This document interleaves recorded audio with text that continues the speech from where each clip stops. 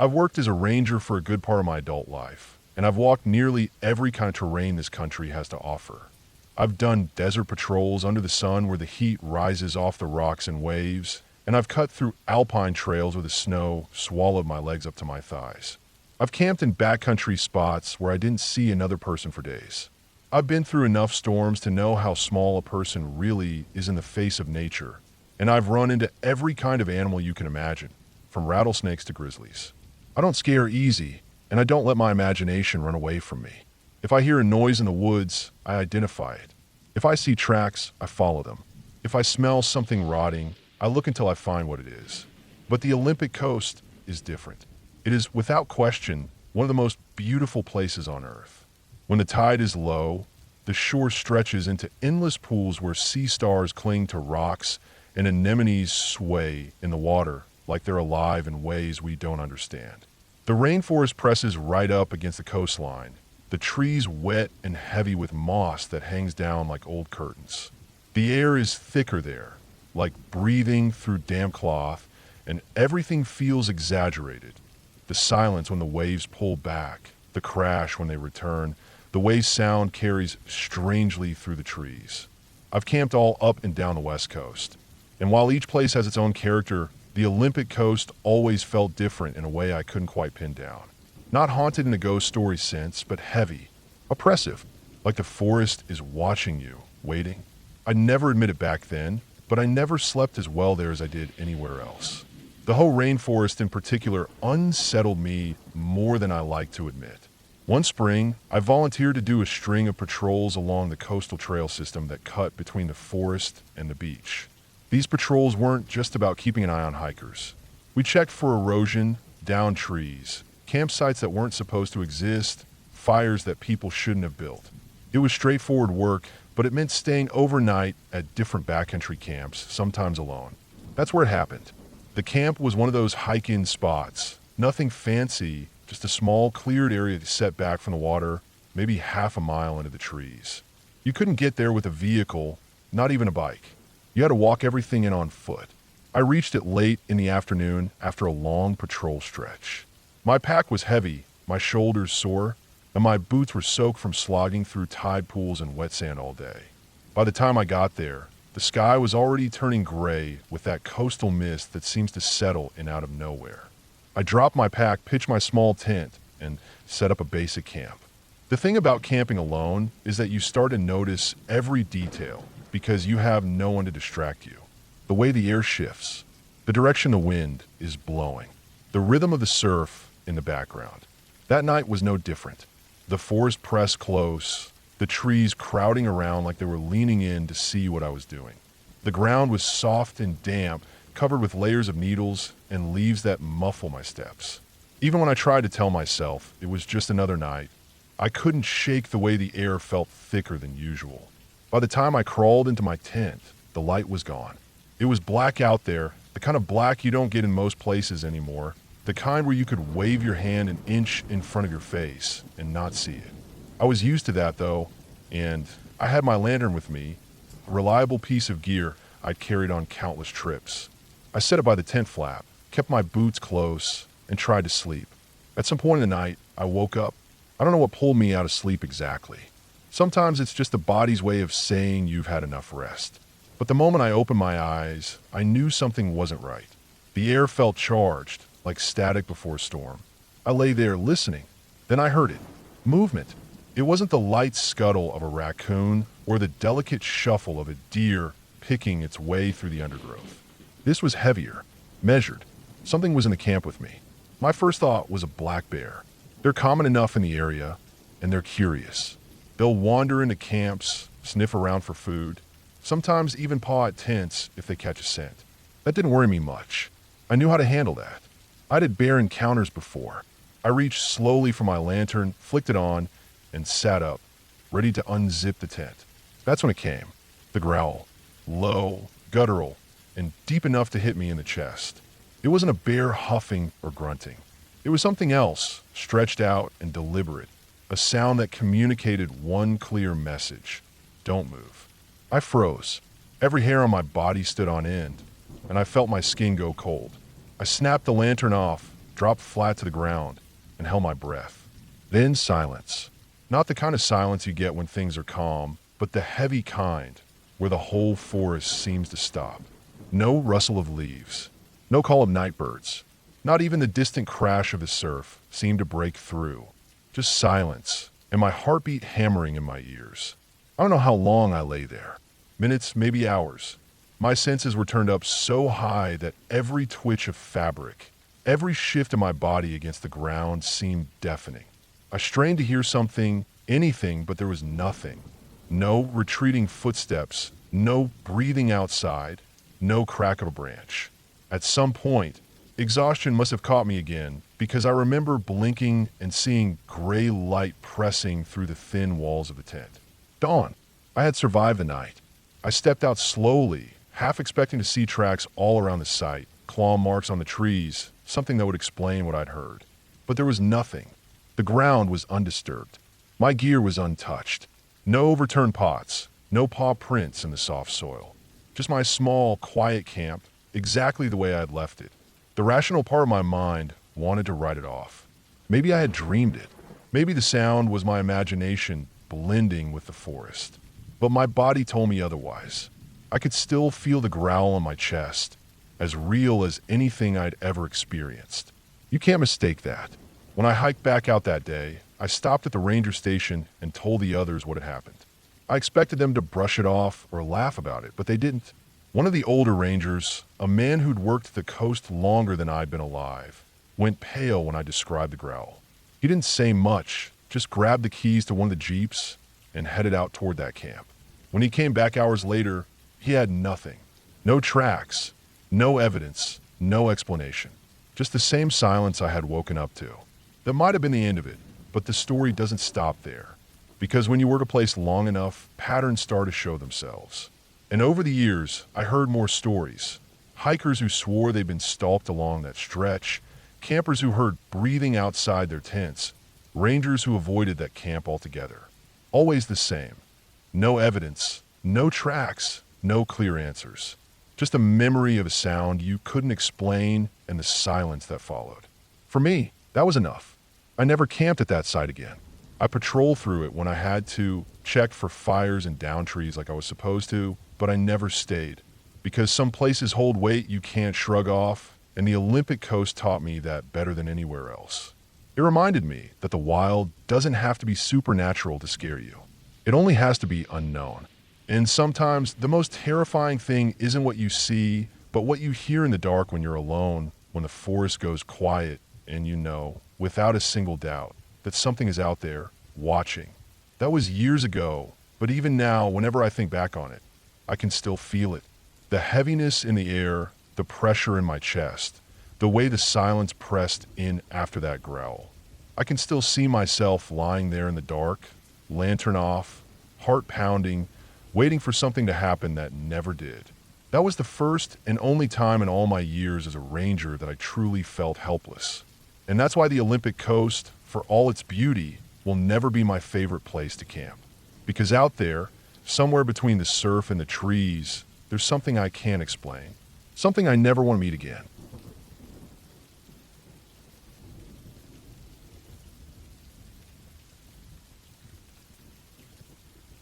I had worked as a ranger for a number of years, mostly in larger reserves and council-managed countryside sites across the UK, but one posting that has never left my memory was a short seasonal stretch in Shropshire. Unlike the more famous national parks or tourist-heavy forests, this was nothing grand in size or in status. It was a small, overlooked wooded area on the edge of a housing estate and some farmland.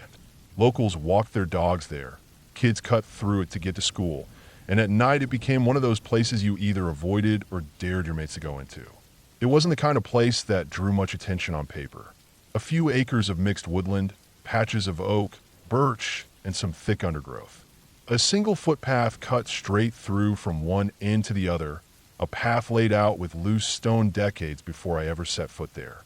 It wasn't maintained much anymore, and the stones had shifted, leaving it uneven underfoot. Along that path, spaced wide apart, were old metal street lamps. They gave off a dull, orange light that buzzed faintly when you stood near them. Most of the bulbs were aged and dim, and some were blown completely. At night, you could never quite tell how much of the path would be lit until you walked it. I had grown used to walking sites at all hours. Being a ranger meant patrols, checks, making sure there wasn't vandalism, illegal dumping, or worse. In countryside parks, you worry about poachers. In suburban woodlands like this, you worried more about kids starting fires or rough sleepers setting up camp. But this site, small as it was, carried something heavier in the air. Even during the day, it felt closed in. The trees leaned over the path in places, their branches knotted together like ribs of some great body. When the wind picked up, the leaves would hiss together, and it felt like the whole wood was whispering. One particular night, I remember it was early spring, still cold enough that my breath fogged in front of me. I had agreed to meet up with a couple of mates after my shift. They weren't rangers, just old friends from when I lived closer to the area. We hadn't met in ages, and the plan was simple. Meet at the pub, share a couple of pints, and walk back through the wood toward one of their houses. The pub wasn't far, only a 15-minute walk, but the direct path was through that stretch of trees. I'd walked it before, both on duty and off, so I didn't think much of it. I had my torch with me clipped to my belt, but I remember thinking it wasn't needed at first because of the lamps. We started off down the stone path, the three of us side by side. The stones shifted under our weight with every step, each crunching noise echoing up through the still air. At that hour, the wood was quiet. No dogs barking, no traffic nearby, not even owls. Just the crunch of our boots and the occasional flicker of light as the weak bulbs struggled against the dark. The deeper we went, the more I noticed how far apart the lamps really were. They left large gaps of near total darkness between them. The glow from one would barely reach halfway to the next. So there were moments where we were half blind, our shoes finding the uneven stones by sound more than sight. About halfway through, I caught something strange. The crunch under our boots had a rhythm, 3 sets of steps moving together. But then, faintly, I heard another. It wasn't in sync with ours. It was heavier, slower, almost dragging in parts, like something heavier than any of us was walking just behind. I didn't say anything at first. I kept moving, ears straining. My boots pressed down on the loose stones, each crunch followed by the smaller scrapes of my mates beside me. But then again, from behind, a separate crunch. Not sharp like ours, but deep, like weight pressing into the ground hard. I slowed my steps a little without realizing, and that was when it became obvious. Whatever it was, it matched me. When I slowed, it slowed. When I stopped dead, the sound carried for one more step and then stopped too. That was when the cold prickled the back of my neck. I turned my head slightly, glancing at one mate, and caught the look in his eyes. He'd heard it too. He didn't need to say a word. The tension in his face was enough. We both turned then, looking down the path we just walked. The weak glow of the last lamp lit only a few feet before the black took over. And standing there, just past where the light gave up, was a shape. At first I thought my eyes were playing tricks. The trees twisted shadows into strange outlines all the time. But this wasn't branches or bark.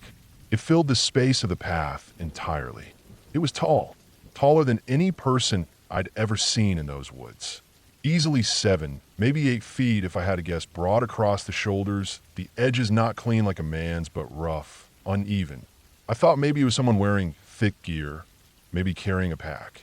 But then the shoulders seemed to move, a kind of subtle shifting like the surface wasn't cloth but something else. Something that caught the faint light and dulled it, like fur. The shape didn't step forward. It just stood there, and in the darkness 2 points caught the lamp's glow in a way that looked wrong. They weren't shining by themselves, I told myself that, but they reflected too evenly, too steadily. 2 eyes, set wider apart than a man's, staring straight at us. I felt my stomach turn hollow. I've seen deer at night, foxes, badgers, even the odd farm animal that strayed near woodland. Their eyes reflect torchlight or headlights, but this was different. These didn't blink, didn't flicker. They just burned there, locked on us. The silence was crushing. My ears strained for any sign of movement, but all I got was the faint buzz of the lamp overhead and my own breath in my chest. My instinct was to reach for the torch, but I didn't. Part of me thought if I lit it, I'd seen more than I wanted to. Then, without warning, the shape moved. Just a small shift, like it leaned forward slightly, and the stones beneath it gave a loud crunch. Louder than any of our steps had been. Heavy. That broke me. My legs acted before my head did, and I bolted forward along the path. My mates followed instantly, the three of us pounding on the loose stones, the sound of our flight scattering through the wood. I didn't dare look back at first. My heart hammered in my ears, breath tearing out of me in bursts. After what felt like forever, but was probably seconds, I risked a glance over my shoulder. The path stretched back into the dark, lamps glowing weakly, but in the black between them, I swore I saw it again. A dark bulk, keeping pace, the faint glint of those eyes flicking into sight when the angle caught. We didn't stop. We ran the length of that wood. Every crunch of the stones beneath us answered by something heavier, something that wasn't tiring like we were. When the last lamp came into sight and the edge of the wood opened toward the estate road, I nearly stumbled in relief. We burst out from the tree lean, onto tarmac, and into the glow of proper streetlights. Only then did I turn fully, scanning the mouth of the path. Empty. Just darkness and trees. The sound had stopped the moment we hit the road. We kept running the last stretch to my mate's house. 5 minutes that felt like an hour until we were inside, doors locked, lungs burning. That night, I barely slept. Every time I closed my eyes, I saw that shape standing just beyond the lamplight, waiting.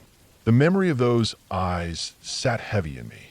The next day, once the sun was up, I forced myself back there. Part of me needed to prove it had been nothing. Maybe a trick of the dark, maybe a deer rearing up, maybe even some local prank. In daylight, the path looked harmless, almost small compared to how it had felt at night. The stones were scattered with fresh scuffs and indentations, though. Ours were obvious, light, narrow prints from trainers and boots. But there were others. Vida, Deepa. No clear tread like a shoe would leave. Just impressions, as if something broad and heavy had pressed into the loose stone and shifted it. I followed them a little way, but they faded quickly into the harder ground near the edges. There wasn't enough to explain it. No tracks leading in or out. No obvious sign of an animal. Just those few heavy marks where something had stood and then vanished. I never got an answer to what I saw. Over the years, I've turned it over 100 times in my head. I know it wasn't a ghost or anything like that. It had weight.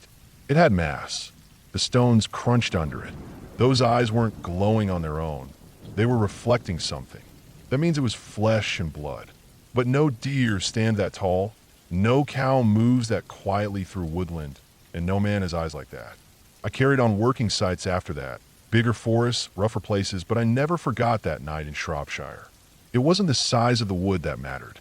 It was how easily something can hide in plain sight, in places you think you know, places you walk every day without a second thought.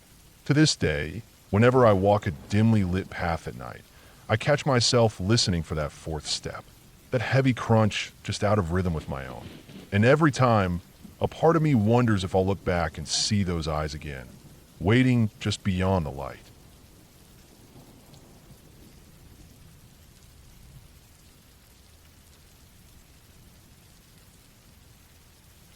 I was working as a ranger in southwestern Wyoming during one of those dry stretches of summer when the wind never seems to stop blowing. The kind of wind that picks up fine dust and spreads it over your skin until you feel like you've been dipped in sandpaper. That part of the state isn't much for tall forests or thick rivers like people picture when they think about national parks. Out there, you get wide open spaces, long cuts of desert running into rolling hills, and mountains that look dry from far off, even though they're full of scrub and pine once you get up higher. That summer, my district extended far beyond the paved roads. A good portion of my patrol required driving on dirt tracks that bent and twisted their way across stretches of sagebrush and sharp rock. Roads so rough, I had to crawl the truck along in low gear just to keep the suspension from rattling apart. I had been out there long enough to know which tracks would eventually loop back to the main road, and which ones just faded into the landscape until you had no choice but to turn around. I remember one patrol in particular because of what I found. It wasn't anything illegal or even dangerous, at least not directly, but it was strange in a way that stuck with me. I had been heading deeper into the back roads, about 15 or 20 miles off any pavement, following one of the rougher two tracks up into the foothills. The sky was a pale blue with thin clouds stretched like pulled cotton, and the air carried the dry smell of sage. My truck bounced along, dust rising in a pale trail behind me, and I stopped now and then to note vegetation patterns, check on old cattle fences, and make sure none of the backcountry gates had been tampered with. Out there, you mostly expect to find signs of ranchers, hunters, or the occasional ATV rider. What I didn't expect was what I saw about halfway through the day, climbing a slope that overlooked a shallow basin. At first, I thought it was a cairn, the kind of rock pile hikers or ranchers sometimes leave as markers. But as I got closer, I realized it wasn't just a stack. It was shaped, almost circular, built of flat rocks that must have been gathered from the surrounding slopes. It stood about chest high, maybe a little taller, and right in the middle was a square hole, like a small window carved out of the stones. I killed the engine and got out to look at it. The wind moved the sage around me, rattling its dry stalks, and there was nothing else. No sound of cattle, no distant engine, just the whine of the breeze. The pillar was almost too clean to be random. Each rock had been set into place with some care, not just tossed together, and the square hole was nearly perfect, sharp edges aligned, so you could peer right through it like the sight on a rifle. When I leaned down and looked through, the hole lined up with the valley beyond, pointing toward a cluster of trees, and farther off, what looked like the roof of an old house. From that angle, it was as if the pillar had been built for the sole purpose of framing that house in the distance. I stood there longer than I should have, brushing my hand along the rocks, noticing how smooth some were and how others still had the flaked edge from breaking off naturally. I tried to imagine someone hauling them up there, one by one, setting them just so until the circle stood firm. Out in the desert, far from any road, it must have taken hours, maybe days. I figure it was an odd one-off, maybe some rancher's experiment or an old marker for something long forgotten.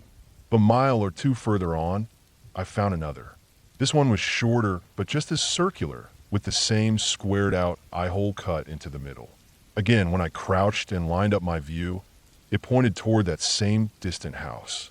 I drove further, uneasy now, and by the time I had looped through about 3 miles of rough country, I had counted 5 or 6 of them, all built with the same care, the same circular walls of flat rock, the same square openings that lined up almost perfectly with the house down in the valley. It was as if someone had gone to great trouble to make sure every pillar served as a sight line. The house itself looked old, maybe abandoned. From that far away, all I could make out was the roof line, weathered gray, with a few cottonwoods clustered nearby.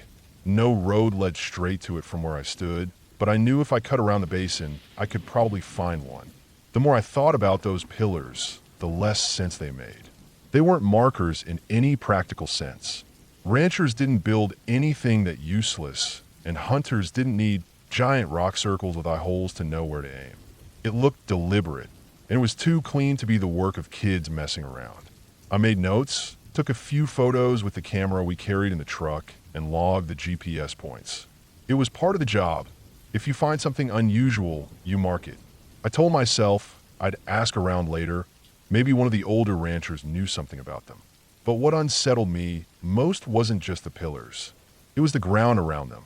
The desert, for all its dryness, has a way of showing patterns. Normally, the sagebrush spreads out in loose, irregular patches. Clumps of grass spring up wherever there's just enough soil to catch water, and the bare dirt cracks in wide veins under the sun. But around each of those pillars, the plants seem different, almost like they grew in a circle, more ordered, less random. I walked around one for a good 15 minutes, checking the ground, and I couldn't shake the sense that it wasn't the same as everywhere else. Maybe it was just the way the wind funneled through the rocks. Maybe shade or moisture collected differently near the base, but it made the scene feel unnatural, like the land itself had shifted to accommodate the pillar. By the time I looped back to the truck, the sun was starting to slide down the sky, the light taking on that harsh gold that makes every shadow stand out. I had the choice to either keep circling toward the house or turn back the way I came. Logic said, turn back, My shift had already gone long, and I still had to drive those rough tracks out to pavement before dark. But as I drove on, I found myself glancing back at those pillars in the mirror, each one shrinking into the distance, all of them staring toward that house. I couldn't shake it. Over the next few weeks, I mentioned it to a couple of fellow rangers when we were swapping stories back at the station. Nobody had seen them. A few shrugged it off, saying sometimes ranchers or surveyors did odd things years back that made no sense today. Someone suggested maybe it was an art project, though it seemed too remote for that. But it stuck with me. Every patrol I had in that section of desert, I found myself steering closer to that basin. Sometimes I stopped at the pillars again, walking around them, looking through the square holes toward that same lonely house. It always lined up, no matter which one I stood at. And every time I looked, the house seemed smaller, more distant, but still there, quiet in its grove of cottonwoods. Finally, one day, I decided to drive closer. Not because I thought I'd find anything dangerous, but because the not knowing bothered me more than the risk. I cut across the ridges until I found the faint track that led toward the house. The road was barely there, just a pair of worn ruts half swallowed by weeds. The truck lurched and groaned over the uneven ground, and I had to stop a few times to kick rocks out of the way. The closer I got, the thicker the cottonwoods grew, their leaves trembling in the wind like a warning. When I finally pulled up, I saw the house was older than I thought. The roof sagged in the middle, shingles long gone, boards gray and splintered. Windows were broken out, and the door hung crooked on rusted hinges. No one had lived there in decades, but someone had built it with care, just like those pillars. I stepped out and walked slow, boots crunching on dry dirt. The air felt still, heavier somehow beneath the trees. Around the house, the ground looked the same as near the pillars, plants arranged in odd patches, not random like natural growth. I circled the house, looking for any sign of recent use. There was nothing, no footprints, no tire tracks, no trash. Just silence, the cottonwoods creaking faintly above. Inside, the rooms were bare. Dust covered the floorboards, and the walls were marked with faint outlines where furniture had once been. In one room, the back wall had collapsed inward, letting shafts of sunlight slice across the floor. I found no tools, no old equipment, nothing left behind. The strangest part was how the house sat directly in line with those pillars.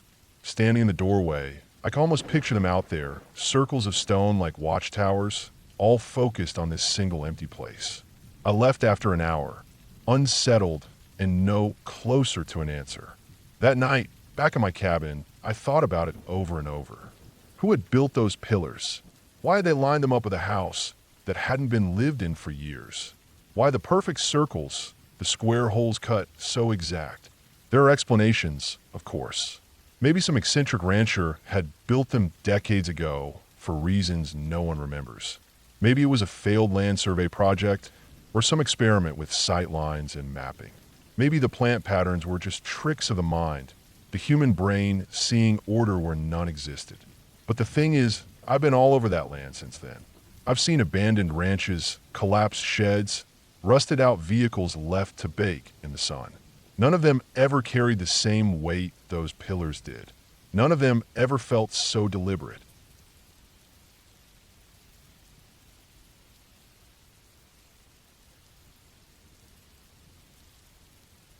I've been working as a ranger for a good part of my life, and over the years I've seen a lot of things that stay with me. Some are small moments, like stumbling across old foundations from long-gone homesteads, or watching a storm roll across the prairie when you're the only one out in it. Some are heavier, the kind of things you don't bring up around the campfire when people are looking for light stories. What I'm about to lay out is one of those heavier things, and even though it's been years since it happened, I can still bring myself back to that night with every detail sharp as glass. It was in Iowa of all places. People don't usually think of Iowa when they think of parks or camping trips. They picture cornfields and quiet small towns, but the state has its share of wooded areas and stretches of river where people go to camp. The park I was assigned to wasn't one of the most glamorous ones. No huge waterfalls or mountains, nothing that pulled in big tourist crowds. Just a handful of trails, a lake that fishermen liked, and a few small campgrounds tucked into the trees. It was quiet most of the time, which suited me fine. The thing about quiet parks is that they draw in people who don't necessarily want to be noticed. Families who want something cheap and close to home, sure, but also groups who want to cut loose where there aren't rangers breathing down their necks every hour. You learn to tell the difference fast. The family spots have lawn chairs and coolers and kids' bikes leaning against picnic tables. The trouble spots have beer cans on the ground by sundown and too many people hanging around one fire pit. That night was spring, the kind of weather where daytime felt like summer, but nights still dropped cold enough to make you bundle up. I was running the usual late rounds, checking that fires were out, and nobody was trying to push curfew too far. It was quiet at first, just the sound of crickets starting up and the breeze moving through the trees. I remember thinking it was going to be an easy night. Then I heard it. At first, it was faint, echoing across the campground in a way that made it hard to place. A high-pitched wail that cut through the quiet. It wasn't laughter or the kind of shout you hear when someone's had too much to drink. It was raw, jagged, the sound of someone in real distress. I picked up my pace. The sound carried better as I got closer, and soon I could hear that it wasn't a single cry, but a series of them, broken up by dry heaving. My first thought was that someone had food poisoning or was dealing with alcohol poisoning. It happens more often than people think. Campers underestimate how fast dehydration and drinking can catch up to them when they're out in the woods. When I rounded the loop and saw the sight, my stomach dropped. There must have been 30 people packed into one area way beyond the posted limit. They were sprawled on lawn chairs, sitting on coolers, some standing off to the side in the trees. The fire was burning too high, bottles and trash scattered all around. It looked less like a campground and more like a backyard house party dumped in the middle of the woods. And then there was the girl. She was lying near the edge of the site, half on her side, retching so violently her whole body jolted each time. Except nothing was coming up anymore. Just that horrible dry sound, her body fighting to get rid of something it no longer could. Her face was pale and streaked with sweat, hair sticking to her cheeks. Her breaths came in short, panicked bursts, like she couldn't quite catch enough air. I felt that sick twist in my gut that comes when you know you might be looking at someone's last moments if nothing changes. The others around her weren't helping. Some were standing back with their arms crossed. Some were laughing under their breath. Some had their eyes darting to the tree line like they were calculating whether to bolt. A couple were muttering to each other, glancing down at her, like she was an inconvenience instead of a person in danger. It hit me quick and hard. This wasn't just alcohol. I'd seen drunks plenty of times. This was something else, and from the way her body was reacting, I figured drugs. Opiates. Pills crushed up or mixed with booze. It wasn't the first time I'd dealt with it in the park, but it was by far the worst I'd seen. I did what I had to do. I grabbed my radio and called it in, making sure to give them the site number and the condition of the girl. The operator patched me straight to dispatch, and I asked for both law enforcement and EMS. Out in these parts, response time isn't fast. You make the call, and then you're standing there waiting, trying to keep things stable until backup shows up. Those minutes felt like hours. I could see in their faces that most of the group wanted nothing to do with what was happening. Some started edging toward the woods, slipping into the trees to avoid being around when law enforcement rolled in. A couple grumbled loud enough about how she was ruining the night. The lack of care in their voices was something that stuck with me more than almost anything else from that night. They were ready to leave her there like a bag of trash. Just walk away and pretend she hadn't existed. I stayed with her. She was barely conscious, body twitching between dry heaves. Every few seconds her eyes would flutter like she was going to pass out completely, and I kept watching her chest, counting the rise and fall of her breaths. I kept an eye on her airway, adjusting her when she slipped too far on her back, so she wouldn't choke if she managed to bring something else up. I didn't have much more than basic first aid training and some emergency gear in my truck, but it was all I could do. Time moves differently when you're waiting like that. I remember the way the fire crackled too loud, the way the night air bit into my arms, even though I was sweating from adrenaline. I remember the scuff of feet in the leaves as more of the group decided to scatter. At one point, there were only maybe 10 left, and even they were hanging back, arms folded, muttering about whether cops would search their cars. Not one of them crouched down to check on her. Finally, I heard the distant crunch of tires on gravel. Red and blue lights cut through the trees, bouncing off the tents and the lake. Relief hit me like a wave. Rangers aren't medics. There's only so much you can do when someone's body is shutting down. The deputies were first out of the cars, flashlights sweeping the area, voices sharp as they told people to stay put. You could see the panic set in on what was left of the group, the way some of them tried to play it cool while others froze. Then the EMTs were there, moving fast, pulling gear from the back of the ambulance. They got to work on the girl with practice speed, checking her vitals, securing her airway, starting IVs. Watching them was like watching someone try to pull a drowning swimmer out of deep water. You didn't know if it was too late or not. They loaded her up, and I stepped back, my legs suddenly feeling like they turned to stone. My heart was still thudding in my ears, but there was a weight lifting, too. She was in real hands now, the kind that could actually make a difference. Law enforcement started dealing with the rest. IDs collected, statements taken, cars searched. You could feel the mood shift from smug to scared.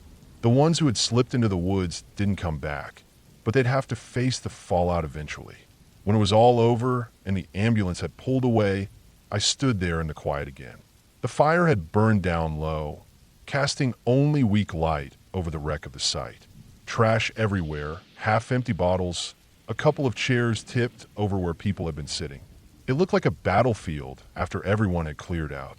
I stayed until the last of the cruisers left, making sure the fire was fully out, making notes for the report I'd have to file. The adrenaline had worn off by then, leaving behind a bone-deep exhaustion. My hands shook as I doused the coals, the hiss of water on fire filling the silence. Driving back through the park roads that night, the trees seemed darker than usual. My headlights cut tunnels through them, and I kept thinking about the girl's face, pale and slick with sweat, her chest rising and falling in those shallow, desperate gasps. I kept thinking about how easily she could have been left there, how close it had been to nobody ever calling for help. That was over 7 years ago. I still don't know what became of her after the hospital. Maybe she pulled through. Maybe she went right back to the same crowd. That's the part that eats at you, the not knowing. But what I do know is that I saw the true face of neglect that night. Not just the drugs, not just the overdose, but the way 30 people could look at someone on the edge of dying and decide she wasn't worth the trouble. That's what keeps me awake sometimes. Not the screams themselves, but the silence that followed them. The silence of people who should have cared and didn't. And when people ask me about the scariest nights I've had on the job, I don't talk about animals or getting lost in storms. I think about that campground in Iowa and the sound of a body fighting to stay alive while the people who were supposed to be her friends stood around, ready to vanish into the woods and leave her behind. That's the kind of thing that shows you the darkest parts of human nature. And I'll say this because it's the only ending I can give. I never drive past that section of road without remembering. The gravel lot looks the same, the trees still line the campsites, but in my head I can still see the fire too high, the girl on her side, and the crowd shifting with indifference. If there's one thing that night taught me, it's that sometimes the scariest thing you'll face out here isn't the wilderness at all. It's what people are willing to do or not do when another person's life is on the line.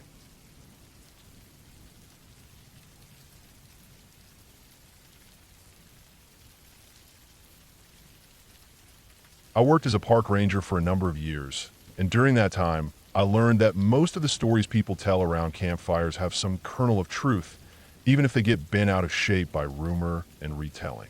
There was one lake in particular that carried more than its share of bad stories. Long before I worked in that area, people talked about what happened there, and once I got assigned to it, I saw with my own eyes how a place could hold on to tragedy and danger without needing any sort of supernatural explanation.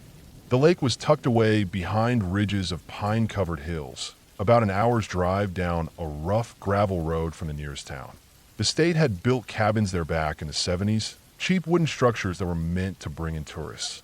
Most of them were abandoned now, half rotting from years of neglect, but the shells still stood, hidden by trees and undergrowth. I had been told before I ever set foot there that a family had once been killed at that lake, a father, mother, and their young boy. They had been camping by the water's edge when a bear came through. The official story was that the smell of food and garbage had drawn it in. All three were mauled before anyone could help. By the time another camper stumbled across the site, the bear had already vanished back into the woods. People like to repeat that if you went near the cabins where the family had stayed, you could still hear screams or see their ghosts.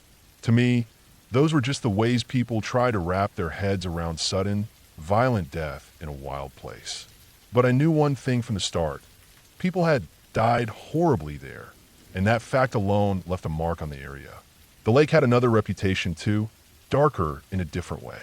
For years, people whispered about strange gatherings at night, fires burning deep in the woods, and groups of robed figures chanting by the shoreline.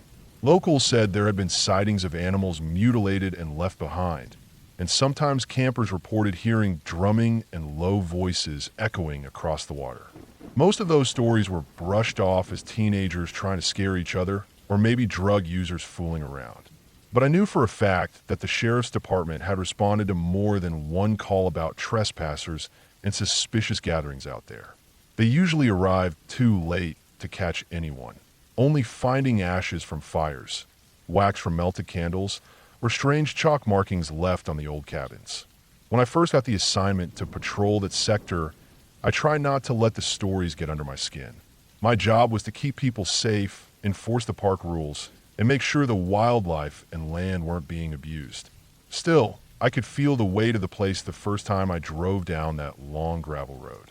The trees seemed thicker there, their trunks closer together, with branches hanging low enough that the road often felt like a tunnel. By the time I reached the lake, the air seemed cooler and stiller than it should have been, like the breeze that moved through the rest of the forest stopped short at the water's edge. The cabins sat off to one side, clustered in a half circle around a clearing. We usually warn visitors not to enter them because of the risk of collapse or injury, but I always checked them during patrols. I'd walk through each structure, shining my flashlight across the peeling walls, broken furniture, and scattered trash left by whoever had squatted there before. In the cabins nearest to the lake, you could still see black marks on the wooden floor where campers had once lit indoor fires to stay warm. The smell of damp wood and rot clung to everything. At night, the lake took on another life. Sound carried across the water, and I learned quickly how much noise could play tricks on you. A loon's call could echo and twist into something that sounded human. Wind moving through branches could form a rhythm that mimicked words. But there were other times when I couldn't explain what I heard. One evening in early fall, I was doing a routine patrol near the cabins. The sun had gone down fast, and the woods were already dark except for the silver light of the moon breaking through gaps in the clouds. I parked my truck near the trailhead and started down toward the lake on foot. I had been warned by other rangers to keep an ear out for squatters or partiers, especially on weekends, so I moved quietly, listening for the usual signs of trespassers, voices, music, or the clink of bottles. Instead, after about 20 minutes of walking, I heard something that froze me in place. It was a low, steady sound, too rhythmic to be wind and too controlled to be an animal. It rose and fell like chanting. My first thought was that I had finally come across one of the groups people always talked about. I killed my flashlight and crouched low near a stand of trees, trying to let my eyes adjust to the moonlight. The sound carried clearly now, several voices, deep and slow, repeating some kind of pattern. I couldn't make out words, just tones. Then, through the trees, I saw a faint red glow flickering against the trunks. It looked like firelight. I stayed put for a long time, listening. My training told me not to walk straight into a group like that alone, especially when I had no idea how many people there were or what they were doing. I radioed my location back to dispatch, keeping my voice low, and said I might have a group of trespassers near the north cabins. The nearest backup was 40 minutes out. While I waited, I kept listening. The chanting grew louder for a few minutes, then suddenly stopped. The firelight went dark. The woods fell into silence, so complete that I could hear my own heartbeat. I waited another 20 minutes without seeing or hearing anything else before my backup finally arrived. By the time we moved in together with flashlights, there was nothing left but a small circle of ashes on the ground near the cabin clearing. No people, no fire, no noise. That was the first night I realized the stories weren't just smoke. People really were coming out to that lake for reasons that didn't belong to hiking or camping. Over the years, I saw more signs. Carcasses of animals left in unnatural ways, bones arranged in patterns, trees with symbols carved into their bark. Once in the dead of winter, I found a half-melted black candle stuck into the snow beside the frozen shoreline, its wax pooling like blood across the ice. Always the same evidence, gatherings that broke apart before we could ever catch anyone. The hardest part was knowing how close I sometimes came to walking into them while they were still happening. One night, I tracked a group by following the glow of fire through the trees, only to have it snuffed out as soon as I got within sight. The silence that followed was suffocating. It made me think they knew I was there, that they were watching me from the dark. As for the old story about the family that died by the lake, I came across their campsite once by accident. The old fire ring was still there, though grass had grown over most of it, and a rusted folding chair lay collapsed nearby. Standing there, knowing what had happened, I felt the same heavy stillness that hung over the whole place. People said they could hear screams or see ghosts, but I never did. What I felt was worse in its own way. Just the knowledge that 3 people had suffered horribly right where I was standing, that nature could turn violent so fast when people forgot how fragile they were out there. The years I worked at that lake wore on me. Every patrol felt like walking the edge of something I couldn't quite name. Not supernatural, not ghosts, just the raw reminder that people and wild places don't always mix well. Animals kill without warning. People gather in the dark for reasons you don't want to understand. My last season there ended with an incident that sealed the place in my mind forever. I was out on patrol late one night, near the cabins again, when I heard voices. This time they weren't distant or muffled. They were close. I froze, crouched, and listened. There were at least half a dozen people, maybe more. The chanting started low, rising in rhythm. I eased forward just far enough to see through the trees. They were standing in a rough circle, robed, with a fire burning in the middle. One of them held what looked like a wooden staff, lifting it in time with the voices. In front of the fire lay the carcass of a deer, its legs splayed unnaturally. I backed away as quietly as I could, heart pounding. My radio was in my hand, but I didn't call in right there. I knew if they heard me, if they caught even the faint crackle of static, I'd be exposed. I put as much distance as I could between myself and that clearing before finally calling it into dispatch. By the time the sheriff's deputies and other rangers arrived, the place was empty. The fire had been stamped out, the deer gone. Only the prints of boots in the dirt remained. That was enough for me. I finished out the season, but I requested a transfer the first chance I got. Some places weigh too heavy on a person after a while. The lake was one of them. Looking back, I can say this. There were no ghosts there, no supernatural forces, but that didn't make the place any less dangerous. The family who died had faced the brutal reality of nature. The gatherings at night proved what people are willing to do when they think no one is watching. The danger was real, just not in the way campfire stories like to tell it. When people ask me about that lake now, I don't repeat the ghost stories or the rumors. I just tell them the truth. A family was mauled by a bear there. Strange groups really did meet at night. And I tell them to stay away once the sun goes down. Because I've seen enough to know that some places don't need ghosts to be terrifying. The real things that happen, there are more than enough.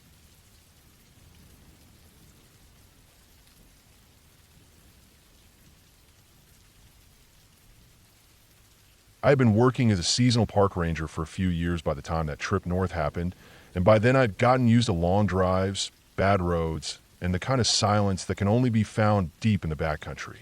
I thought I knew how to handle the dark spaces and the uneasy feelings that creep up when you're miles from anyone else. But that drive from Central California up toward Canada burned itself into my memory in a way that still makes me unsettled when I think back on it. It started simple enough. My best friend and I packed up to camp along the way north, figuring we'd find spots as we went. That's the way we like to do it. No set plans, just move forward until we needed to stop, then pull into whatever campground or forest road we could find. Usually that kind of freedom feels exciting, but this trip had a different tone from the very beginning. The highway was fine until we cut off onto a side road that wound deeper into the woods. The pavement ended, the surface broke into cracked asphalt and then loose gravel. And soon we were crawling along at less than 20 miles an hour just to keep the tires from bottoming out in the potholes. Some of the holes were so deep they looked more like washed-out craters. The road twisted between walls of bare trees. They weren't thin saplings either. They were huge, stripped of leaves, bark pale under the sky, so tall and straight they looked unnatural. Every time the wind moved, the branches shifted just enough that I thought I saw someone standing along the road's edge, watching. The dust was thick. Each time a tire hit a pothole, it threw up a sheet of pale dirt that hung low over the ground. It didn't rise like normal dust. It sat there, crawling forward like a slow fog. Driving through it made everything look monochrome, like the world had been bleached of color. I kept squinting through the windshield, adjusting the wipers even though it wasn't raining, just trying to clear the haze from my vision. It made the trees seem even more human-shaped, like every gap hid a figure waiting for us. We pushed on like that for miles, hoping to stumble onto an open campground, but every pull-off we tried was already packed. Some spots had tents squeezed shoulder to shoulder. Others had cars jammed into ditches just to make space. It was strange to see so many people and yet feel so completely alone in that landscape. There was no sound of voices, no kids laughing, no music from portable speakers, just the crunch of our tires, the groan of suspension, and the whisper of that dust sliding over the ground. Finally, we found a narrow side track that dropped into a low clearing. There were no other cars, no signs, no picnic tables, nothing to suggest it was an official campsite, but it was flat and we were tired. We stepped out to check it. Right away, the air hit me in the face, heavy and sour. It wasn't just the normal rot of leaves or the musk of damp soil. It was sharp, like something dead was hidden nearby, something that had been baking in the summer heat and letting off its gases into the air. I tried breathing through my mouth, but the taste coated my tongue, metallic and foul. I kept scanning the edges of the clearing, expecting to find a carcass, maybe a deer tangled in the underbrush or something left by a hunter. But there was nothing visible. The smell was there, steady, impossible to ignore, yet there was no sign of its source. My friend shrugged it off, but I couldn't shake it. I felt my shoulders tightening, the hairs on my arms rising, like the air itself was warning us away. We didn't stay long.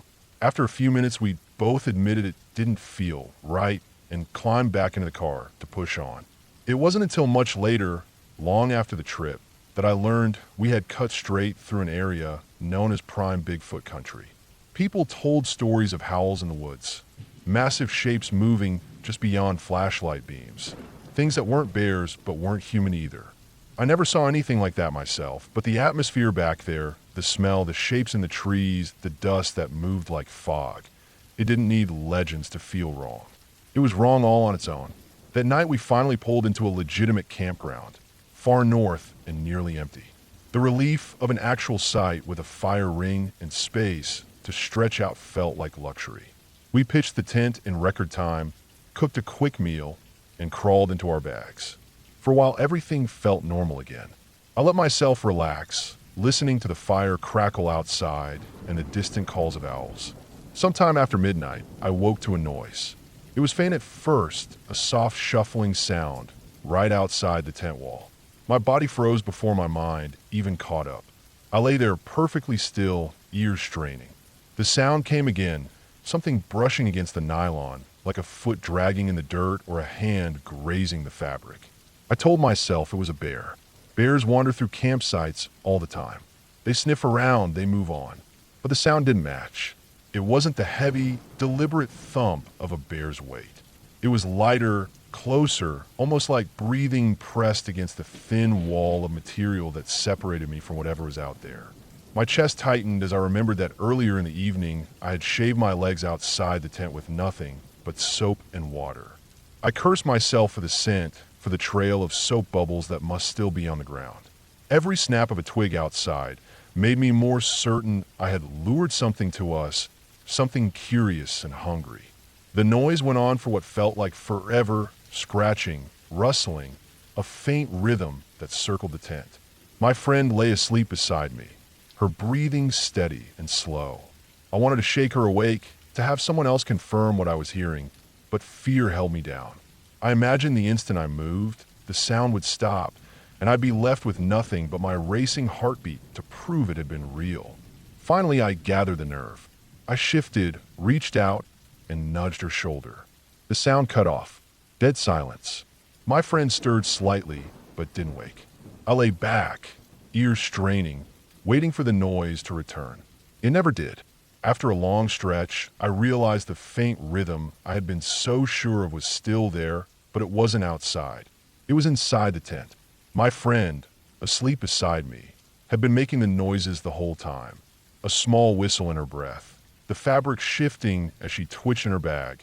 The small, unconscious movements of sleep had all blended together until my fear turned them into something stalking us from outside. The relief was sharp, almost painful. My muscles went slack all at once, and I lay there laughing silently at myself in the dark, the tension draining out. Sleep came eventually, heavy and dreamless. The next morning the world looked completely different. Sunlight cut through the trees. The air smelled fresh. The dirt road shimmered like it had never been sinister. I thought back to the bare trees, the dust, the clearing with the stench, and the long night of imagined danger. I realized how easy it was for fear to build itself from nothing, how silence and shadows could trick the brain into seeing and hearing things that weren't there. Still, I never forgot that smell in the clearing. I never forgot the way the trees had looked like people lining the road. And I never forgot how quickly I went from calm to certain that something was pressing against my tent in the middle of the night. There was no ghost, no monster, no fairy tale creature. But that didn't make the fear any less real. When I look back on it now, I see it as a reminder. The woods don't need anything supernatural to unsettle you. The isolation, the silence, the way the land itself shifts under strange light, that's enough to wear you down. That trip taught me to respect those feelings. If a place smells wrong, if the trees look too much like watchers, if the dust hangs in a way that doesn't make sense, leave. Trust the unease, because sometimes it's the only warning you get. By the time we finally crossed into Canada, the tension of that stretch of road had faded, replaced by normal miles and campsites full of families, laughter, and the kind of noise that makes a forest feel alive instead of empty. But I know those woods are still there, those hollow clearings and bare trees, and I know if I ever drove that road again, I'd feel the same pull in my gut telling me not to stop. That's enough for me. That trip ended fine. We camped, we hiked, we made it home with stories to laugh about. But buried under the laughter is the memory of a place that didn't want us there. And that's what sticks with me most, the understanding that not every scary moment comes from something chasing you. Sometimes the land itself is enough to push you back, and you're better off listening.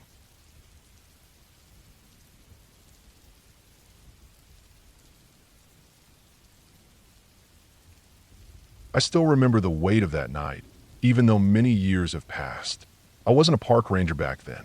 I was just a boy, 13 years old, on a school camping trip in South Africa.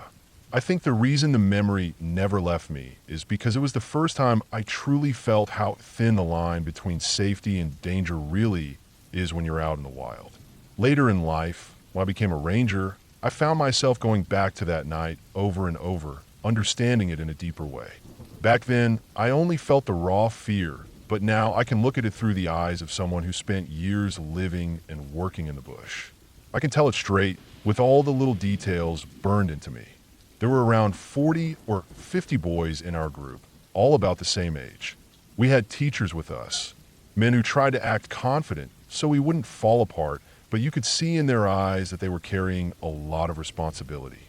The trip was supposed to be a mix of hiking, camping, and cabin stays. 2 nights were in proper cabins with wooden walls and bunk beds, and 2 nights were under canvas, or what you could even call half canvas.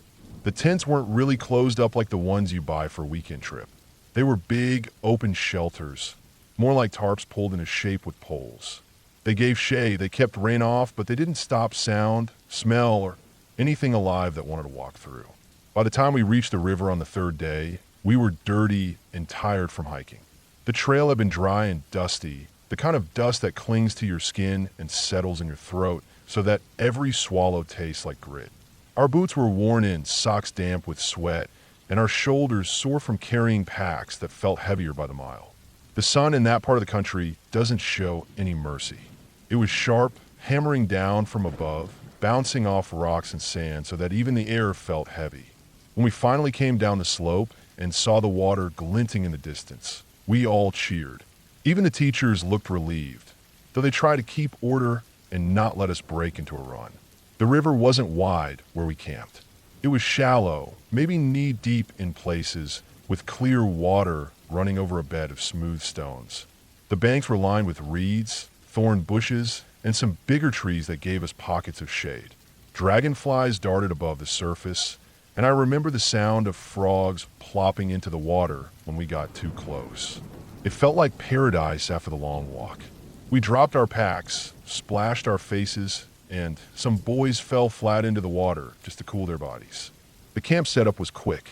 3 big open tents went up on flat ground not far from the water. Each one had to hold a third of us, so they were crowded once we all spread sleeping bags and laid out our gear. The teachers lit a fire, not just for cooking, but also for comfort. The flames felt like the center of everything that evening. We gathered around it, eating, laughing, and talking about how good it would feel to sleep after the long day. When the sun sank, the bush changed fast. The calls of birds softened, the frogs grew louder, and insects filled the air with their buzzing. The smell of smoke drifted into our clothes, and the stars came out sharper than I'd ever seen them before. I remember lying back for a moment, staring at the sky, and thinking how far away home felt. That's when the sound started. At first, it was distant, so faint that you could almost dismiss it as imagination. It was a sort of high-pitched whoop broken by a low laugh. Then it came again, louder this time, a rising call that ended in that eerie cackling noise that makes the hair on your neck stand up. Hyenas. I had only ever seen them on television before that trip, running in packs with those sloping backs and big jaws. Their laugh was something I thought I'd never hear outside of documentary. But here it was in the air, carried to us over the river and through the night. Some of us froze when we first heard it. Others tried to joke, saying it was far away, nothing to worry about. But every boy there knew what hyenas were capable of. They weren't like lions that stalked quietly. They made noise, they worked in groups, and they had no problem circling a camp if they smelled food. Our teachers stoked the fire higher, feeding it with branches until it burned bright and strong, sending sparks up into the darkness. The flames lit up the open tents, our nervous faces, and the glint of sweat on our foreheads. The laughter calls kept coming, moving from one direction to another. Sometimes they were to the east, sometimes to the west, and once it felt like they were on both sides at once. They were still a distance away, but sound in the bush can trick you. At night, with no walls and no real shelter, every noise feels close. The longer we listened, the more it felt like they were tightening around us. My stomach was knotted the whole time. I lay in my sleeping bag, staring at the roof of the tent, trying to steady my breathing while the calls echoed out of the dark. Sleep didn't come easy. Every time I closed my eyes, I imagined shapes moving just beyond the firelight. My ears caught every rustle of grass, every snap of a twig. The boys beside me shifted and tossed, just as restless, though nobody said a word. Hours crawled by. Sometimes the sounds of the hyenas faded, and I thought maybe they had gone. Then the laugh would cut through the night again, and it felt like the ground dropped out from under me. That night seemed endless. The fire burned low, then was fed again, then low again. The air cooled, and I curled deeper into the bag, but the fear didn't ease. The only comfort was the crackle of the flames and the knowledge that the teachers were awake, watching. But even that comfort was thin, because the hyenas never stopped reminding us that we were small, soft, and exposed. When dawn finally came, it was like the world had been washed clean. The first light spread across the trees, and the sounds of the night faded into silence. Birds started calling again, the same ones that had gone quiet hours earlier, and the fear of the night began to feel distant, almost unreal. The There were no tracks in camp, no torn bags, no sign that anything had come too close. Some boys laughed with relief. Others just sat quietly, too tired from the long hours of lying awake. We went down to the river to wash up. The water was cold on our skin, waking us up better than any amount of sleep could. I remember crouching down, scooping water onto my face, and watching the surface ripple out. It felt good to be alive, to feel the sun climbing, to know the night was over. A group of boys, along with one teacher, decided to walk downstream a bit where the water widened. I stayed near camp, too tired and wary to wander. A little while later, word came back. They had found something. Curiosity pulled me and others to follow. About 300 feet down, on the bank, lay a carcass. I can still see it clearly in my mind. The ribs torn open, the skin shredded, meat and bone left in a mess that stank of blood and death. It wasn't old. The flies hadn't even gathered yet. Whatever it had been, probably an antelope, had been taken apart during the night. The sight hit me hard. It wasn't like a picture in a book or a lesson in class. It was raw, real, and close. The ground around it was torn with prints, clear marks of hyenas that had swarmed it. The noise we had heard all night wasn't just distant background. It was the sound of predators working together, not far from where we slept with nothing but thin fabric above us. That shredded body was proof of how close they had been. We didn't linger. The teachers moved us back to camp quickly. We packed up that morning and moved on, the fear still hanging heavy in the air even though the sun was bright. None of us joked anymore. None of us needed to. We had seen enough. Looking back now, with years of experience as a ranger, I understand the situation better. The teachers were right that the park had fencing and that hyenas often travel miles in search of food. But fences in the wild aren't always perfect, and distance doesn't matter much to an animal that roams far each night. The fire had been our best defense, the light and heat keeping them from testing us. They had food that night, fresh prey near the river, and maybe that was the only reason they hadn't pushed closer to sniff at our camp. If that carcass hadn't been there, I sometimes wonder what they might have done. That night shaped me. It taught me that the bush has its own rules, and that safety is never guaranteed. It also showed me that fear isn't always a weakness.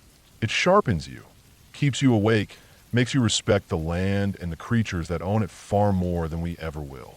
When I became a ranger years later, I carried that lesson with me.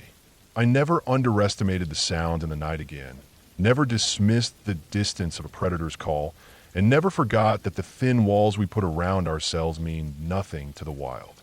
The memory of lying awake, listening to those laughs moving around the dark, is still with me.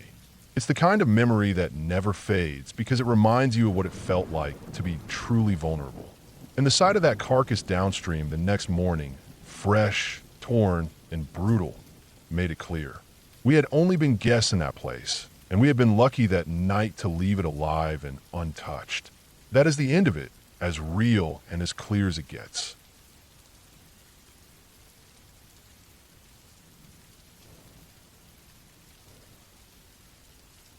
I've worked as a ranger for a number of years, but there are certain nights that don't leave you, no matter how much time passes.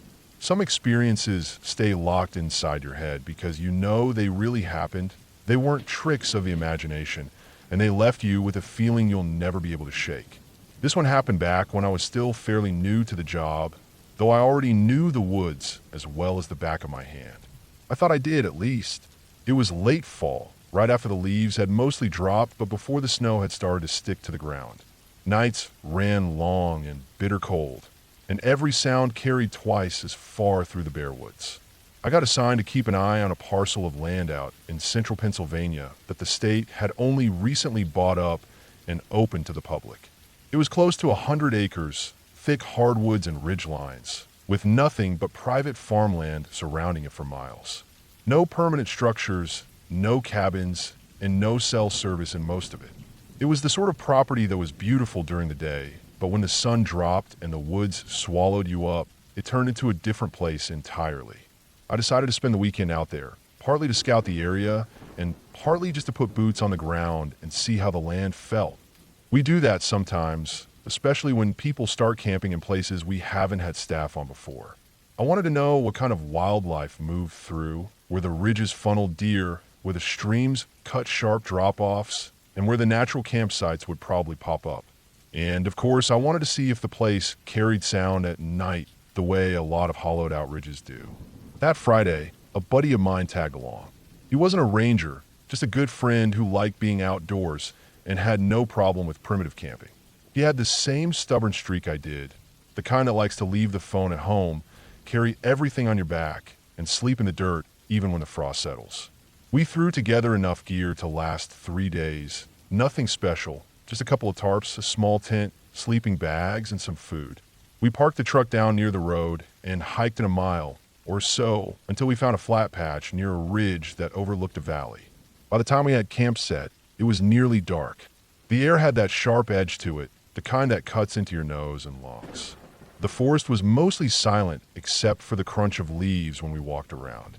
There weren't many birds left that late in the season, and the squirrels were quiet too, already hunkering down for the night. The stillness had a weight to it, the kind you notice after you've been away from human noise for too long. My buddy ate quick, crawled into his bag, and was out almost immediately. He could fall asleep anywhere, anytime, and he never seemed to worry about what was moving in the woods around him. Me, I've never been like that. I need time to wind down. I lay there on top of my bag, listening to every creak of the trees and every rustle of leaves, waiting for my mind to settle. It was one of those nights where you're aware of every small sound because of how quiet everything else is. My eyes adjusted to the dim light leaking in through the tent walls, and I tried to drift. That's when it hit me, the scream. It tore across the woods so suddenly, so violently, that I thought someone had been stabbed 20 feet from the tent. It wasn't a drawn-out wail. It was sharp, high-pitched, and furious. A sound that cut through the marrow of my bones. My chest locked up. I didn't even breathe for a few seconds. I knew animal sounds. I'd heard coyotes, foxes, owls, even a fisher cat once. But this sounded different in the moment, more human than anything. The worst part was how close it felt. It came from just off the tree line, no more than a stone's throw away. I snapped my head toward my buddy, half expecting him to bolt upright. But he was dead asleep, breathing slow and steady. I nudged him hard with my elbow once, twice, but he didn't even shift. My own heart hammered so loudly I swore the thing outside could hear it. The forest fell quiet again, but the silence wasn't clean anymore. It carried a pressure, like the woods themselves were waiting.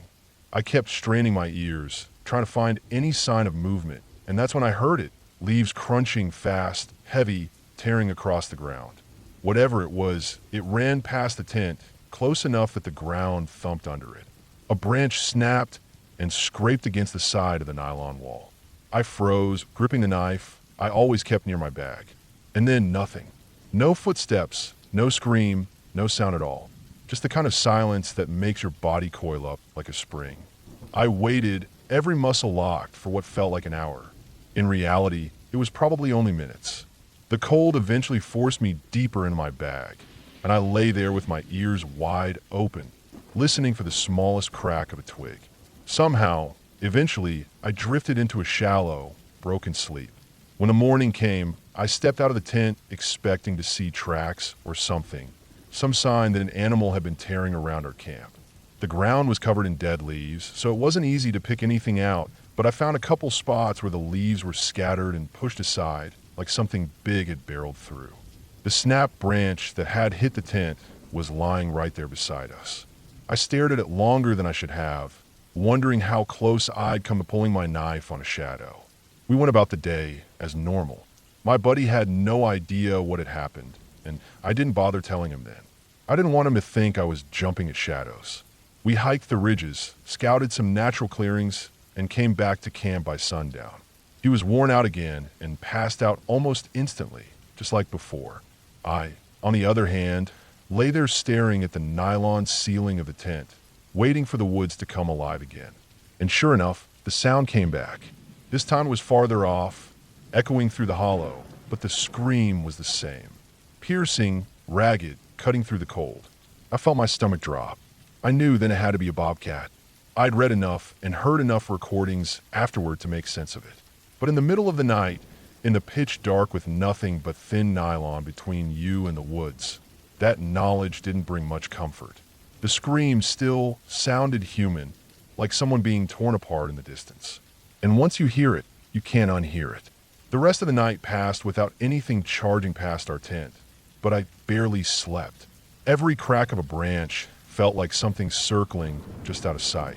Every gust of wind through the trees carried weight.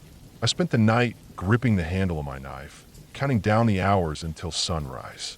By the third day, I was exhausted. My buddy was still full of energy, eating and laughing like nothing was wrong, but I felt hollowed out. We packed up camp that morning, hiked back to the truck, and drove home. I didn't breathe easy until we were back on paved roads with cell service buzzing back into my phone. For weeks afterward, though, I couldn't get the sound out of my head. I replayed that first scream over and over, remembering how close it had felt, how sharp it was, how the ground shook when something bolted past the tent right after. I kept asking myself why it had come so close, why it ran right past us, why it knocked that branch into the tent wall. Maybe it was just moving through the woods. Maybe it didn't even notice us. Or maybe it was curious and checked us out before darting away. Whatever the reason, that night made something clear to me. When you're out in the wild, the woods don't care who you are or how prepared you think you might be. You're just another body in the dirt, another sound in the dark. Even now, years later, every time I hear a bobcat scream, or even just think about it, I'm taken right back to that night. Lying awake in the tent, cold air pressing in, waiting for something to crash through the nylon wall. I've been in plenty of dangerous situations since, from injured hikers to black bear encounters, but nothing ever made my blood run cold the way that sound did. It wasn't paranormal, it wasn't supernatural, it was just the wild being the wild. But that's the point. The real fear doesn't always come from what you can't explain. It comes from what's real, what's close, and what's hunting in the same woods where you're trying to sleep. That night taught me to respect the silence of the forest in a way I hadn't before. It isn't empty. It's full, alive, and waiting. And sometimes, if you're unlucky, it screams back at you.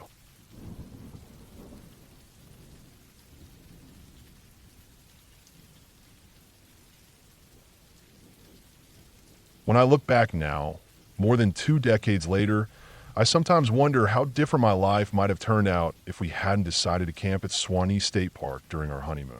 We were in our mid-20s, still full of that headstrong mix of stubbornness and blind trust that comes from youth.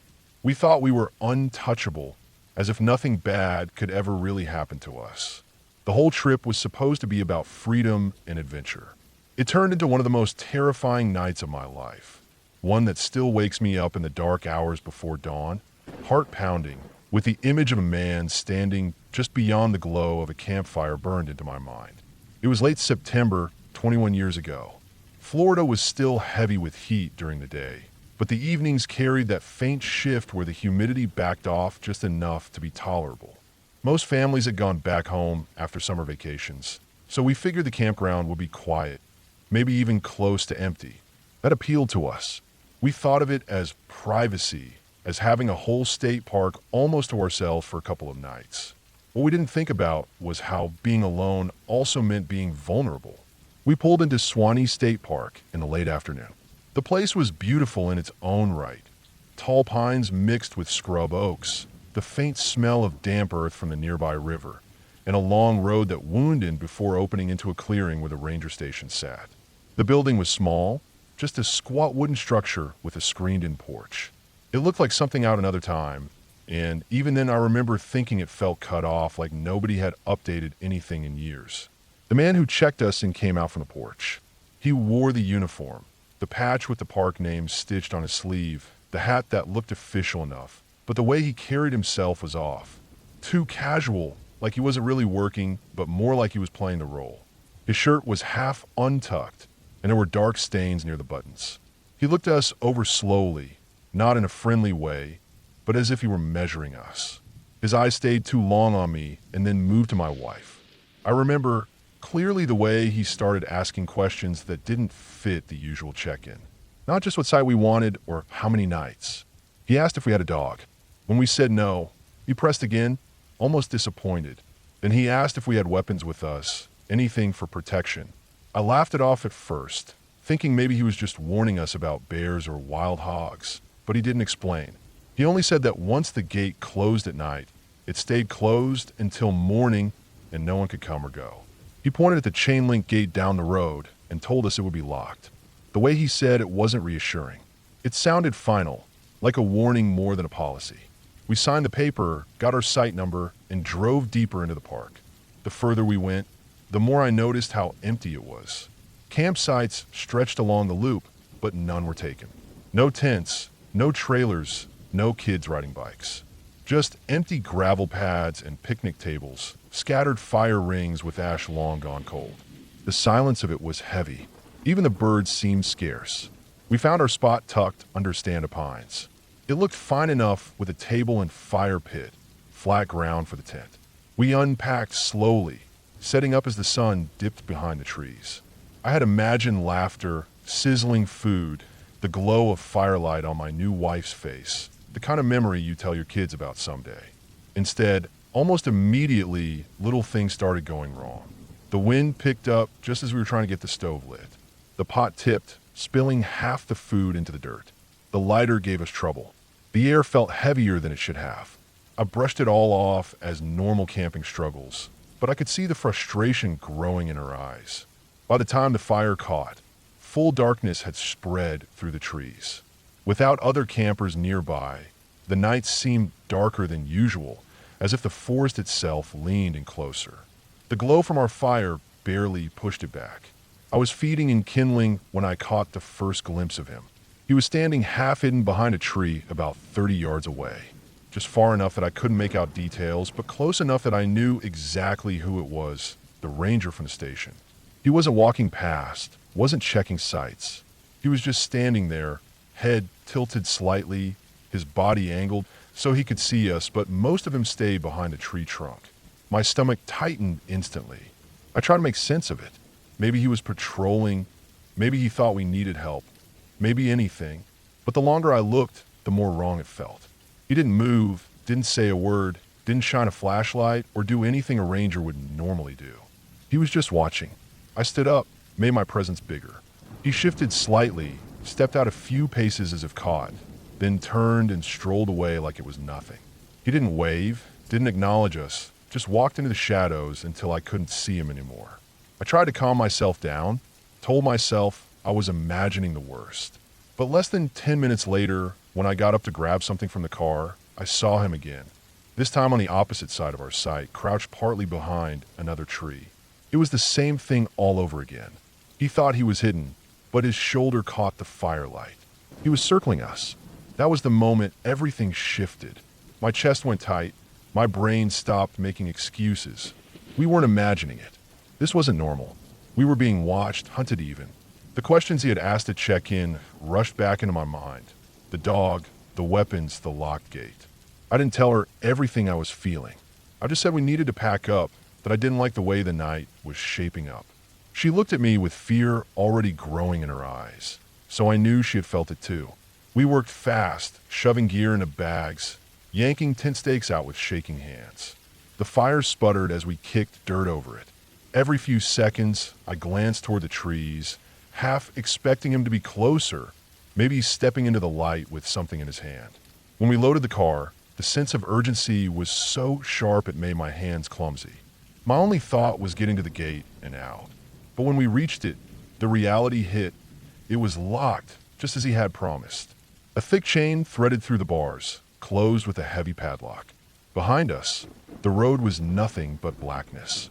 For one terrible moment, I thought we were trapped. My skin prickled with sweat, my ears straining for footsteps. That was when she remembered the bolt cutters. Months earlier, I had tossed them in the trunk after moving some things, too heavy to carry back to the garage. We hadn't thought of them since. Now they were the one thing standing between us and being cornered in that park all night. I dug through the trunk, throwing gear aside until my hands closed around the cold metal handles. I worked the cutters into the chain, squeezed with everything I had. The steel snapped, louder than I expected, echoing into the night. I pulled the gate open just enough for the car to squeeze through. We didn't look back. I drove with my hands locked on the wheel, staring at the road until the dark pines gave way to the faint glow of the highway. Only then did I breathe fully again. Only then did I realize how close we had come to something we still don't have a name for. We never reported it. We told ourselves maybe he was just strange, maybe we overreacted. But deep down, I know better. I know what it feels like to be prey, to be studied by another human being with intentions that are not good. If we hadn't left when we did, if we hadn't had those bolt cutters, if we had tried to wait until morning, I don't let myself finish that thought. The years since have dulled a lot of things, but not that night. I still see the firelight flickering on his shoulder as he hid behind the tree. I still feel the weight of the chain in my hands, the terror of knowing we were locked inside with him. We wanted adventure, and instead we found something that could have destroyed us before our marriage had even begun. Sometimes when people ask about our honeymoon, I give them the simple version. The camping trip that didn't work out, the bad food, the bolt cutters. I don't tell them the whole truth. Because the truth is there was a man in that park, wearing a uniform, using the cover of authority to hide something far darker. And for one night, we were the only ones there to see it. That's why I'll never camp in an empty park again. I'll never trust the quiet the same way. Because quiet hides things. Quiet lets people watch without being seen.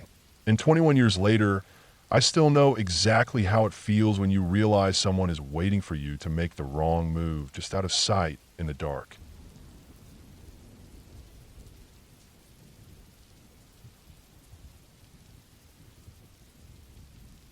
I live about a mile away from the Manassas National Battlefield Park. For anyone who doesn't know, it's a big stretch of land in Virginia where two major Civil War battles happened. The place has some old buildings you can visit, a visitor center, a few cannons set up, and plenty of those plaques and markers that tell you what part of the battle went down in the area you're standing in. But most of it is just open fields rolling out for miles, patches of woods, streams, and long trails that wind through the landscape. It's the kind of place where on a quiet day, you can walk for hours and barely run into anyone. I've always liked having it nearby. It's the sort of place where you can step back from all the noise of modern life. Just stand in the grass and listen to the wind and maybe picture what it must have been like back in the 1860s when thousands of men were marching, shooting, and dying in the same fields. There's a weight to the ground there, a sense of history that you can feel in your chest when you stand still long enough. I've got a cat who loves the outdoors more than most cats do. He's the type that doesn't just sit in a sunny window. He wants to be out in the trees, sniffing everything, rolling in the dirt, stalking bugs. He's so hooked on it that I trained him to walk on a leash and harness. It might sound strange, but it works. He's calmer in the woods than he ever is at home. And when we're on the trail, he acts more like a dog, curious and bold, pulling me along with surprising strength for such a small animal. A couple of weeks back, I decided to take him to the battlefield for the first time. We had only recently moved to this side of town, and up to that point, I'd stuck to the smaller woods near my house. But I thought it might be good to give him some new ground to explore, something bigger. He'd been restless, and I figured the open air and longer trails would wear him out in a good way. That morning was clear, the kind of late summer morning where the sky is washed pale blue and the heat hasn't set in yet. I loaded him into the car, his carrier on the seat beside me, and drove out to one of the forested trailheads. The battlefield has a mix of open meadow trails and ones that cut through patches of woods, and I figured the shaded forest would be best for him since it was going to get hot later. When we pulled into the gravel parking lot, there were a couple of people standing around talking by their cars. My cat doesn't like strangers. If he sees people he doesn't know, he gets skittish, and I have to either carry him past or wait until the coast is clear. So I picked him up, tucked against my chest with his little harness already strapped on, and walked us down toward the tree line where the trail started. As soon as I set him down at the trailhead, I noticed something was off. Normally, when his paws touch dirt, he perks right up, nose twitching, tail high, ready to explore. But this time he froze. His ears were flattened back, his body stiff, and he just crouched there. He wasn't trembling, but he looked unsure in a way I'd never seen before. I gave him a moment, thinking maybe he was just thrown off by the new smells or sounds. There were birds overhead, cicadas buzzing, the crunch of gravel behind us from the parking lot. Nothing unusual. I gave him a light tug, and he finally started moving, slowly, paused, picking carefully over the dirt. We made it maybe 50 yards down the trail. The woods closed in a little, not thick, but enough that the light dimmed under the canopy. That's when he stopped again. He froze in place, eyes locked straight ahead at something I couldn't see. Then he started backing up, his legs stiff, his head low. He only does that when he's panicked enough to try slipping out of his harness.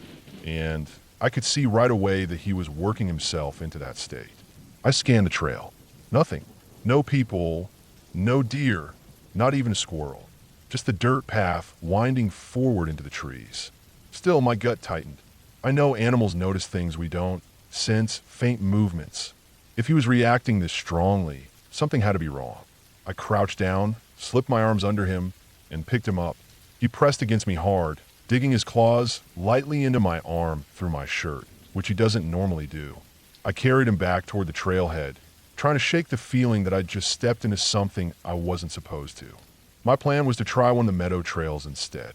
Open ground, full sun, less chance of surprising wildlife. When we got back to the trailhead, I set him down again, this time facing the meadow path. At first, he resisted. His whole body leaned toward the parking lot like he was ready to sprint back to the car. But I nudged him forward, and he reluctantly padded a few steps into the tall grass. The meadow stretched out wide, golden weeds swaying, the trail just a narrow dirt cut through it all. It should have felt safer than the woods. But he didn't relax. He slunk forward maybe 10, 15 yards, stopping every few seconds to glance up at me. Not curious looks, but sharp, questioning ones, like he couldn't understand why I was making him walk there. His tail was low, his ears twitching constantly. Then just like before, he stopped dead, turned around, and bolted. I kept hold of the leash, but he pulled so hard I had to jog to keep up. He tore straight back to the parking lot, claws scrabbling on the gravel, and parked himself by the car, panting. That was the end of it. He refused to move again, no matter how much coaxing I tried. I finally lifted him, put him back in the carrier, and we drove home. The whole way, he sat pressed against the back of the carrier, staring out the window like he couldn't get enough distance fast enough. At first, I wanted to brush it off as nothing. Cats are strange animals, easily spooked by scents or sound we don't notice. But the longer I thought about it, the more it stuck with me. He's bold in the woods, braver than most dogs I've known. For him to react like that, not once, but twice in two completely different areas, it didn't make sense. I went back the next day on my own. No cat this time. Just me, walking the same forest trail where he had first balked. I paid closer attention. About 50 yards in, right where he froze, I noticed something I'd missed before. The air smelled faintly of rot. Not the sharp stench of a dead animal lying out in the open, but something older, deeper, like earth that had been disturbed and left damp too long. The smell drifted on and off with the breeze, never strong, but enough that I caught it several times. I scanned the woods. The ground there dips slightly with patches of thicker undergrowth. No obvious carcass, no trash, no sign of anyone camping. But as I stood there, the woods went strangely quiet. The cicadas cut out, the birds stopped. It was the kind of silence that presses in, where even your own breathing feels too loud. I walked a little farther, uneasy, and then turned back. I couldn't shake the thought that maybe my cat had been right. Maybe there was something in that patch of woods, something dead, something sick, something I wasn't meant to stumble on. Later, I read up more on the area. Turns out those trails cut right through some of the heaviest parts of the battlefield.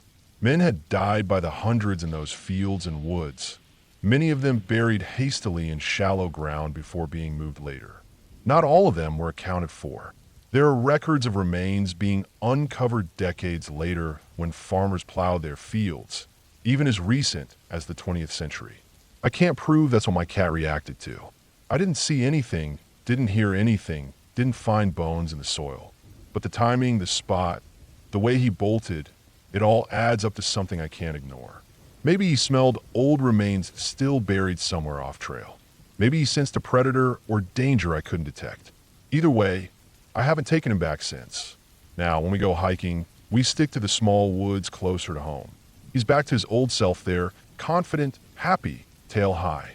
But whenever I drive past the battlefield, especially that trailhead, I get a cold feeling in my stomach. I think about how quickly he wanted to leave, how urgent it seemed to him, and how strong my own unease felt when I went back alone. That place holds more than just history carved on plaques. The ground remembers, even if most people walking there never notice. My cat did, though. He knew something was wrong the moment his paws touched that trail. And after what I felt, I trust his instincts more than my own. Some places just don't want you there, and that part of the battlefield is one of them.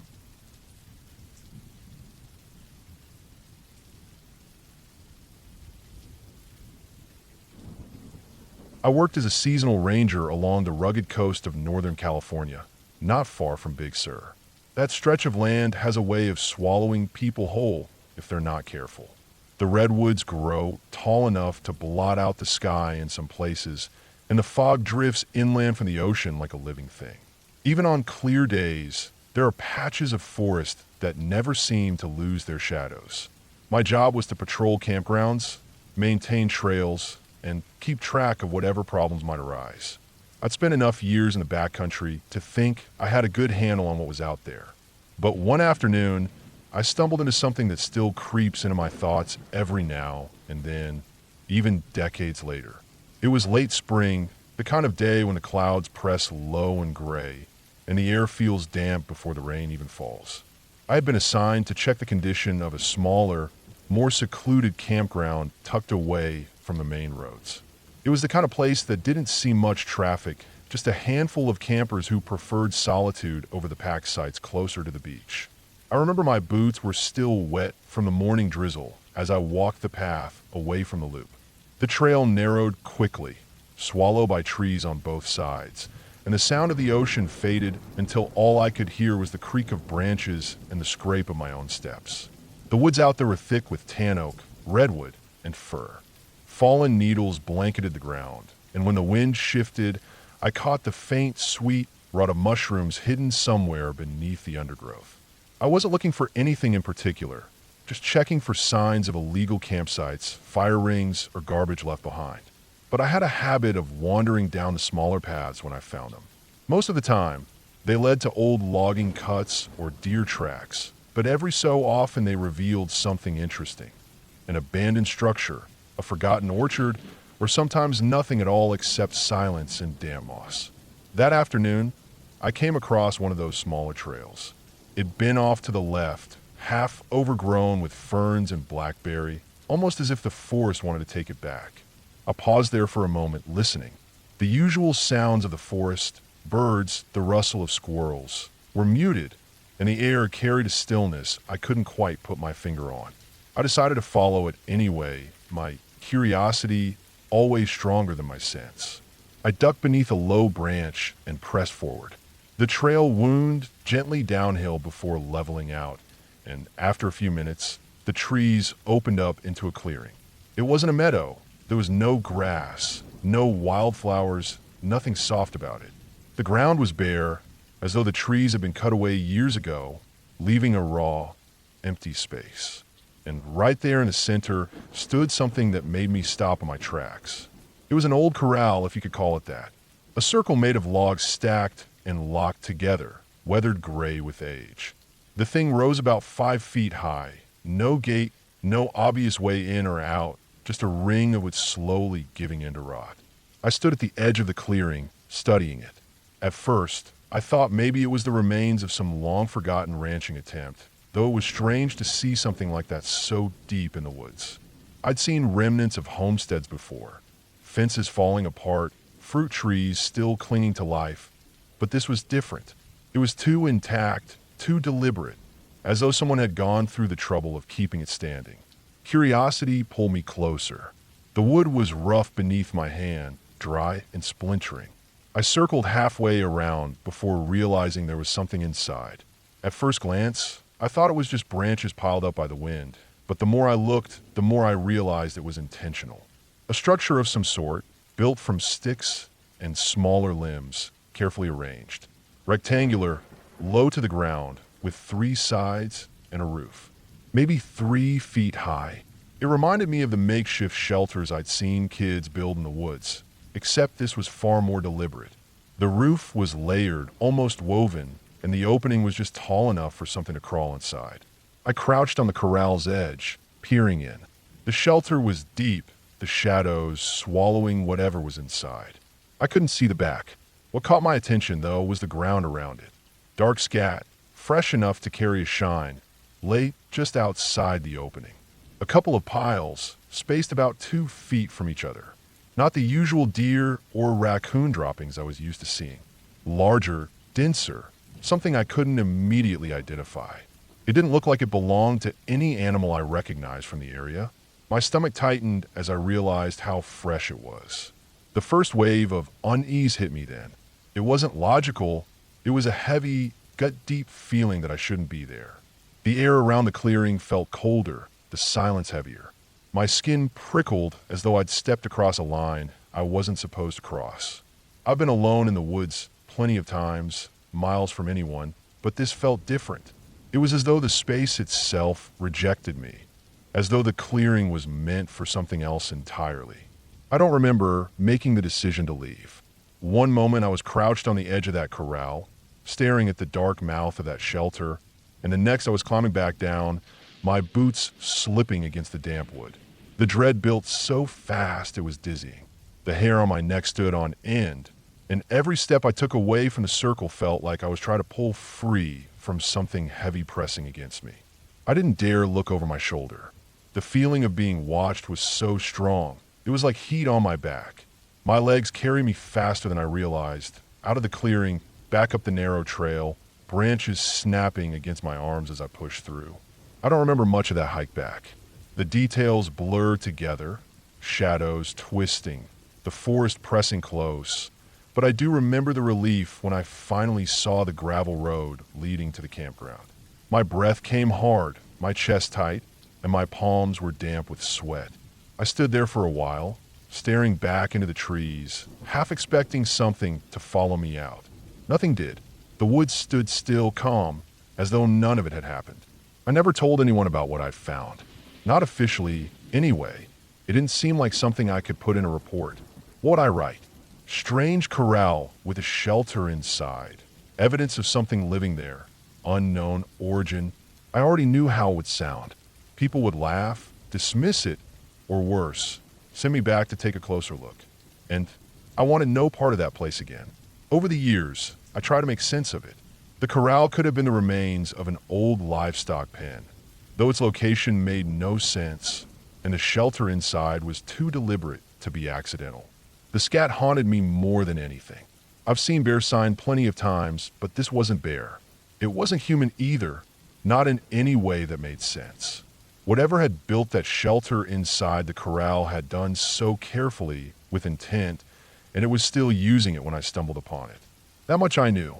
I stayed on as a ranger for many more seasons after that, walked miles of trails, camped alone beneath towering trees, and faced plenty of things that could have gone bad. But nothing ever unsettled me the way that clearing did. Even now, when I think back, I can still feel that weight in my chest, that primal warning that I had walked into something I shouldn't have seen. There are places in the forest that belong to us, and there are places that don't. That corral, that shelter, whatever lived inside it, it didn't belong to me, and I had no business being there. I left, and I never went back. That was over 40 years ago, but I can still picture it perfectly. The gray wood, the dark opening, the piles of scat lined neatly outside like markers. It reminds me that the wilderness isn't just scenery or a playground. It holds secrets, old and new, and sometimes the best thing you can do is walk away and let them stay hidden.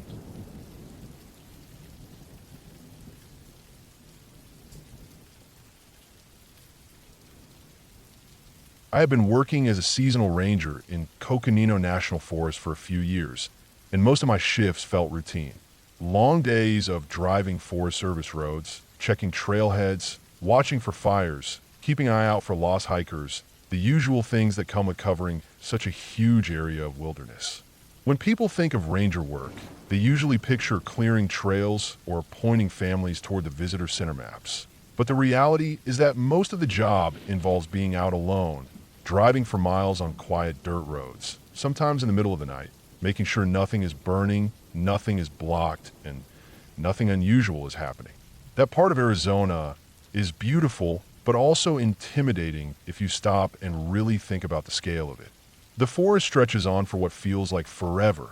Rolling hills covered in ponderosa pines, long stretches of open meadow broken up by dark thickets of trees, and then sudden rises where the ground drops into deep canyons or rocky slopes.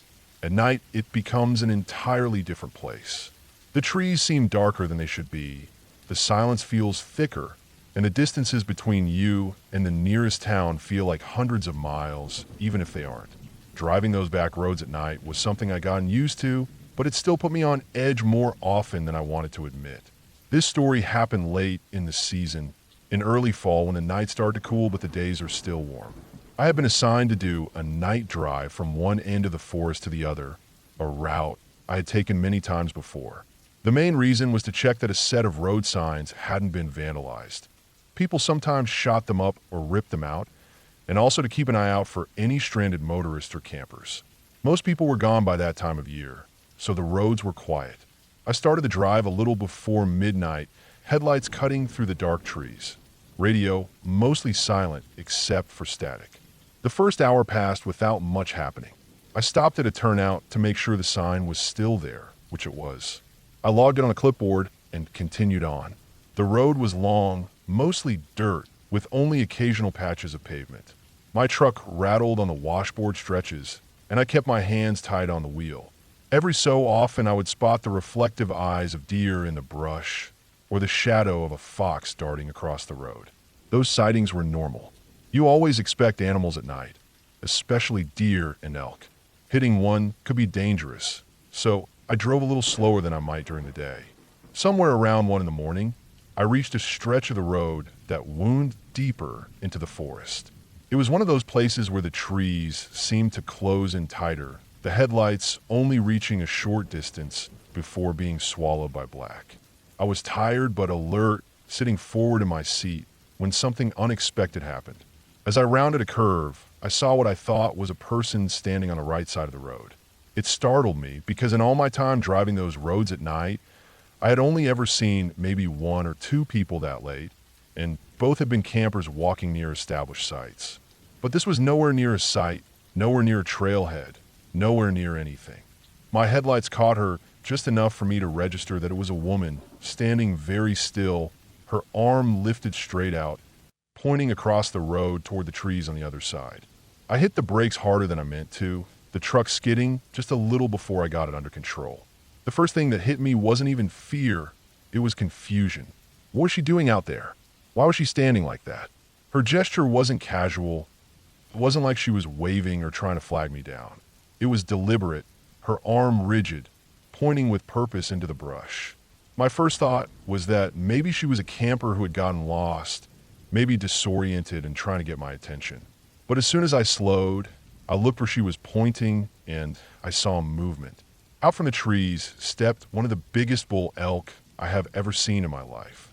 His rack spread wide, his body massive, heavy muscles shifting under his dark hide. Behind him, several cows emerged, following close. They were crossing directly where my truck would have been if I had kept going. At my speed, there would have been no way to stop in time. I would have slammed into him, maybe killed myself in the process. The sight jolted me hard. I sat there gripping the wheel, heart pounding, watching as the bull moved slowly across the road, his head lifted like he owned the night. The cows followed, their hooves clattering softly on the hard dirt. I waited until they all passed into the trees on the opposite side, fading back into shadow. When I turned my eyes back to where the woman had been, she was gone. At first I thought maybe I had just missed her moving, but I looked carefully, shining my headlights along the side of the road, even reversing a bit to check. Nothing. No figure. No movement. No sign of anyone. It was as if she had never been there at all. I forced myself to think rationally. Maybe I'd seen her wrong. Maybe it was a tree stump or a branch that my brain had mistaken for a person in that split second of panic. But the image was burned into my head too clearly. The shape had been human, standing upright, arm extended, finger pointing. It wasn't something vague, it was precise. Still, I didn't want to dwell on it too long. I was alone in the middle of the forest, late at night, and I knew that letting my imagination run wild was a bad idea. I told myself it was possible that it really was a camper, someone who saw the elk before I did and tried to warn me, then stepped back into the woods quickly. But even as I thought it, I knew how unlikely that was. No one camps that far from the sites, not without a vehicle nearby, and I hadn't seen anything on the road for miles. I continued driving, slower now, more alert than ever. Every shadow seemed to shift, every cluster of trees seemed to hold something. The rest of the night felt longer than it should have. I kept replaying the moment in my head. The woman pointing, the bull elk stepping out, the narrow miss that could have ended badly. When I finally made it back to the station near dawn, I parked the truck and sat in the cab for a long minute before getting out. My hands were still stiff from gripping the wheel. I walked inside, filled out my report, and kept it simple. Routine patrol, sign intact, elk crossing at mile marker such and such. I didn't mention the woman. I didn't know how to explain it without sounding like I'd lost it, and besides, nothing technically happened. I didn't crash. I didn't find anyone. There was no incident to record. But the image never left me. Even now, thinking back on it, I know what I saw. A woman standing alone on the roadside, pointing with purpose, just in time for me to stop before hitting a bull elk that could have destroyed my truck and maybe killed me. I can't explain it, and I've never seen anything like it again, but that night made me more cautious than I had ever been. Every time I drive those roads now, I slow down at blind curves, I scan harder into the trees, I double-check every movement. That forest is vast and mostly empty, but sometimes you come across something that makes you realize just how small you are inside it. And the scariest part wasn't even the elk, or the near miss, or the thought of what could have happened if I hadn't stopped. The scariest part was knowing that deep in a place where no one should have been, someone or something was standing on that roadside, watching, pointing, guiding me away from disaster, then disappearing into the night like they were never there. That was years ago, but even now, when I drive through Coconino at night, I can't help but keep one eye on the side of the road, half expecting to see that rigid arm again, pointing into the trees.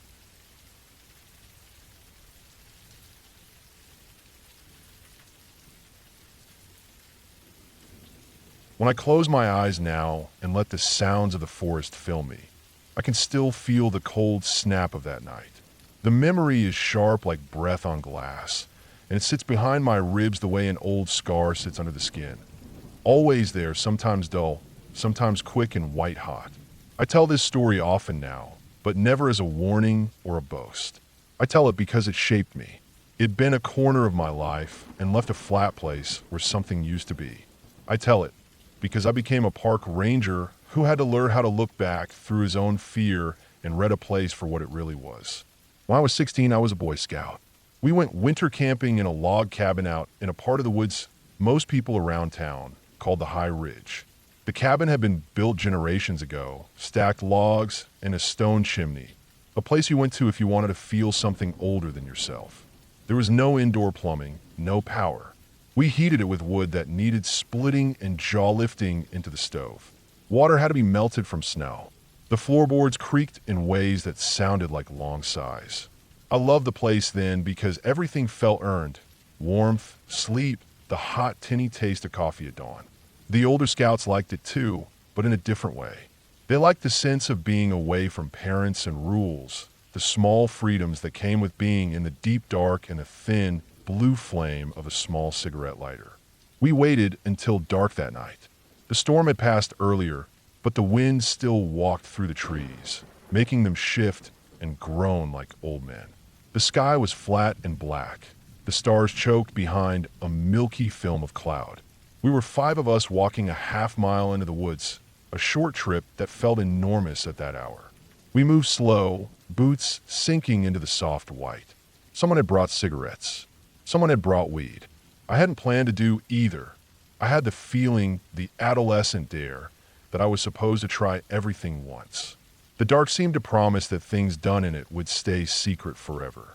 We made a ring where the trees grew thick and close. The trunks were big and close-set, columns of needle and bark that made a small room of the forest. Above us, the trees leaned in and closed us in like a ceiling. The air smelled of spruce and cold leaf rot and the tiny, metallic tang of distant snow. We smelled smoke and warmed hands and damp wool.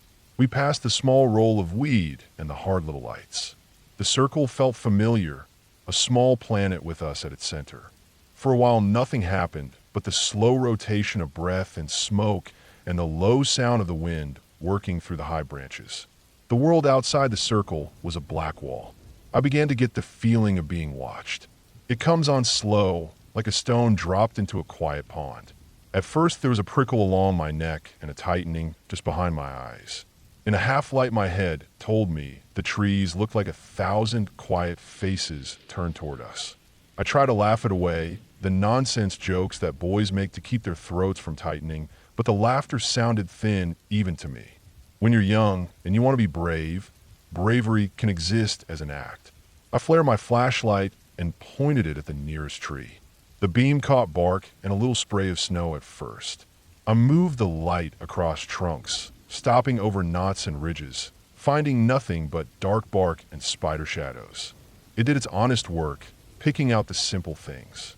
Then the pencil of light landed on a man. He leaned against a tree as if he had been there all along, as if he had been a part of the tree and the tree had grown around him. He was older than any of us by decades. His skin, where the light hit it, looked almost the color of frost, a pale that had the wrong warmth to it.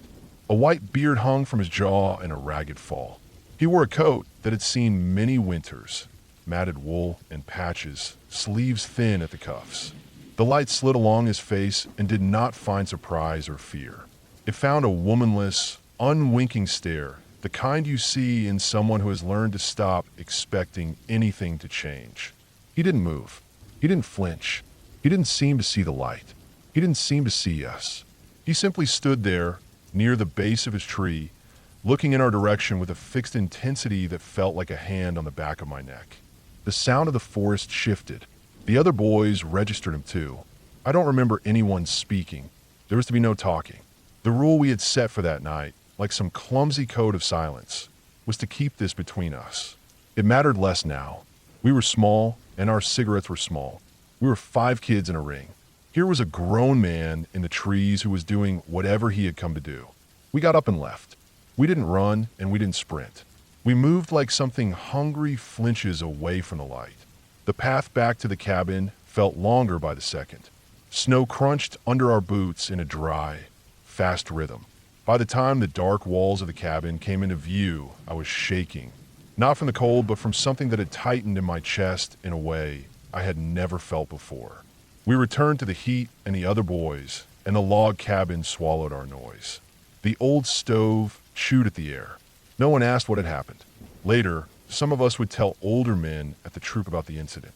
I cannot remember exactly how those stories changed in the telling. Stories do that. They lean toward the version that suits the ears that are listening. For me, the memory stuck as the simple fact of being watched by a man who did not seem to belong there. For years, I pictured him between the trunks, a pale statue that did not breathe.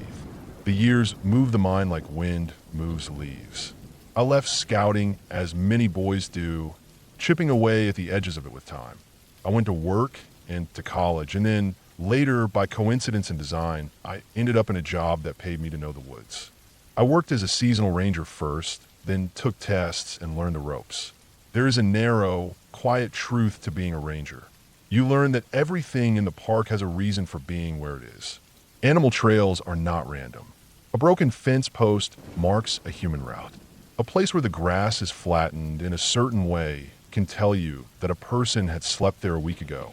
You learn to read footprints in the snow as if they were sentences. You learn to see the world as a long, slow series of choices and consequences, and you learn the difference between chance and intent. The forest settles into you like moss on stone. It teaches a patient sort of speaking that does not require words. One winter, several years after that nerve-war night, my beat included the old log cabin. I used to patrol that ridge in small shifts, checking on things, making sure the stove was safe, that stray hikers had proper permits, that hunters had not left trash. It was a different kind of moving through the woods now. What had once felt like a daring trespass into blackness was now simply part of a map I knew by heart. Creek bends, the old birch that leaned like a tired man, a gap in the canopy where the light of the moon came down like a silver well. Still, sometimes when I walked these paths, that old tightness would visit. The place had a memory, and sometimes it spoke to me in ways that felt like former versions of myself had left messages carved into the trunks. That season, they called me out to a patch of woods not far from the cabin. A local hiker had come across something while following a deer track route. He had left hurriedly, hands cold and the skin around his lips flaring pink. He reported a small clearing and a shape against a tree and asked that someone check it. The report was simple, clinical: investigate, determine if there was danger. I prepared the usual gear and set off, letting my boots make the first marks in the fresh snow. The small things settled into a pattern. There were animal trails that crossed the main path: rabbit, squirrel, and the faint, long stride of a fox. There were broken twigs that suggested someone had passed in a hurry. I found no immediate sign of violence.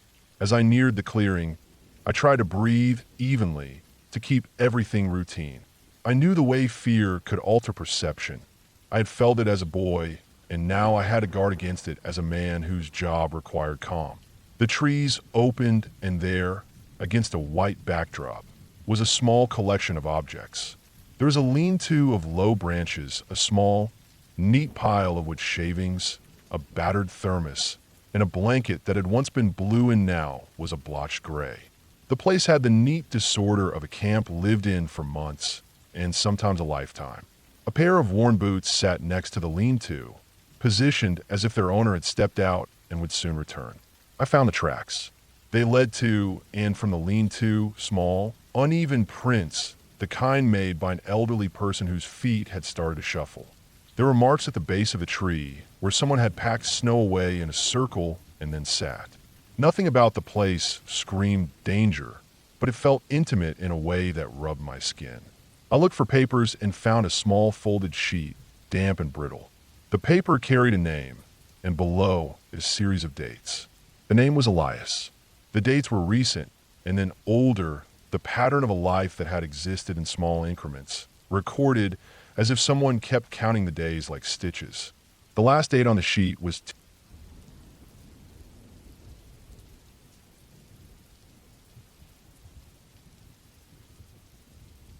I have worked as a park ranger long enough to know the face of a place. I can read a patch of ground the way some people read a face, the way the pine needles lie after wind, the faint smudge of oil on a leaf where an old machine once rested, the scatter of glass like a map of careless nights. I know the sounds that belong to a canyon at night, and the sounds that do not. I know how light moves down into a valley at dawn, and where a fox will step if the moon is thin. I learned all that before I learned how quickly those things can be interrupted and how close people in wild places can come to each other without making a sound. The story I'm going to tell starts with a trip I took with my ex. I was not on duty.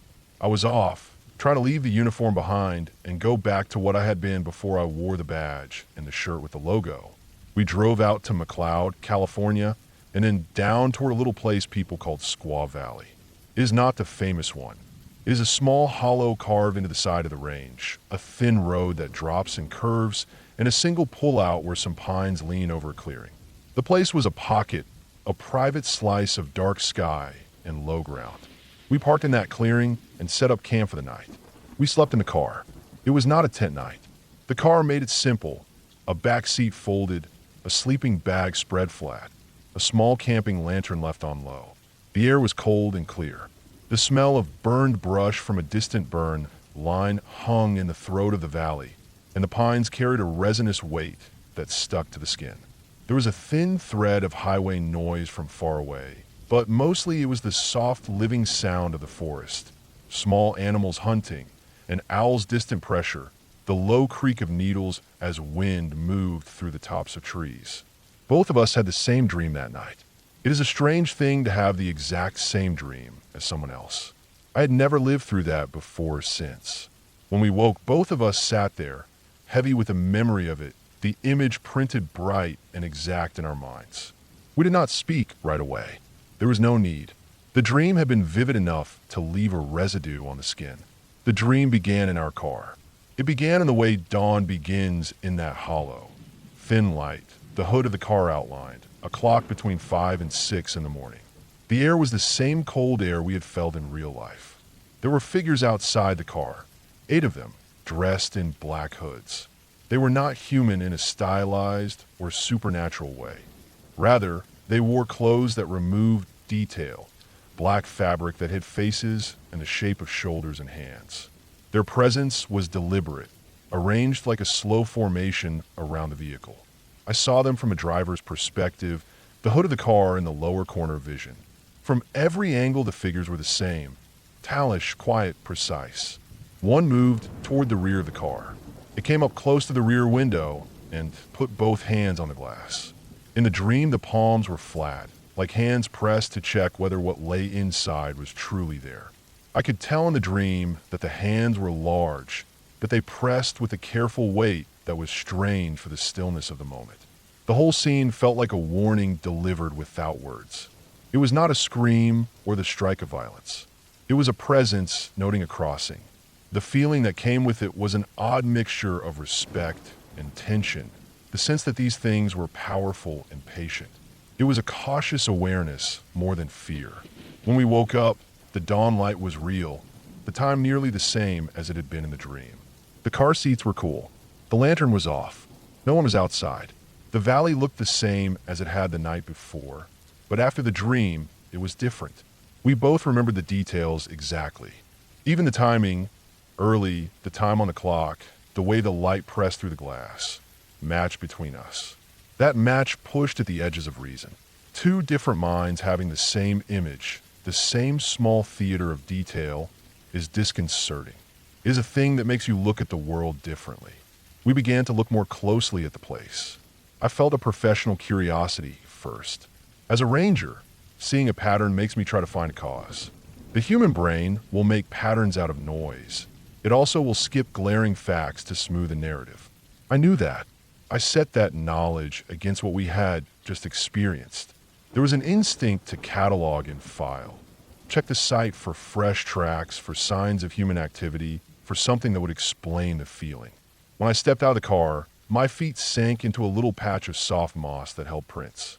The prints were small and evenly spaced, leading away from the clearing into a stand of trees. They were not recent, old enough for the edges to be softened, but they were there. I marked in my head. That was one thing. Another was a cluster of drug needles I found by the edge of the clearing. They were tucked in a thin clump of grass beside a rusted soda can. The needles were not sharp with recent use, but their presence was an unwanted human mark on a place that had the feel of being little known. The spot we had camped in was not an obvious campsite. It was not on a map. It was a favored place, hidden, the kind of place someone would take when they wanted to be unseen. The needles suggested that someone else had been there, someone who used the place in a way meant to be private. That fact made the dream feel less like something supernatural and more like a shared perception of a real human presence. The needles gave the dream a possible anchor. I went back to work after that, but the image kept memory. As a ranger, my job is to protect the land and the people who use it. That means dealing with the ordinary ways people harm the forest, litter, fires, illegal camps, and more complicated issues like drug activity, which would be dangerous for hikers and animals alike. Over the next weeks, I made a point of checking that hollow. I walked the approach road during my off hours and during my patrols. I watched, cataloged, and noted. What became clear was that people did come there. They arrived at odd hours in the night, sometimes for as short as an hour. The tracks I followed led to a scattering of items. A torn tarpaulin rolled in a tangle, a plastic cooler with a cracked lid, a camp stove whose fuel canister had been emptied and left. There were cigarette butts pressed into the soil. A small, rusted pocket knife lay half-buried. The things did not present a tidy picture of who. Nothing announced identity, except that both small groups and single people used the place at different times. The needles were the part that worried me. A used hypodermic is not only dangerous trash, it is a marker of people in need, of dependency, of behavior that can escalate into violence or disease spread. When I walked at dawn, I found the imprint of 8 sets of footprints at the edge of the clearing one morning. They were spaced in a semicircle, the toes angling slightly out. They did not look like tracks from random foot traffic. They looked arranged. They were not new, but their impression was strong enough to catch the eye. A formation, someone might say. My logic narrowed. Either a group had come and stood looking at the car at some point, or a single mind with a taste for ritual had done something to the ground to set a message. I try to keep my mind tethered. I'm not the sort of person to leap to the occult. There was also the sense among some locals' quiet talk I heard on long road drives, a mention in a coffee shop, a reference to someone called a watcher, that the place felt watched. People used the phrase forest watchers in a tongue-in-cheek way. Sometimes. It was a way of saying the woods had rules, that trespassers should be careful, that the land had its own custodians. That was the kind of rumor that can grow when people inhabit an area with deep roots. Stories accrete to a place like lichens. I try to find a rational explanation for the dream itself. When two people experience a similar dream, the most likely causes are shared stimuli. Carbon monoxide, food poisoning, a loud noise in the night, or perhaps a shared conversation before sleep that had fixed an image in both minds. But we had not spoken much before going to sleep. We had not been drinking heavily. The car was in good repair. There had been no smell of gas. There was, however, another shared thing that might explain it. A small, steady light that came from somewhere in the trees. It was the sort of light you can miss if you are not looking for it. A faint glow like a candle. It did not flicker like a campfire. It rested. I had noticed it on the drive in a tiny orange set among the trunks at the far edge of the clearing. Later, when I went out on patrol after that night, I saw a similar light moving with a slow, deliberate pace. It could have been a headlamp. It could have been a small lantern. It could have been a firefly cluster on a cold morning that lay low. The human brain will fixate on things that make it uneasy, and a light in the trees is a bright invitation to stories. I studied those facts and tried to pin them down. The more I looked, the more I recognized the truth that I have had to accept a dozen times as a ranger. Mystery is often a chain of small, mundane causes pulled tight. A place where people camp illegally will collect burned things, trash, and needles. A place people use at night can have strangers with their own reasons for being there. When strangers gather in the dark, a single movement can be interpreted as a threat. A hand on a window in the right light can look like something else entirely. Still,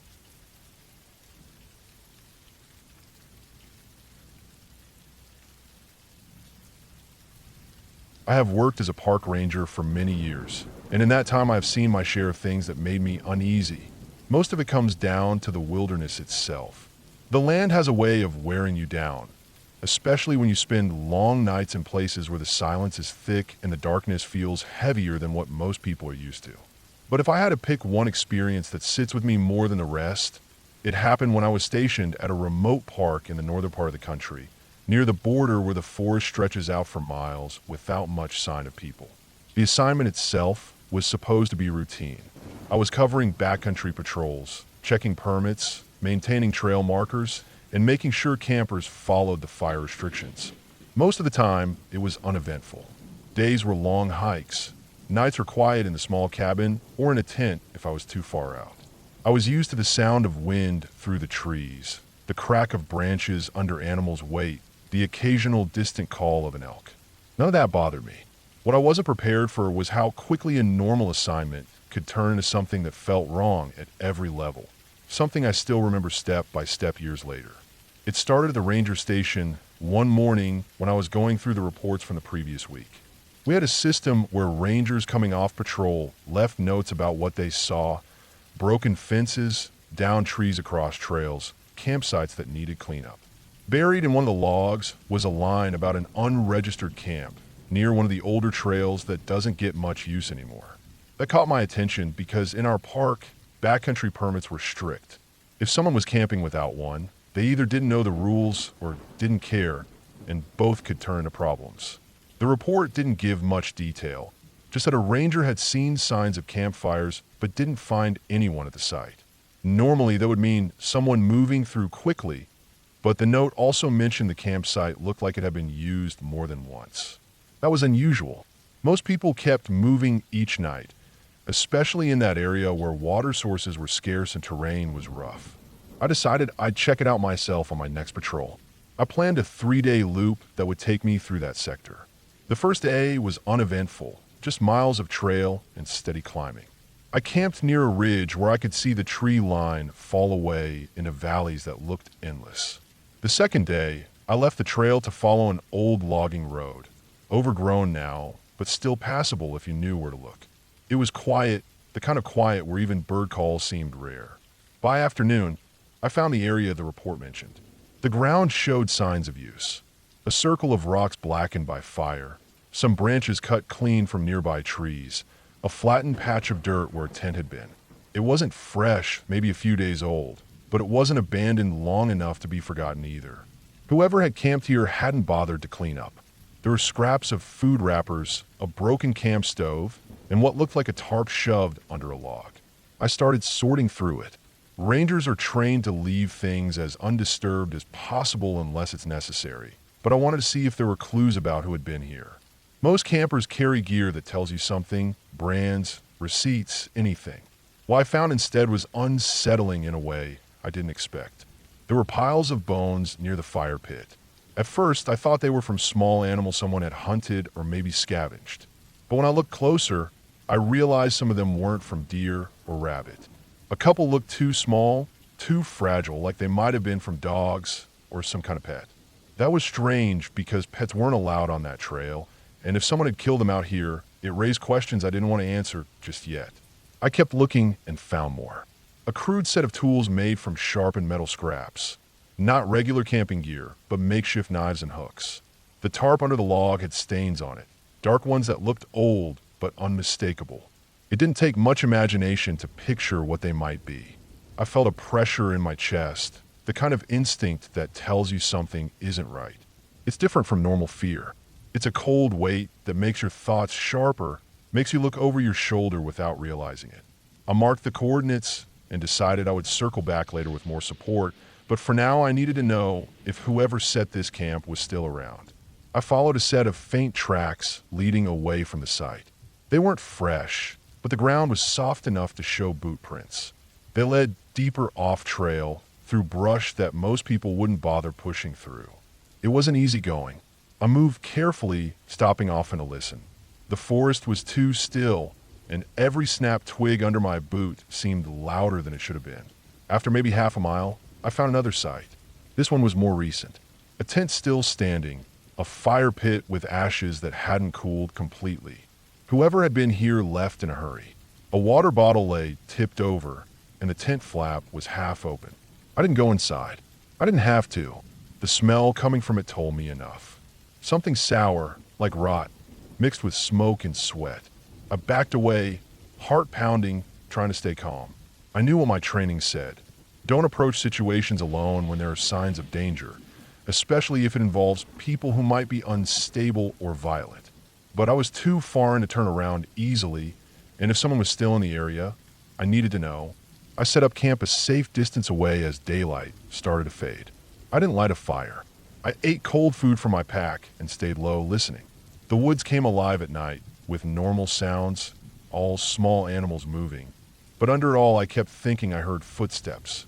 Not constant, not close, just far enough away to make me question it. Once, I thought I saw a light flicker through the trees, like a flashlight quickly turned off. I barely slept. At dawn, I packed up fast and headed back toward the trail, marking the waypoints so I could guide others later. I moved steady but kept checking behind me. At one point, I found a branch broken at shoulder height that hadn't been like that the day before. It looked deliberate, like someone marking their own path. By late morning, I made it back to the main trail and hiked until I had radio signal. I called in what I found, gave the coordinates, and requested backup. The reply was clear. Stay put, don't re-engage, wait for the team. The wait was the hardest part. I sat just off the trail, watching every shift of shadow, every gust of wind that moved the branches. I couldn't shake the feeling of being watched. It wasn't paranoia without cause. I knew someone had been living out there, setting up camps, leaving behind things no normal camper would. When the team arrived, I led them back. We moved in slowly, checking both sites. The first one with the bones and tools was exactly as I left it. The second one, though, had changed. The tent was gone. So were the bottle and the fire pit stones. The ground was stirred up like someone had packed in a rush. But what stood out most was a set of fresh tracks leading away, boot prints pressed deep, heading north into rougher terrain. We followed for a while, but the tracks eventually crossed a rocky stream bed and disappeared. It was like chasing a shadow. After hours of searching, we regrouped and set a plan for a larger sweep in the coming days. That search went on for weeks. We never found the person, only more signs. Another small fire pit, scraps of food packaging, the remains of more animals. Always abandoned just before we got there, as if whoever was knew we were closing in. Eventually, the signs stopped. Maybe they moved on. Maybe they learned we were tracking them and decided it wasn't worth the risk. Officially, the case stayed open, but unofficially, it faded into the background. Campers returned, trails filled again, and life at the park went on. For me, though, the memory of those camps never left. I still think about the tarp with stains, the bones by the fire, the feeling of being watched from just beyond the tree line. I think about how close I might have been to walking into someone's path in the wrong moment. The park looks beautiful on the surface, towering trees, quiet valleys, rivers cutting through rock. But I learned firsthand that it can also hide people who live by different rules. Out there, away from towns and roads, someone had carved out a life that had nothing to do with permits or safety or reason. And the scariest part is knowing that for every site we found, there could be others deeper in the woods, places we never discovered. That assignment ended months later, and I was transferred to another station. But when people ask me if I've ever been scared on the job, I always think of that patrol. Not because of what I saw, but because of what I didn't. Because somewhere in that forest was a person who didn't want to be found. And for a few days, I was close enough to feel them breathing down my neck. And in the wilderness, that's enough to change how you see everything.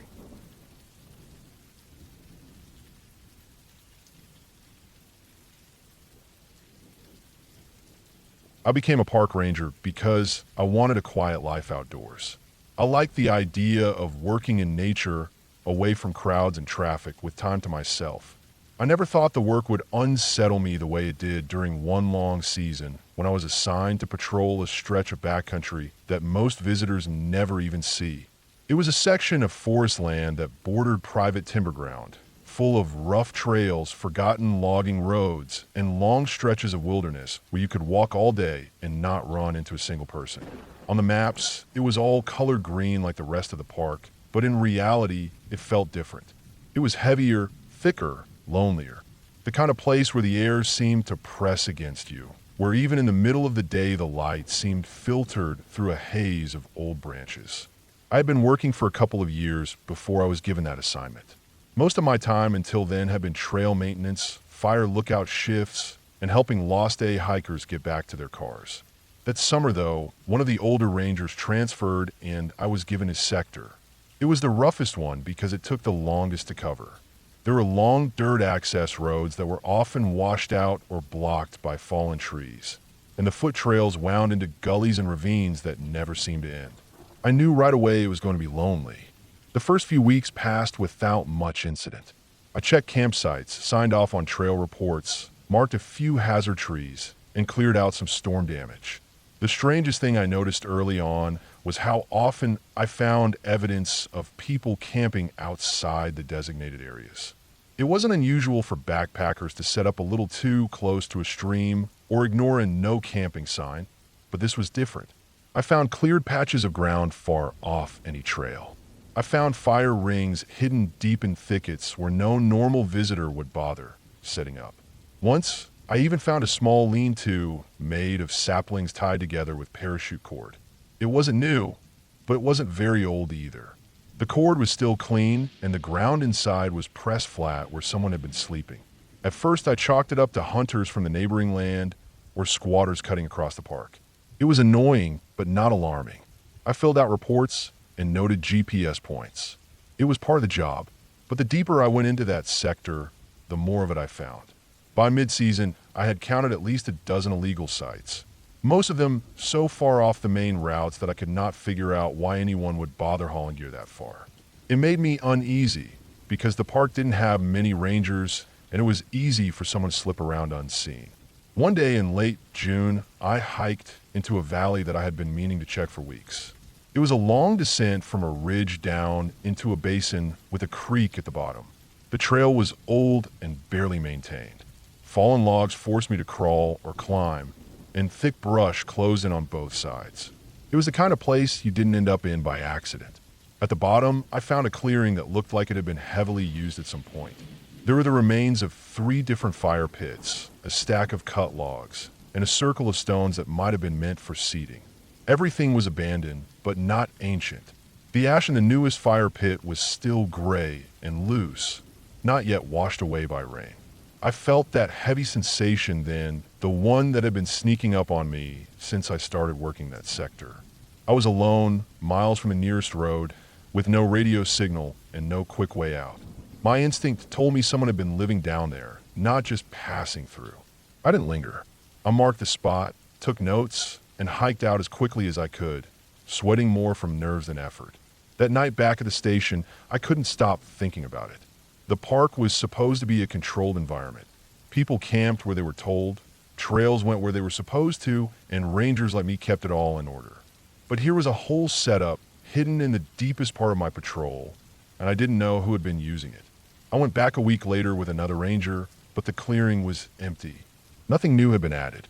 The ash had washed away a bit, and the logs looked wetter, older. Without fresh evidence, the report didn't go anywhere. The other ranger shrugged it off and told me it was probably squatters or long-distance backpackers who didn't want to pay for permits. Maybe he was right, but the uneasiness stuck with me. By July, the heat set in and I was spending long days on patrol. Most visitors stuck to the river corridors and popular trails. My sector stayed quiet. Too quiet. When you walk through woods day after day, you get used to a rhythm of sound. Birds, insects, wind through branches. You notice when it changes. Sometimes when I entered certain valleys, I realized I wasn't hearing the normal background noise. It was like stepping into a pocket of silence where even the bugs held their breath. It put me on edge every time. The worst night came in mid-July. I had hiked into one of the backcountry camps to check permits and do a water safety check. Nobody was there, so I set up my tent to spend the night. It was standard procedure to overnight at those remote sites when you were too far out to hike back. I cooked a small meal, wrote up my notes, and laid down as the light faded. I must have drifted off around midnight. Sometime later, I woke to the sound of movement outside. At first, I thought it was a deer or raccoon, but then I realized it was too steady. The steps were deliberate, crunching softly through pine needles and shifting dirt. They moved around the edges of the camp, not coming close, but circling. I froze in my bag and listened. The footsteps would come for a while, then stop, then start again from a different angle. I couldn't see out of the tent without unzipping it, and I couldn't bring myself to make that noise. My radio was useless out there, no signal. My bear spray was within reach, but I didn't touch it because I didn't want to make a sound. This went on for what felt like an hour. Finally, the steps faded away uphill, and I lay awake until dawn, every nerve buzzing. When the light finally came, I unzipped the tent and checked the ground. I found clear shoe prints in the soft dirt. Not boots like most hikers wore, but lighter shoes, maybe running shoes. They circled the whole campsite in a wide loop. Whoever it was, they hadn't come close to my tent, but they had walked the perimeter over and over. I packed up and hiked out without breakfast. Back at the station, I tried to explain in my report, but it sounded thin even to me. Unidentified individual moving around campsite at night, no contact. There wasn't much the supervisors could do with that. I stopped talking about it. Still, I kept finding signs. Freshly broken branches, scraps of food packaging, footprints on trails that were supposed to be unused. Once I came across a half-buried stash of supplies. A blue tarp, a roll of duct tape, a plastic container of instant noodles. It looked like someone had hidden them to come back later. I covered it back up and marked a spot, but when I returned 2 days later, it was gone. The longer the season went, the more worn down I felt. Every patrol turned into a search for signs of whoever was out there. I started to dread the long hikes, the way the trail would close in and the silence would press on me. My sleep grew worse. Even at the staffed ranger cabin near the road, I would wake at night thinking I heard movement outside. In August, I hiked again into the basin with the clearing. I hadn't been back since that first trip with the other ranger. This time, when I pushed through the brush and stepped into the open space, I felt my stomach drop. The clearing was different. There was a new structure built from logs and branches, something like a crude frame. A rope was strung between two trees. Piles of trash lay around. Not the scattered bits of a casual camper, but the debris of someone staying long-term. Rusted cans, food wrappers, even a dirty blanket stuffed into a corner. The air felt heavy and sour. I didn't stay long enough to take full inventory. I snapped quick photos on my phone, dropped a GPS pin, and left fast, checking behind me more than I ever had before. I didn't hear anyone, but I felt watched the whole climb back up to the ridge. That night, when I tried to sleep, I couldn't stop seeing the rope between the trees and the rough frame of branches. It didn't look like something made just for shelter. It looked like something else. I didn't want to think about what. I filed a full report, and my supervisor promised to forward it to law enforcement. But weeks went by without news. Staffing was thin, priorities were elsewhere, and my sector was left to me. The last real scare came in September. I was doing a final sweep before the season ended, making sure fire risks were low and campsites were clear. I had planned to spend 2 nights in the backcountry. The first day was uneventful. The second night, I camped near a small lake far from any road. I set up on the flat ground, cooked, and settled in. The sun dropped, and the forest went black. Sometime in the early morning, just before dawn, I woke again. This time it wasn't footsteps. It was the sound of something being dragged. A slow, steady scrape across dirt and rock, not far from my tent. My mouth went dry. I listened, heart hammering. As it moved for a while, stopped, and started again. I pictured a heavy log being pulled, or something worse. I didn't move. I lay there sweating, gripping the handle of my bear spray in the dark. The sound went on for a long time before finally fading into the trees. When daylight came, I went outside. Just beyond the edge of camp,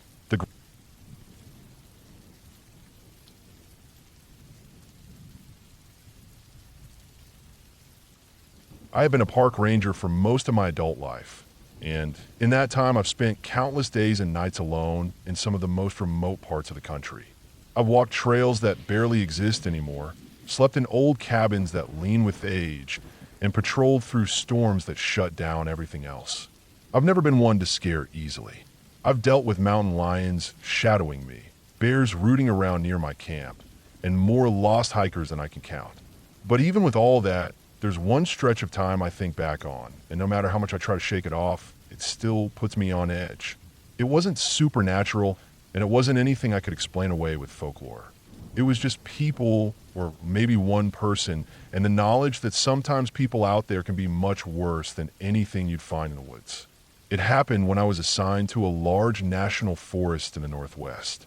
The area was known for its steep ridges, endless valleys, and thick canopy that seemed to swallow you whole. There were rivers and lakes spread across it, plenty of campgrounds closer to the roads, and then huge sections where you wouldn't see another person for days.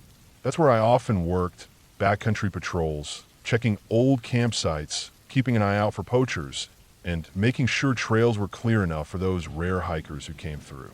This particular patrol had me out for nearly 2 weeks. I had my pack loaded heavy with food, gear, maps, and everything I need. The first several days were uneventful. I hiked deep into the forest, marked down signs of storm damage, took notes on where trees had come down, and kept track of wildlife sightings. I stayed in designated ranger cabins when I could, and when I couldn't, I set up camp off the trail. The weather held clear, cold at night, but tolerable, and the forest was alive with the normal sounds of deer moving, owls calling, and the constant drip of water from the moss-covered branches overhead. By the 6th night, I was in a section of the forest few people ever visited. The trails were barely visible, mostly maintained just enough to keep them from vanishing entirely. The ranger cabin I was heading to was one of the oldest in the system, just a one-room structure with a metal roof, a stove, and a bunk. It sat near a river bend, tucked in under massive cedars. The cabin was a welcome sight after a long day of climbing ridges and crossing streams, and I settled in for the night. I always check the area around a cabin before I settle. You never know what might be out there, animal or otherwise. This time, I noticed something odd right away. About 30 yards from the cabin, down near the tree line, there were scraps of cloth tied around branches. They weren't ranger markers, and they weren't from any survey crews. They looked like torn pieces of old flannel and denim, faded but recently placed. I walked closer and saw there were more, leading off into the woods in a sort of uneven line. It wasn't any pattern I recognized. My first thought was that someone had been marking their own trail. Maybe a hunter, maybe a hiker who didn't trust their map.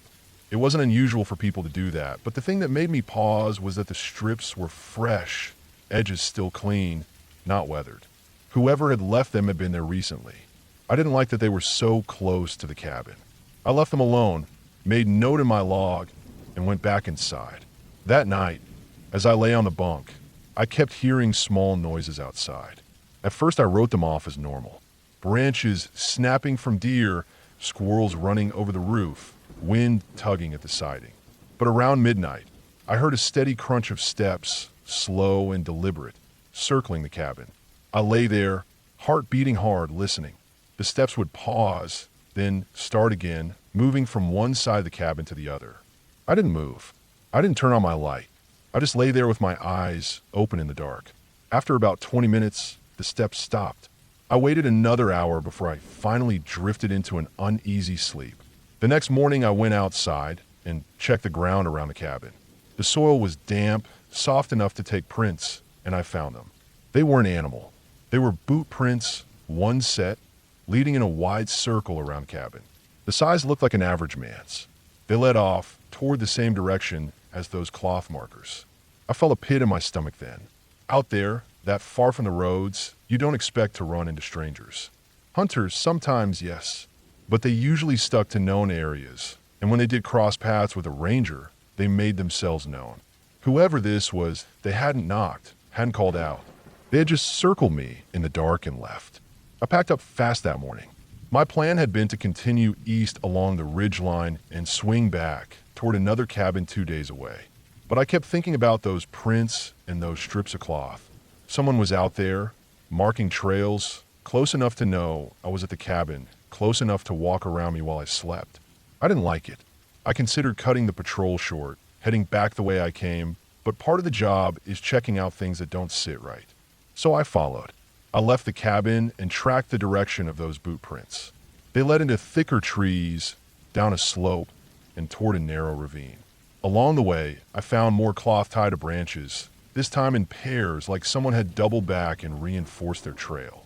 The ground was disturbed in places, like someone had been dragging branches to cover their tracks, which didn't make sense if they were also leaving markers. It was sloppy, and that worried me more. By midday, I came to a clearing. At first glance, it looked natural, just a flat spot where the trees opened. But as I stepped in, I saw the remains of several campfires, all old, some just blackened circles of ash, others with half-burned logs still lying across them. And scattered around were bones. Not human. I checked carefully, but deer, elk, maybe some smaller animals. Skulls with antlers still attached, ribs gnawed down, spines stacked near logs.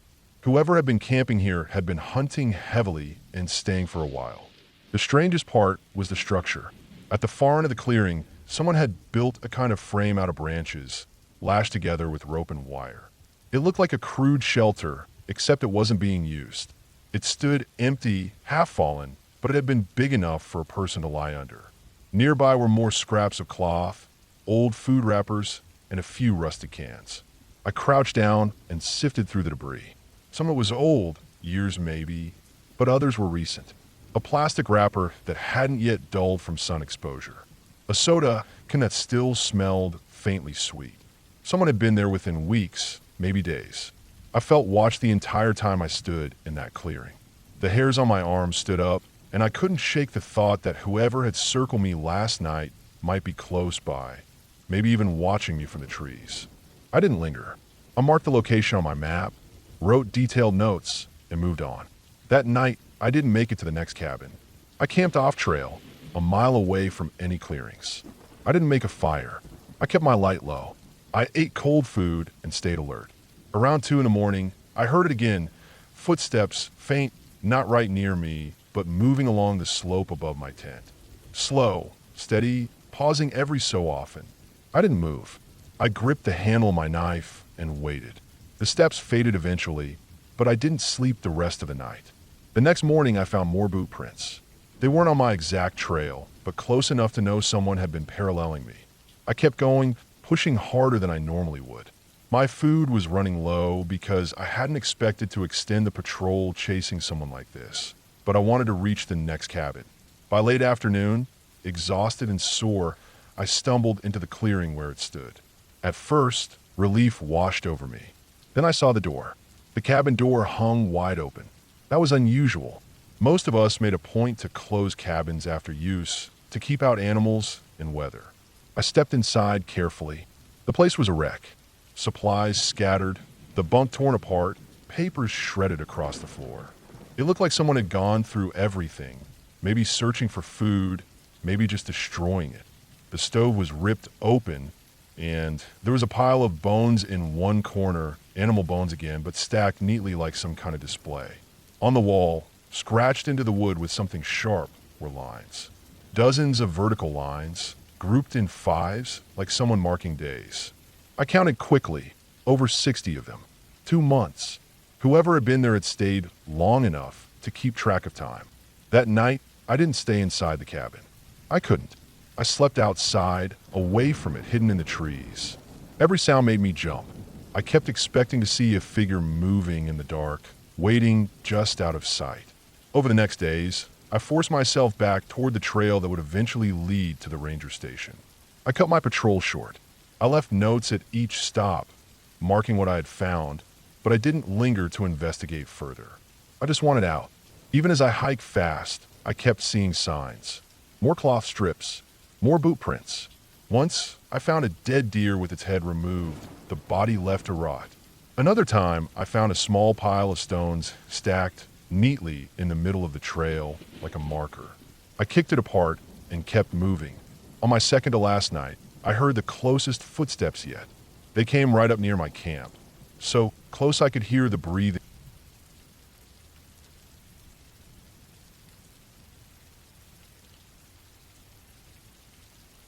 I worked as a park ranger for several years in different places, but the stretch of time that stuck with me the most was when I was stationed in a remote section of the Northern Rockies.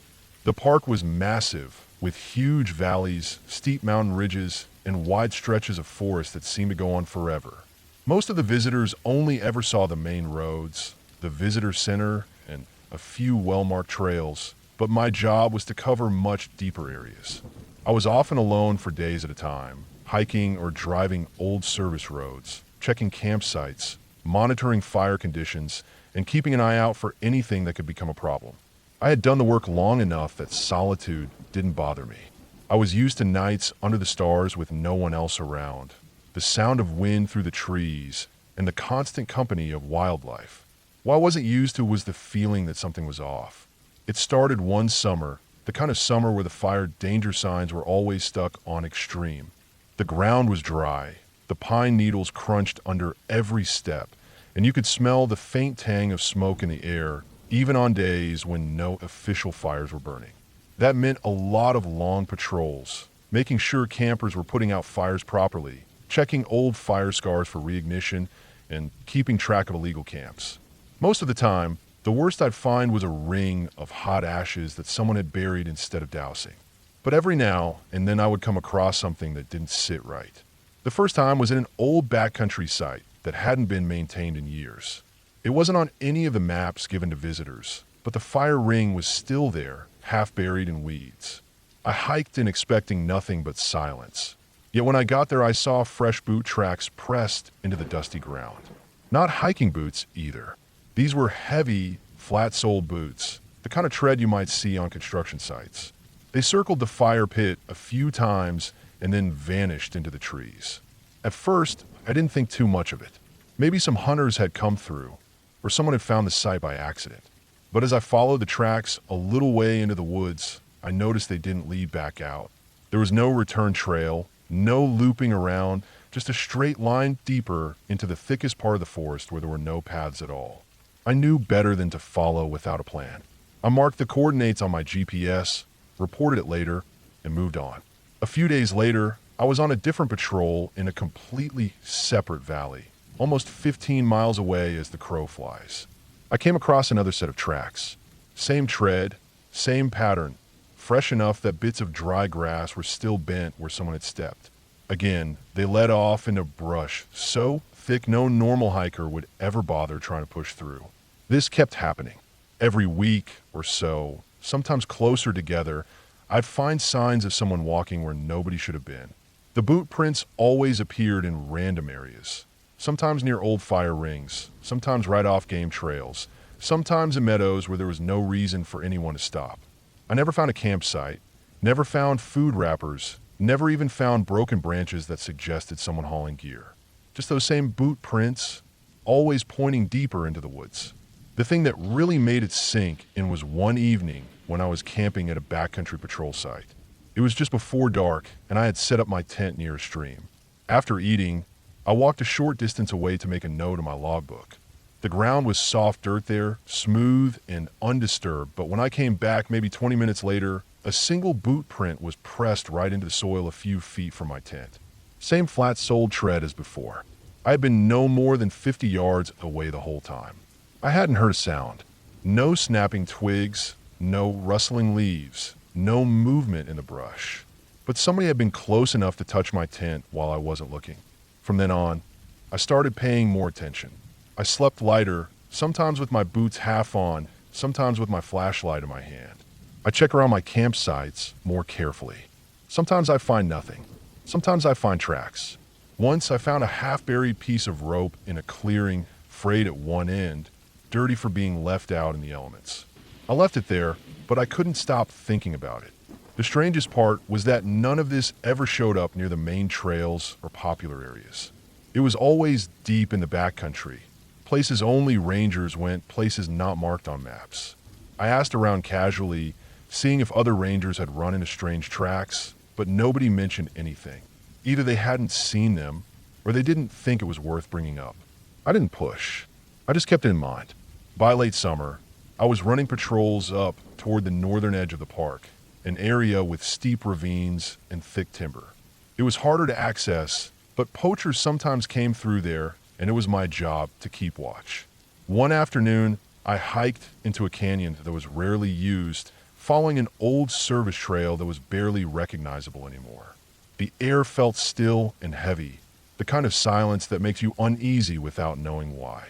Near the bottom of the canyon, I saw something that made me stop cold. Off to the side, partly hidden under brush, was a pile of bones. At first, I thought it might be elk or deer, but as I got closer, I saw they were stacked too neatly, not scattered like you'd expect from an animal kill. Long bones, ribs, vertebrae all piled in a rough cone. They were old, weathered, maybe years out in the open, but the arrangement didn't feel natural. Someone had taken time to gather them. I stood there for a long time, every instinct telling me I shouldn't be there.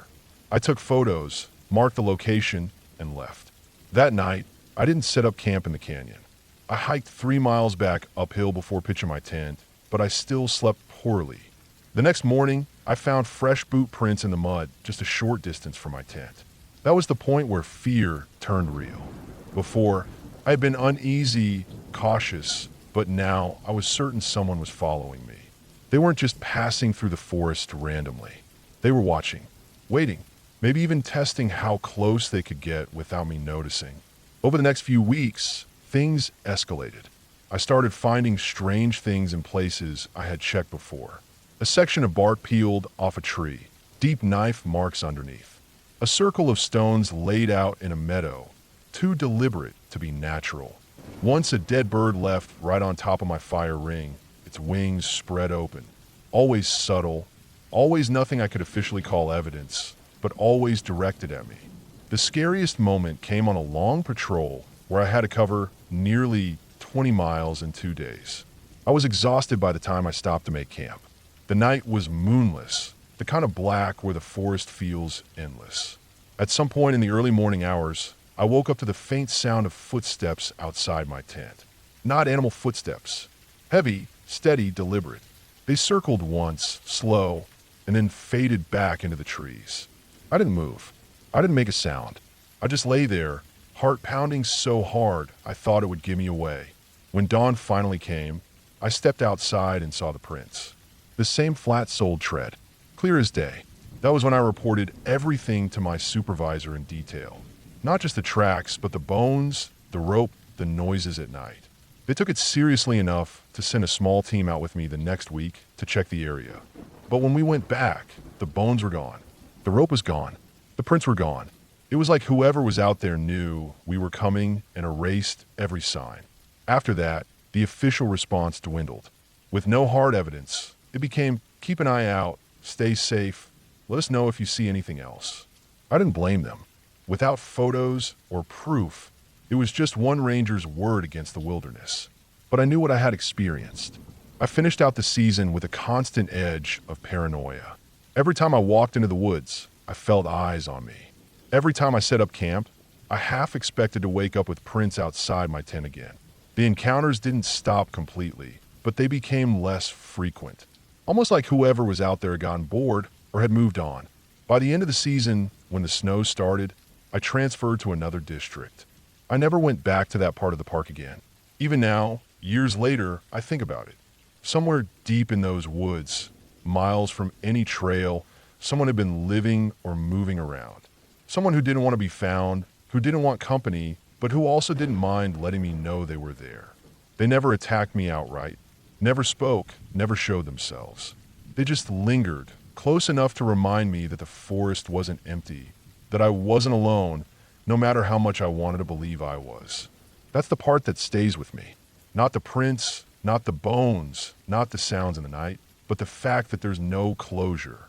Just the knowledge that I had been followed, watched, and tested for weeks, and whoever was is probably still out there, deep in the trees where nobody else goes. And that's why, whenever people ask if I miss that park, I tell them no. The land was beautiful, but beauty doesn't erase the feeling of being prey.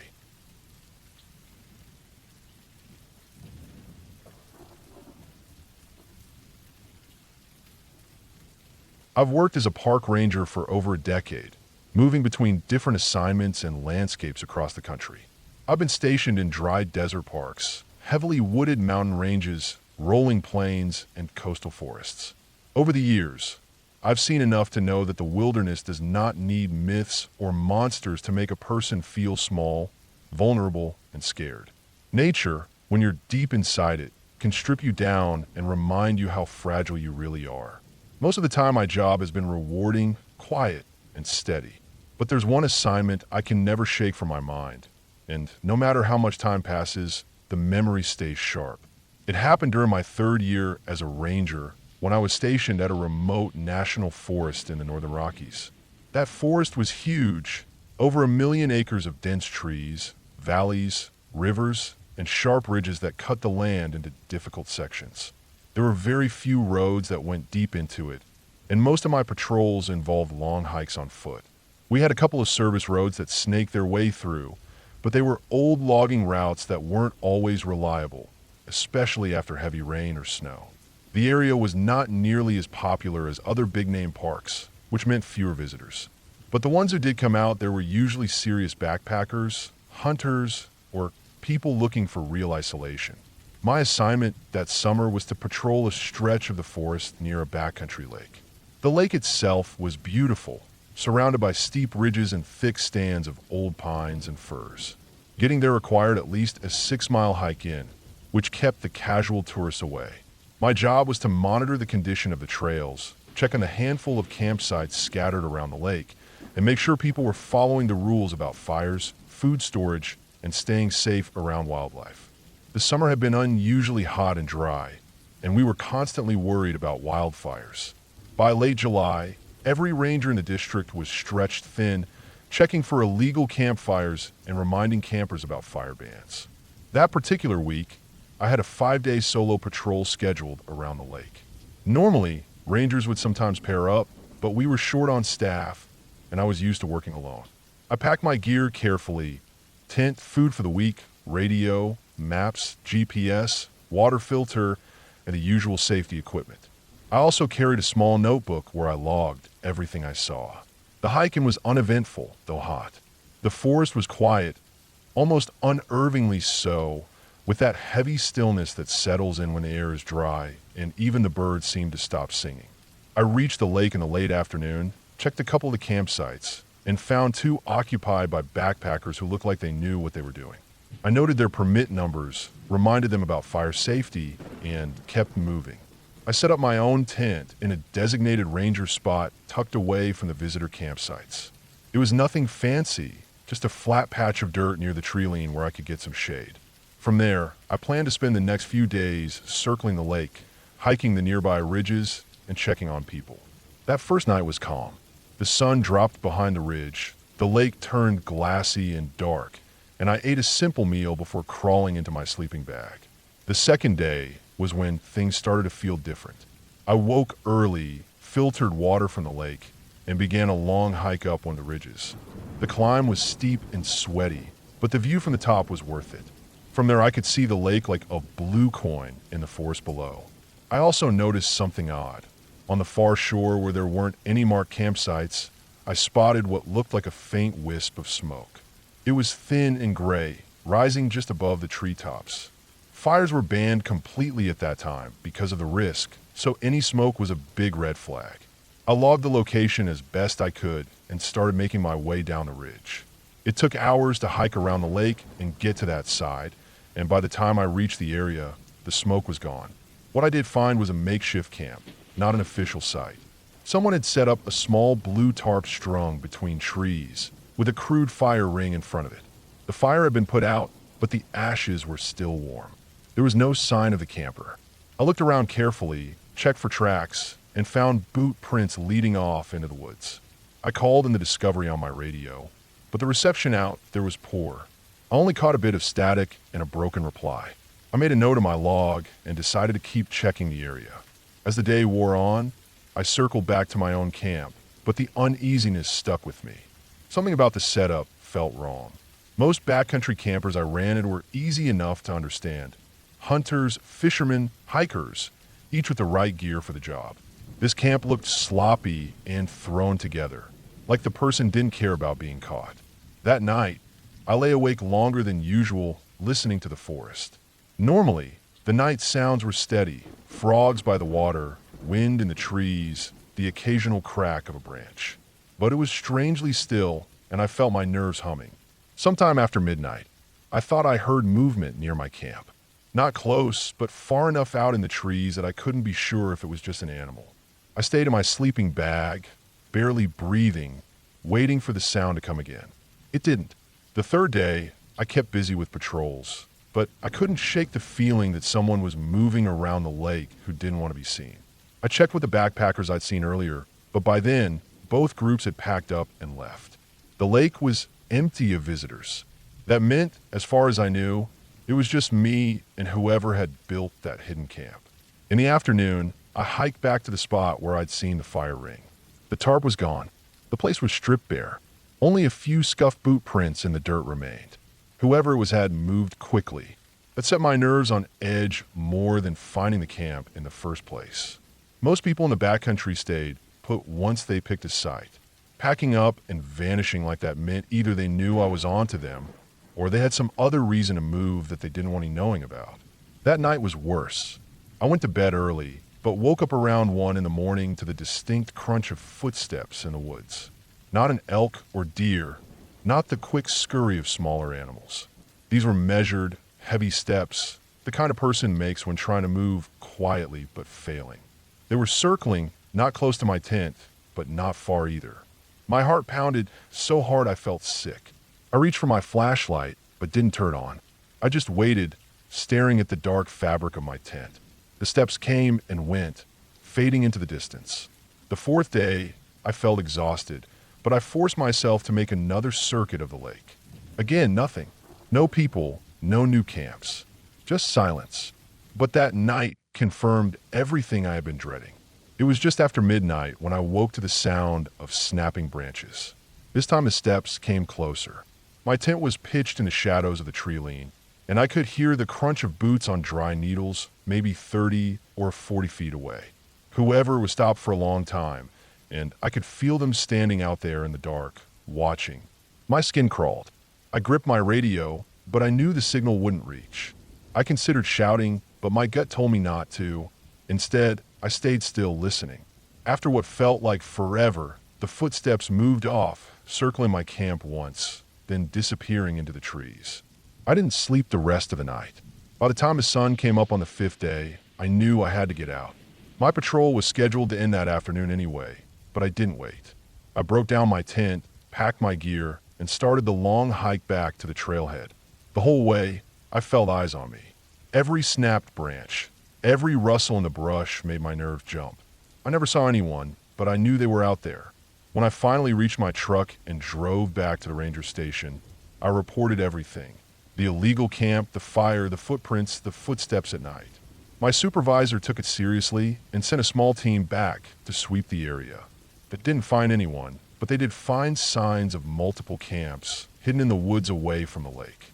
Old food wrappers, makeshift shelters, cut branches where someone had cleared space.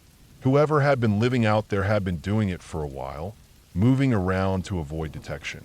We suspected it was either an illegal squatter or someone hiding out, maybe even running from something. But we never caught them. A month later, more reports came in from hunters who saw a man moving through the forest, alone, always at a distance, never speaking. He was never aggressive, but the fact that he was always watching was enough to put people on edge. I transferred to another park the following year, but that patrol around the lake has stayed with me. The scariest part wasn't what I saw, but what I didn't.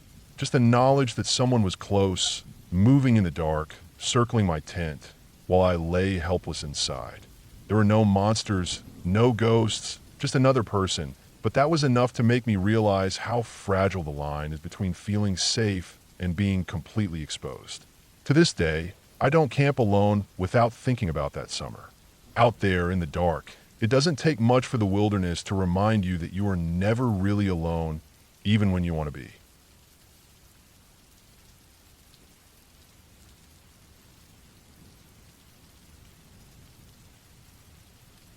I worked as a park ranger for years, and in that time I got used to the quiet routines of the job. Most days were slow, full of trail checks, campsite inspections, and the steady sound of wind through the trees. I always thought the forest had a calming effect, but over time I learned it could make you feel small, exposed, and watched in ways you never forget. I never went into the work expecting horror or danger, but it came for me anyway in ways I couldn't have imagined when I first put on the uniform. The place I was stationed at the time was a big state park out west, mostly pine and fir forests, stretching up into ridges and down into deep ravines. There were long stretches of trail that seemed endless, and a handful of backcountry campsites where people would sometimes vanish for days without seeing another soul. I liked those areas because they made me feel far away from everything. But when I look back on it now, I also see how isolated I was, how alone I left myself when I chose to do extra patrols there. It was late summer, and fire season was on everyone's mind. We'd had a dry spell, and people were getting reckless with their campfires. My supervisor told me to spend extra time on foot patrols just to keep an eye on things. That didn't bother me. I packed up, filled my canteen, and set out one morning before sunrise to check a section of trail that connected several small campsites near a creek. It was a long route, maybe 15 miles, but I knew it well and figured I'd be back by evening. The air was cool that morning, and the smell of dust and pine needles hung low. I walked for hours without seeing anyone. The first two campsites were empty, just blackened fire rings and trampled grass where tents had been. At the third site, I found signs of use. Ashes still warm in the ring, boot prints around the area, and food wrappers stuffed carelessly into the brush. That annoyed me, since we drilled pack it out into every visitor, but it wasn't unusual. I cleaned up what I could and kept moving. By midday, I was sweating, the sun breaking hard through the canopy. I stopped by the creek to refill my water and rest. The spot was quiet except for the gurgle of water. I remember thinking it was strange not to hear any birds. Normally that place was alive with jays, chickadees, woodpeckers, but it felt muffled. I pushed the thought aside and kept walking. The trail narrowed as it climbed along a ridge. I kept my eyes down, watching for boot prints or fire pits, anything that might show human activity. Around 2 in the afternoon, I came to another site. At first glance, it looked abandoned, but as I stepped closer, I froze. There was a tent set up, an older model canvas, dirty around the seams. A pack leaned against it, torn in one corner, and gear was scattered about in a way that didn't make sense. A cooking pot, half full of water, sat in the fire ring, but there was no fire. Clothes lay in a heap near the tent flap, and boots sat upright on the ground, as if someone had just stepped out of them. What struck me most was how silent it was. I stood there, scanning the area, waiting for someone to step out of the trees. No one did. I called out once, just in case someone was down at the creek or behind the ridge, but no answer came. I moved closer and crouched by the boots. They were damp inside, like they'd been worn through mourning dew not long before. The pot of water looked freshly filled. Whoever had been there hadn't gone far, or so I thought. I looked for footprints leading away. There were some, faint, pressed into the pine needles, heading north. I followed them a short way, maybe 20 yards, before they faded on rocky ground. I stood still, listening, straining for the snap of a branch, but the woods stayed hushed. Something about the sight set me on edge. I'd found abandoned camps before, but usually they were messy, trashed, or obviously left behind. This felt different. It looked like someone had been in the middle of living there and just stopped. I jotted down notes, marked the location on my map, and decided to loop back that way later. If the camper returned, I'd talk to them about leaving gear out. If not, I'd file a report and maybe come back with another ranger. I pressed on, but I couldn't shake the unease. Every time I stopped for water or to rest, I caught myself scanning the trees. My stomach felt tight, like I was being watched. The shadows stretched longer as the afternoon went on, and I realized I was moving faster than usual, eager to be done. By the time I turned back, the sun was already low. I came down the ridge toward the strange campsite again. From a distance, I could see the tent, but something looked off. The pack was gone. I moved in slowly, my hand brushing the handle of my knife without thinking. When I reached the clearing, the change was clear. The pack had been taken, the clothes were gone, the boots were gone, and the pot of water was empty and tipped over. The tent itself was still standing, but the flap hung open, swaying slightly as if someone had just gone in or out. I stood frozen for what felt like minutes. I hadn't seen anyone on the trail all day. I hadn't heard anyone. But in the hours since I'd passed through, someone had been here, cleaned up, and vanished again. I checked the ground. Fresh footprints in the dirt, deeper than before, leading toward the creek. I followed carefully, stepping where the prints went, trying not to make noise. They wound down a slope and stopped near the water's edge. I crouched, scanning the bank, but saw nothing. No one, just a ripple of current and the thick brush beyond. I waited there until the light started to fail. My nerves were shot, and I knew I had a long hike back. I decided to leave the tent where it was, mark the report, and head for home. The trail back felt endless. Every crack of a twig made me flinch. Once I swore I heard footsteps behind me, steady and measured, but when I stopped, the sound stopped too. I turned and stared down the path, but the shadows swallowed everything. I pushed hard, almost jogging in places until my legs burned. By the time I reached the ranger station, it was fully dark. That night, I wrote up the report. I included the details about the camp, the missing gear, the footprints. My supervisor skimmed it and said we'd check it out in the morning. Maybe it was just a hiker passing through who left in a hurry. I nodded, but deep down I knew there was something off. The next morning we went back together. When we reached the site, everything was gone. The tent, the last scraps of clothing, even the fire ring had been scattered and covered with dirt, like someone had tried to erase all trace of being there. We searched the area for hours, combing through brush and checking the creek. Nothing. No tracks, no gear, no sign of anyone. My supervisor shrugged it off. People do strange things in the woods, he said. Sometimes they squat illegally, sometimes they spook and move on. I wanted to believe that, but the memory of how silent it had been, how neatly everything vanished, stayed with me. Over the following weeks, I started to notice other things. Small piles of stones stacked near trails where I knew none had been before. Trees marked with scratches at eye level. Once, while checking another site miles away, I found a boot print in the mud that looked identical to the ones I'd seen by that tent. Each time, there was no person to be found. It got to where I hated going out alone.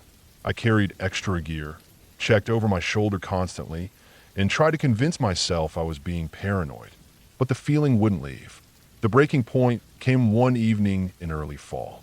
I was sent to check on a report of smoke near that same ridge. I hiked out, tired from a long day, and reached the spot just before dusk. There was no fire, no smoke. But at the place where the tent had been weeks before, I found something that froze me to the bone. On the ground, laid out in a careful line, were small items of gear. A torn strap from pack, a dented cooking pot, a pair of boots with the laces neatly coiled on top, and in the dirt beside them, a single word scratched deep with a stick. Stay. I didn't wait. I turned and walked fast, then ran, heart hammering. I didn't stop until I reached the truck. That night, I told my supervisor I was done with backcountry patrols. I filed my resignation a week later. Even now, years later, I think about it. I still camp sometimes, but never alone and never in that park. When I close my eyes, I can picture that word in the dirt, the neat row of abandoned gear, and the sense that someone out there had been watching me all along. And the scariest part wasn't that I didn't see them. It was that they saw me.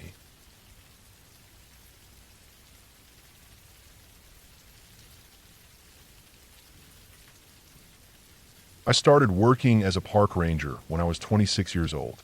By that time, I had already been working odd jobs outdoors for a few years, mostly trail maintenance and seasonal fire watch positions, but I wanted something more steady. When the opportunity came up to take a permanent ranger position in one of the more remote parks in the northern part of the state, I took it without thinking twice. I grew up in small towns, spent my life in the woods, and thought I knew what to expect. I was wrong about that. The park I was assigned to covered more than 200 square miles of mixed forest, lakes, rivers, and high ridges. It was the kind of place where a person could get lost and never be found again, and honestly, that was part of what I loved about it. There weren't many tourists, just the kind of people who wanted to really disappear into the wilderness for a week or two.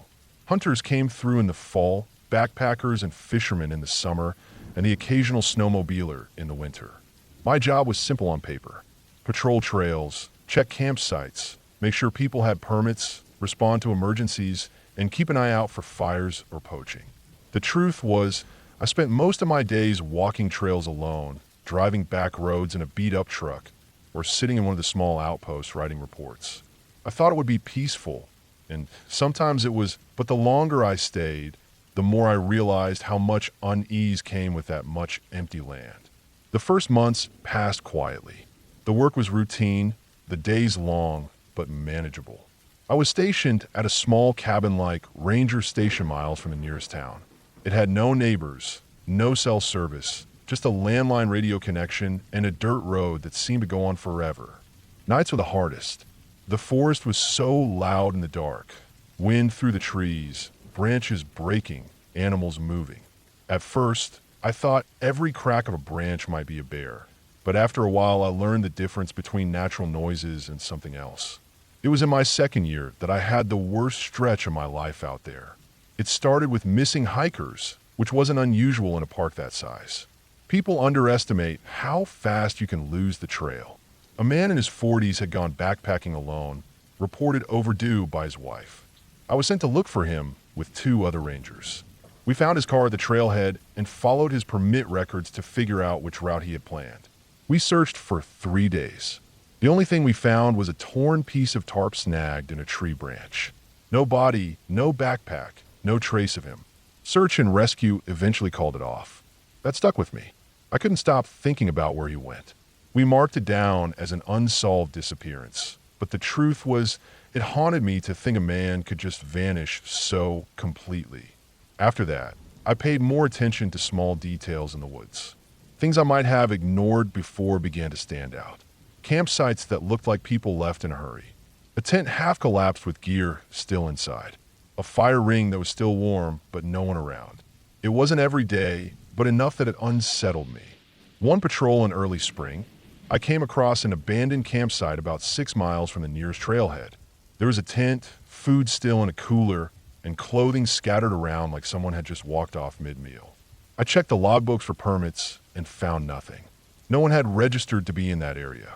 I radioed it in, flagged the spot, and hiked back out. The strange part was that the cooler was full, and nothing had been eaten by animals yet, even though it looked like it had been there for days.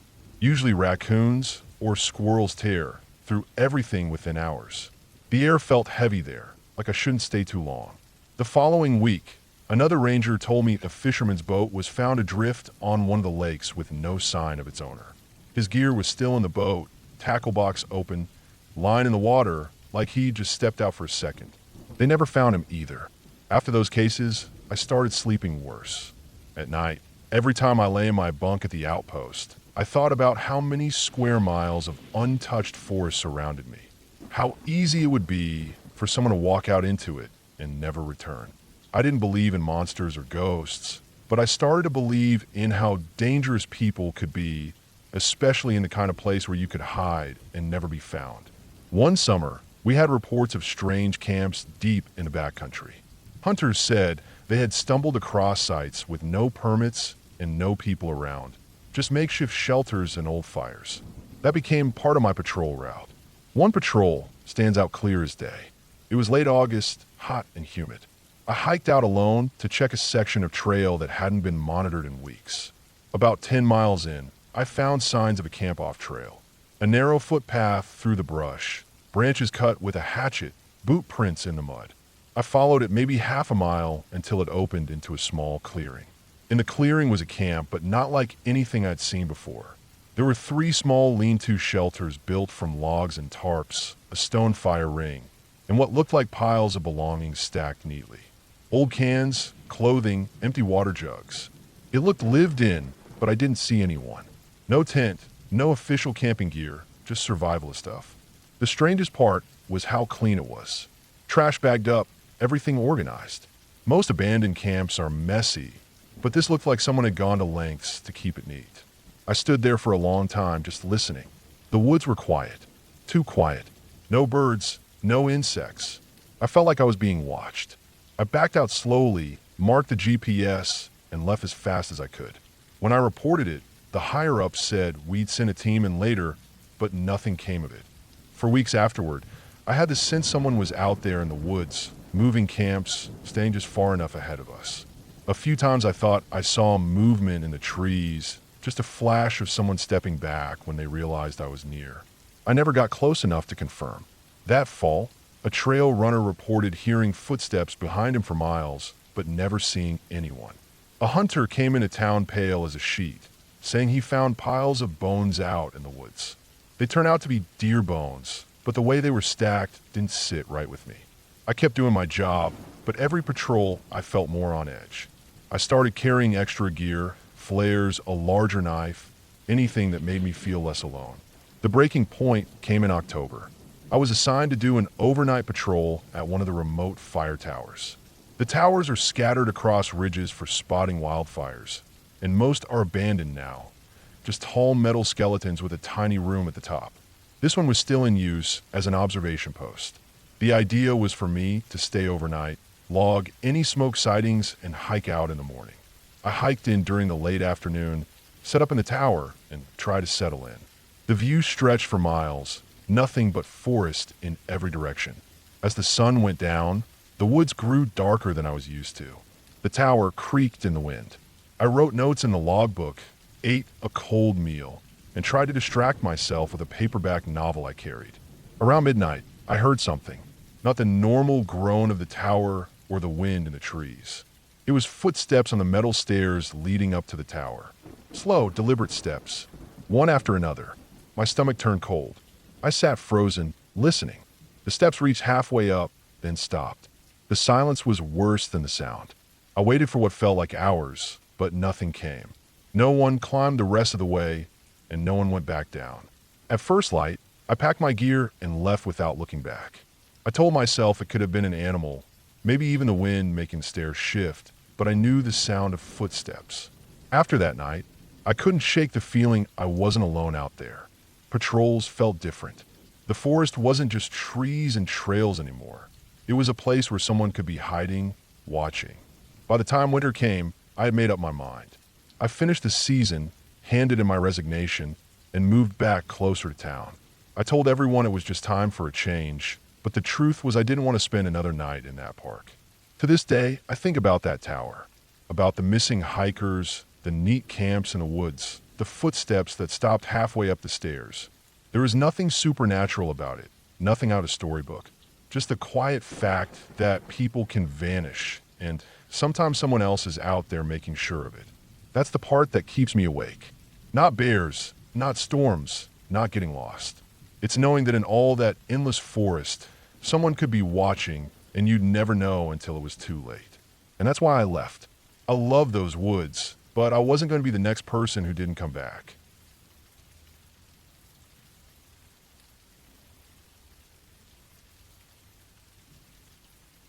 I worked as a park ranger for almost 10 years before I transferred out of the mountains and down to a quieter district. But there's one stretch of time that still sits in my mind like a stone in my gut. I never like talking about it, but if I don't get it out, it gnaws at me every time I close my eyes at night. People think being a ranger is about guiding tourists and telling kids about animals, but most of the job is maintenance, patrols, and dealing with the ugly side of the wild. I learned quickly that it's not the animals or the weather that puts fear into you.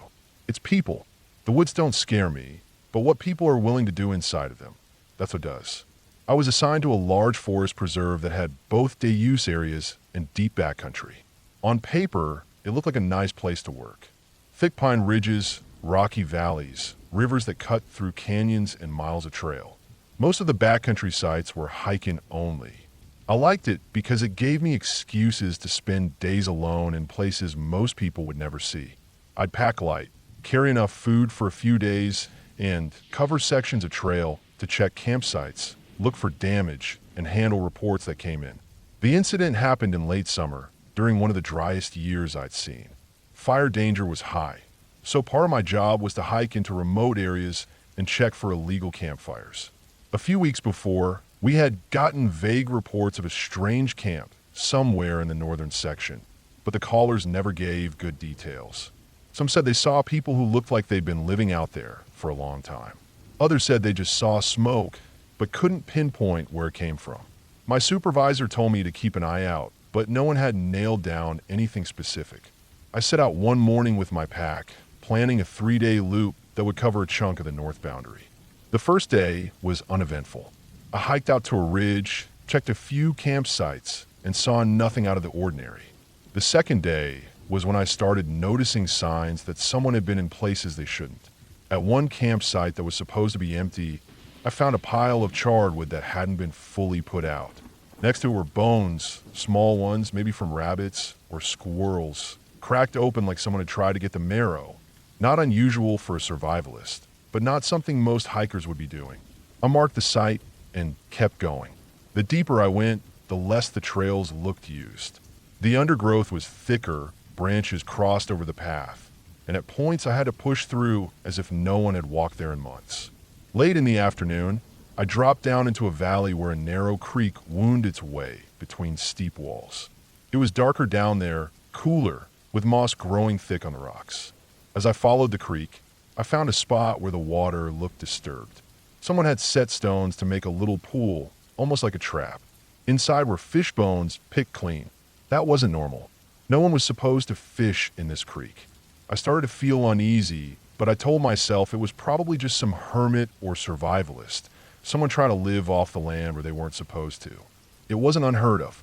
People ran from things, taxes, families, the law, and ended up in places like this.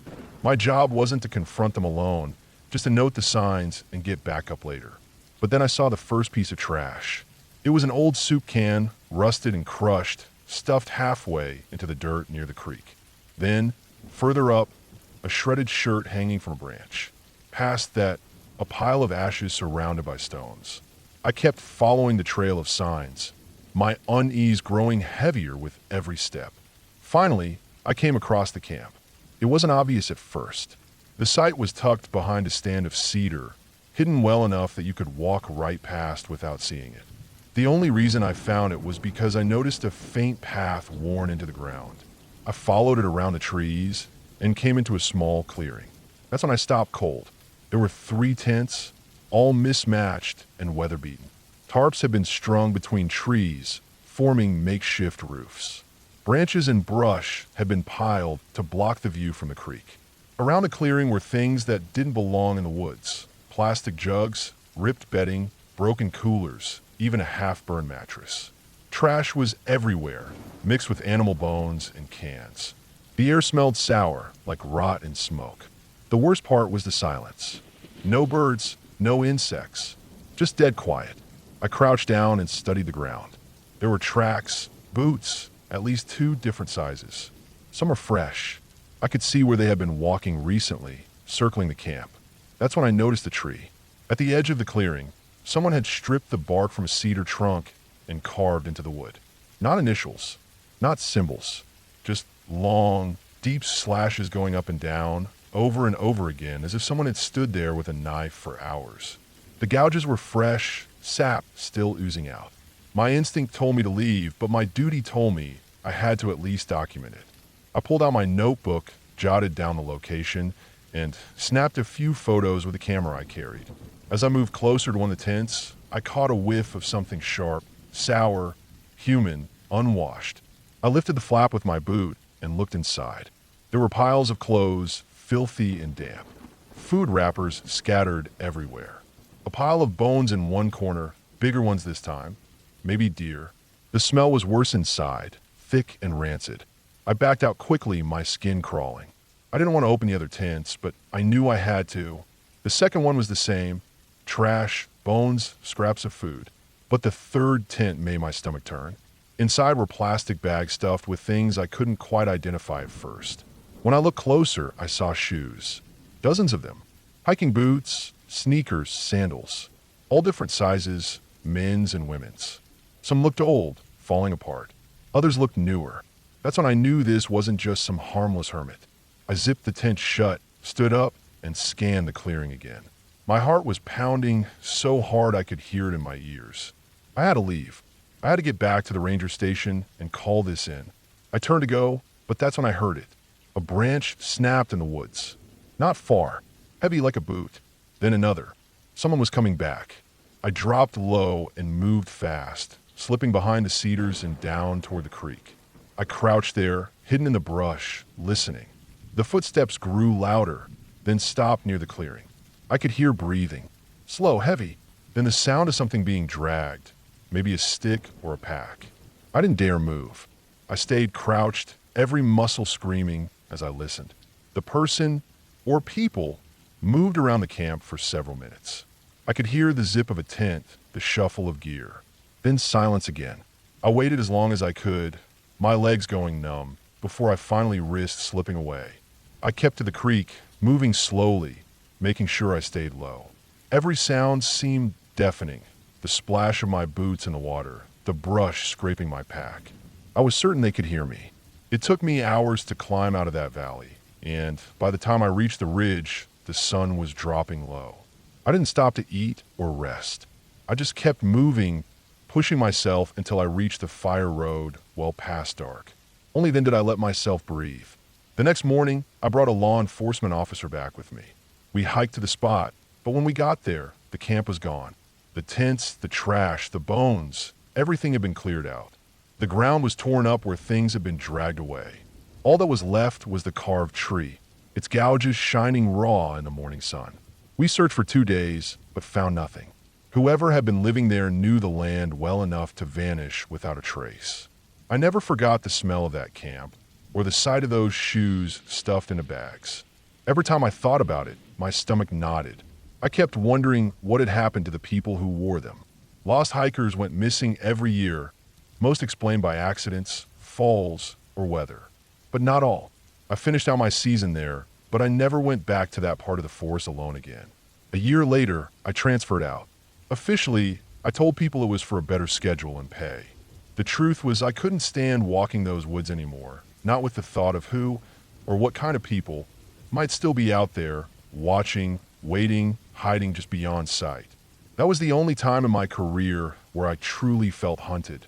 And to this day, when I drive past stretches of empty forest, I catch myself scanning the trees, wondering how many hidden camps are out there, invisible from the trails, waiting for someone unlucky enough to stumble onto them.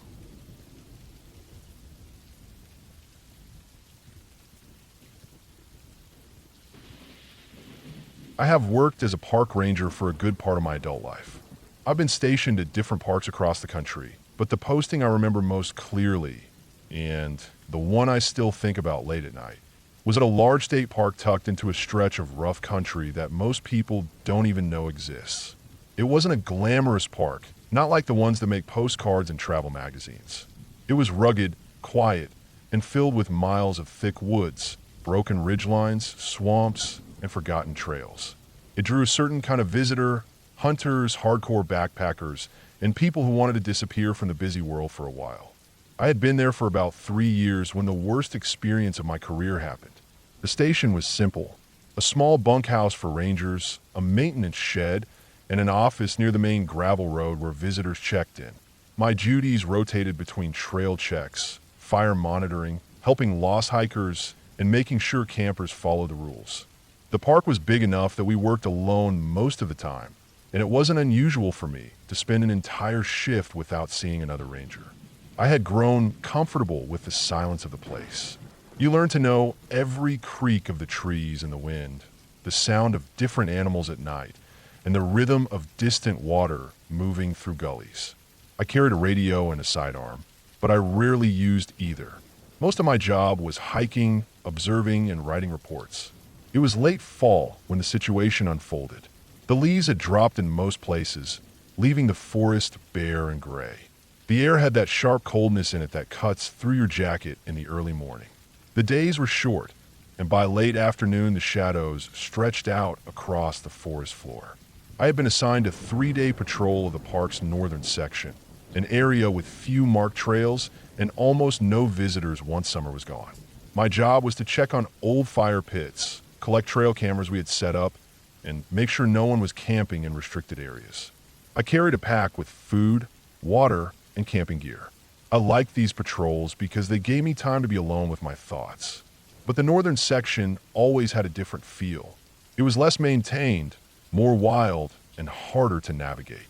There were old logging roads that went nowhere, collapsed bridges, and the remains of hunting camps from decades earlier. The maps we had were outdated, and even with GPS, I often found myself double-checking where I was. On the first day, everything was uneventful. I hiked several miles along the ridge, checked a few fire rings, and retrieved 2 trail cameras. The woods were empty except for the usual signs of deer and the occasional coyote track. By dusk, I set up camp near a small stream. The night was cold but quiet, and I slept well. The second day was when things started to feel off. I woke up before dawn, boiled water for coffee, and broke camp. My plan was to cut across an old logging road that would lead me deeper into the restricted zone. I had been on this road before, but rarely. It was overgrown with brush and littered with fallen branches. About 2 miles in, I noticed something strange. A set of boot prints in the soft mud. They weren't fresh, but they weren't old either, probably a day or 2 at most. That wasn't normal. This section was closed to the public, and there were no scheduled ranger patrols besides mine. I crouched down and looked closer. The prints were deep, wide apart, as if the person had been moving quickly. I followed them for about 50 yards before they veered off the road and disappeared into the brush. I stood there for a long moment, scanning the woods. The forest was still, but I felt that prickling sensation on the back of my neck, the one you get when you know you're not alone. I made a note of my log and continued, but I kept checking over my shoulder. Later that afternoon, I reached an old campsite we had marked years ago as off-limits. It was a flat clearing near a ridge, with the remains of a stone fire ring and a rusted metal barrel. I expected it to be empty, like always. Instead, I found signs that someone had been there recently. There were cigarette butts in the fire ring, a half-burned food wrapper, and a makeshift lean-to made of branches. The fire had been cold for days, but the lean-to looked fresh, the branches not yet dried or weathered. I walked the perimeter of the site, scanning the ground. More boot prints, same size and tread as the ones on the road. I felt uneasy. Unauthorized camping happened now and then, but this was deep in the park, past areas most people would attempt to reach. And whoever it was, they weren't carrying out their trash or making much effort to stay hidden. It was sloppy, almost careless. I decided to push a little farther before setting up camp. The sun was already low, and the woods were turning that dark blue color that comes before night. I found a spot on a ridge where I had a clear view in two directions and set up my tent. I cooked a simple meal, wrote notes in my log, and tried to relax. But I kept thinking about those prints and the lean-to and the fact that someone was out here who shouldn't be. That night, I had trouble sleeping. I woke up several times, sure I had heard movement in the brush. Each time, I unzipped the tent, scanned with my flashlight, and found nothing. Just the cold, empty woods. But my nerves were on edge, and I couldn't shake the feeling that I was being watched. By the third day, I was ready to head back south toward the station. I woke at first light, packed quickly, and started moving.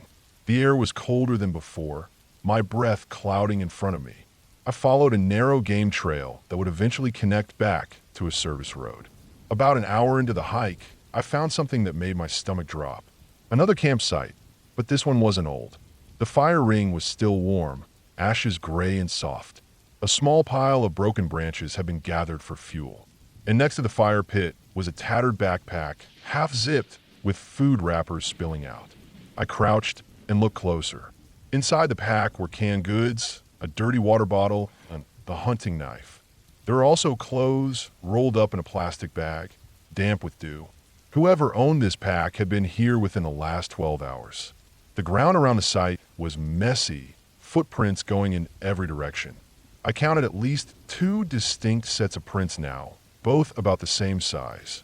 This wasn't just one person. I stood still for several minutes, listening.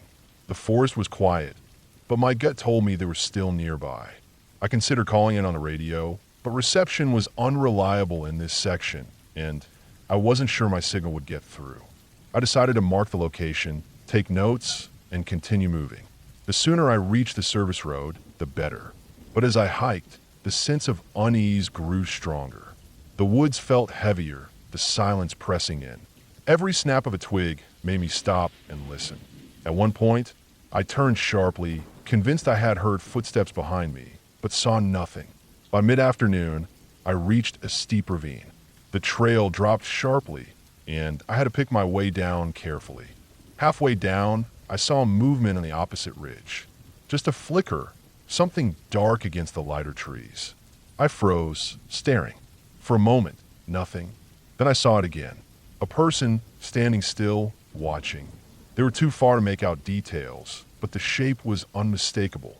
Human. They stood there for several seconds, then stepped back into the trees and vanished. My mouth went dry. I pushed hard after that, barely stopping until I reached the service road near dusk. My legs ached, my lungs burned, but I kept moving, glancing behind me every few minutes. I didn't see the figure again, but I couldn't shake the image from my mind. Someone had been watching me. When I finally made it back to the station late that night, I filed my report. I included the prints, the campsites, the backpack, and the figure on the ridge. My supervisor took it seriously. Law enforcement was called in the next day to sweep the area. They found the campsites I had described, but by then they were cold. The backpack was gone. No people, no signs of where they had gone. Just empty woods again. For weeks after, I couldn't stop thinking about it. Who were they? Why were they out there in the restricted section of the park? Why did they watch me instead of approaching? There were no missing person reports that matched. No hunters reported overdue. Nothing. All I know is that I wasn't alone out there. And the way they moved, the way they stayed just far enough away to be seen, but not approached, it didn't feel random. It felt deliberate. That was the last long patrol I ever did alone in that park. Afterward, I made sure I always had another ranger with me in the backcountry. I never saw the figures again, but I'll never forget the way it felt to be deep in those empty woods, miles from help, knowing someone was watching me and not knowing what they wanted. Even now, years later, when I hike in quiet woods and the wind dies down until the forest goes still, I find myself looking over my shoulder. Because I know how it feels when the silence isn't empty. And I know that sometimes, in the most remote corners of the park, you aren't as alone as you think.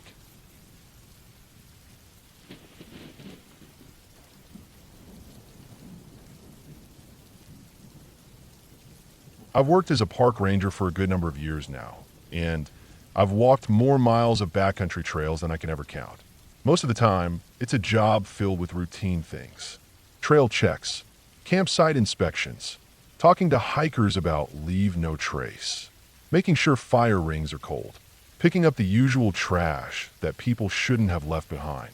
I know the woods better than the inside of my own house. And because of that, I'm not the type to scare easy. You spend enough nights alone in a tent, with the wind moving through the trees and every little animal scratching around, and you learn to tell the difference between what's normal and what isn't. There was one assignment, though, that still sits with me in a way nothing else does. It was in the late summer, a few years ago, when the season was winding down, but we still had a steady number of backpackers moving through. The area I was covering then was a stretch of backcountry in a national forest that doesn't see as many visitors as the more famous places. It's remote, it's thick with old growth, and the trails go on for miles without much sign of human life. That's part of the appeal. But it also means that if something happens out there, help is hours away. That week I was tasked with checking on a few seldom used campsites along a loop that runs about 30 miles total. Most folks take 2 or 3 nights to do it. My job was to hike in, spend a couple nights making my way around, and note anything that needed attention before fall weather closed in. I had done the loop a couple times before and knew where the problem spots usually were. Washed out sections of trail, bare activity near camps, and the occasional tree fall. Nothing unusual. The first day was uneventful. I set out mid-morning, the sun already high and the air heavy with late summer heat. The trail wound through big fir and cedar, the kind of trees that make you feel small no matter how used you are to them. The ground was soft with years of needles, and the air smelled like damp moss. It was quiet, aside from the constant buzz of insects. I made good time, checked 2 campsites, and didn't see a soul all day. When I set up camp at one of the designated spots near a creek, I boiled some water for food, logged my notes, and turned in early. It was the second day when things shifted. I had been hiking for about 4 hours when I came across a section of trail that looked off. The dirt was torn up in places, not in the way of a bear digging, but more like something heavy had been dragged. The marks went for maybe 30 yards before veering off into the brush. I stopped and crouched down, running my hand over the disturbed soil. It wasn't fresh that morning, but it wasn't old either. Maybe a couple days.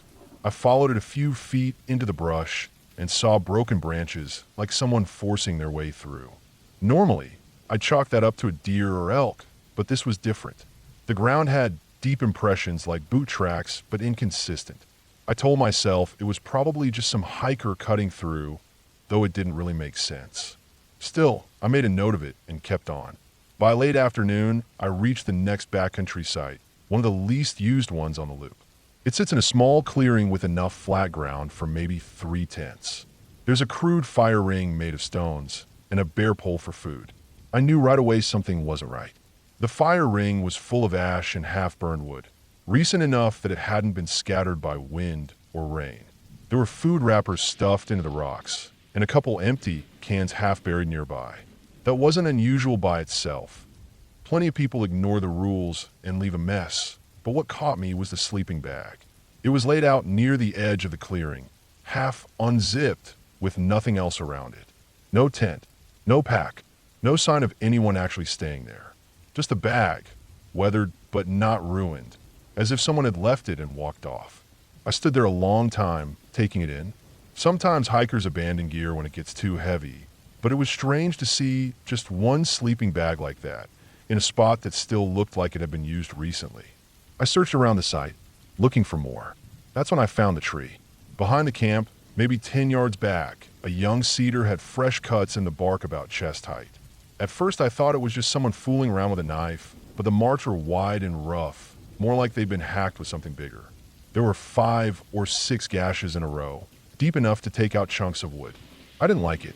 It wasn't against the rules to cut bark, but it had an edge to it that didn't sit right. I wrote it all down in my log and decided to set up my tent a little ways off, closer to the creek, instead of right there in camp. Normally I'd stay in the designated area, but I wanted some distance. That night, I lay in my tent, listening. I always keep the fly open enough to see out because I like to know what's around me. The forest was alive in the usual way: crickets, the occasional owl, the water moving steady in the creek. I drifted in and out of sleep until sometime past midnight, when I woke up to a sound that froze me still. It was the sound of something moving through the clearing. Slow, deliberate steps on dry needles. Not the quick rustle of an animal, but heavier, human. I stayed quiet, my ears straining. The steps paused. Then I heard the faint scrape of metal on stone, like something brushing against the fire ring. I didn't move. I didn't unzip the tent. I just stayed still and listened. After what felt like forever, the steps moved again, this time toward the trees. Then silence. I don't know how long I lay there before sleep finally came back, but it wasn't restful. In the morning, I walked back up to the clearing. The sleeping bag was gone. Just gone. The fire ring looked the same, the wrapper's still there, but the bag wasn't where it had been. I didn't like the way it sat in my head, but there wasn't much I could do. No one was reported missing, and there was nothing I could file beyond suspicious activity. I packed up, made my notes, and pushed on along the loop. The trail that day felt different, heavier. I kept glancing back, listening for steps behind me, but the forest was quiet. I checked another camp, which was clean, and hiked on until dusk. By then I was worn out and just wanted to make a quick meal and sleep. I set up my tent in a small clearing off trail, figuring it would be quieter. That night I woke again, not to footsteps this time, but to the faint sound of something snapping. A stick breaking, then another closer. My pulse was pounding. I reached for the flashlight I keep beside me and clicked it on, shining it through the mesh. Nothing. Just trees, shadows, empty space. I turned the light off and lay back down, but I didn't sleep much after that. My ears kept picking up little sounds, rustles, faint movement, maybe just animals, maybe not. By morning I was strung out. I finished the loop quickly, barely stopping to check the last campsite. When I finally reached the trailhead, I felt a weight lift off me. But the unease didn't leave. A couple days later, I filed my full report. A week after that, I heard through a ranger I knew that some hunters had found a backpack deep off trail in the same area. Torn open, most of the contents scattered. No sign of who it belonged to. No ID, no wallet. Just gear. I don't know what happened out there. Maybe someone had been living off the grid, moving around camps, watching. Maybe it was just coincidence, a hiker who left in a hurry, though that doesn't explain the footsteps at night or the missing sleeping bag. What I do know is that I've never gone back to that loop alone. And when people ask me about the scariest thing I've seen as a ranger, I don't tell them about bears or storms or lost hikers. I think about that summer, about the sound of slow steps circling a camp in the middle of the night, and about how, even in the middle of the wild where I've always felt safest, I realized it's not the forest itself you need to be afraid of. It's the people who move through it, quietly, leaving just enough behind to let you know you weren't alone.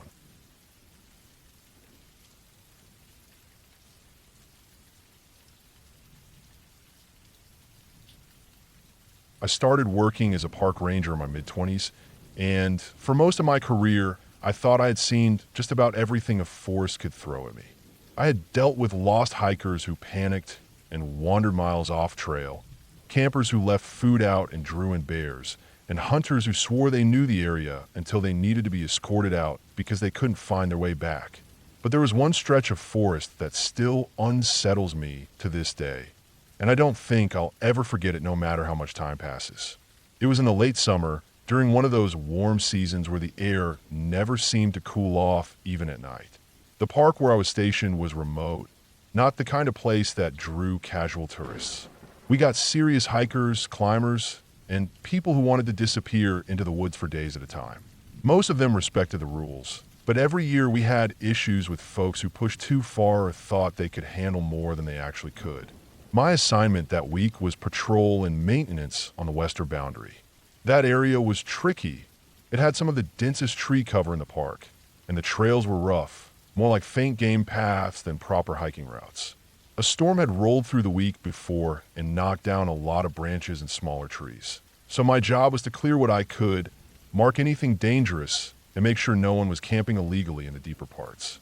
I set out early, carrying the usual gear: axe, saw, map, GPS, first aid kit, and enough supplies to last me 2 days in case something slowed me down.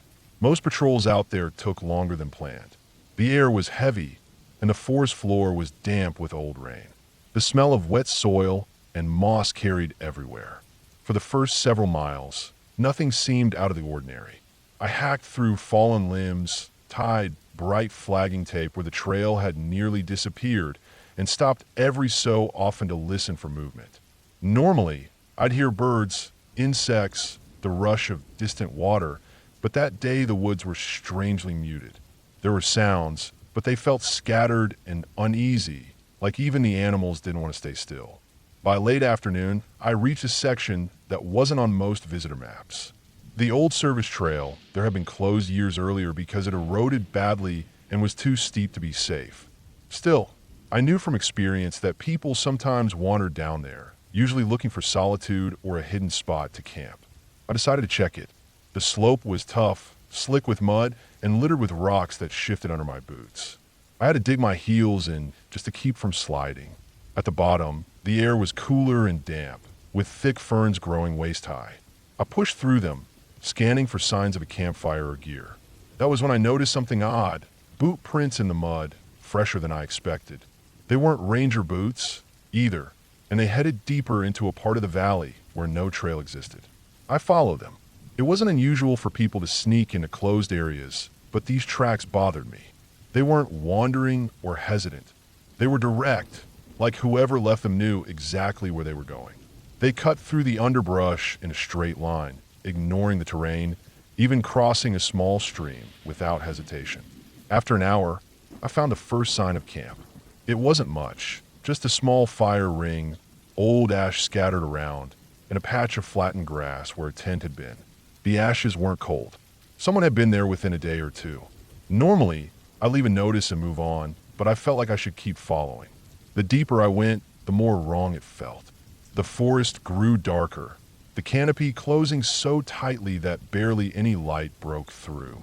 My GPS lost signal, and the air felt stale, almost suffocating. I started marking trees with my tape more frequently, so I could find my way back.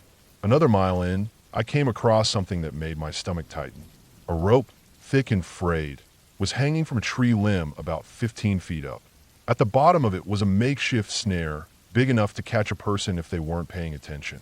It wasn't an animal trap. It was too high, too crudely designed. Someone had set it up deliberately, but for what, I couldn't guess. I documented it, cut it down, and kept going, though every step made me more uneasy. The boot prints continued on, though now they were joined by other marks, drag lines in the dirt, spots where the leaves looked disturbed, like something heavy had been pulled along. The forest seemed to grow quieter the further I went. I couldn't hear birds anymore. My own footsteps were the only sounds. That kind of silence presses on you, makes you feel exposed, like the trees themselves are watching. As the light started to fade, I found what I had been looking for. In a small clearing was a camp, but it wasn't the usual setup of a hiker or backpacker. There were 3 tents, all patched together from mismatched fabric, dirty and torn. Around them were piles of trash, cans, bottles, plastic bags, and bones. Not animal bones. These were long, thin, unmistakably human. I froze, staring at them. They weren't fresh, but they were real. I knew right then that I had walked into something I shouldn't have. My training told me to back out slowly, mark my coordinates when I had service again, and call it in. But before I could even turn, I noticed movement near one of the tents. A man stepped out, tall and thin, with a beard that looked like it hadn't been trimmed in years.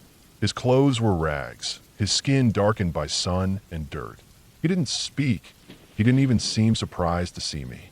He just stared, his eyes wide and unblinking. Then another figure emerged, and then another. There were at least 4 of them, maybe more, and all of them had that same hollow look. I didn't wait. I turned and started walking fast, not running, because running in terrain like that would only get me hurt. My heartbeat pounded so hard I could barely hear. Behind me, I thought I heard footsteps following, but I didn't dare look back. The way out felt twice as long as the way in. I forced myself to follow my tape markers, pulling them down as I went so nothing could track me by them. The forest was darker now, and every shape between the trees looked like someone standing. My legs burned, but I didn't stop until I reached the steep slope where I had entered the valley.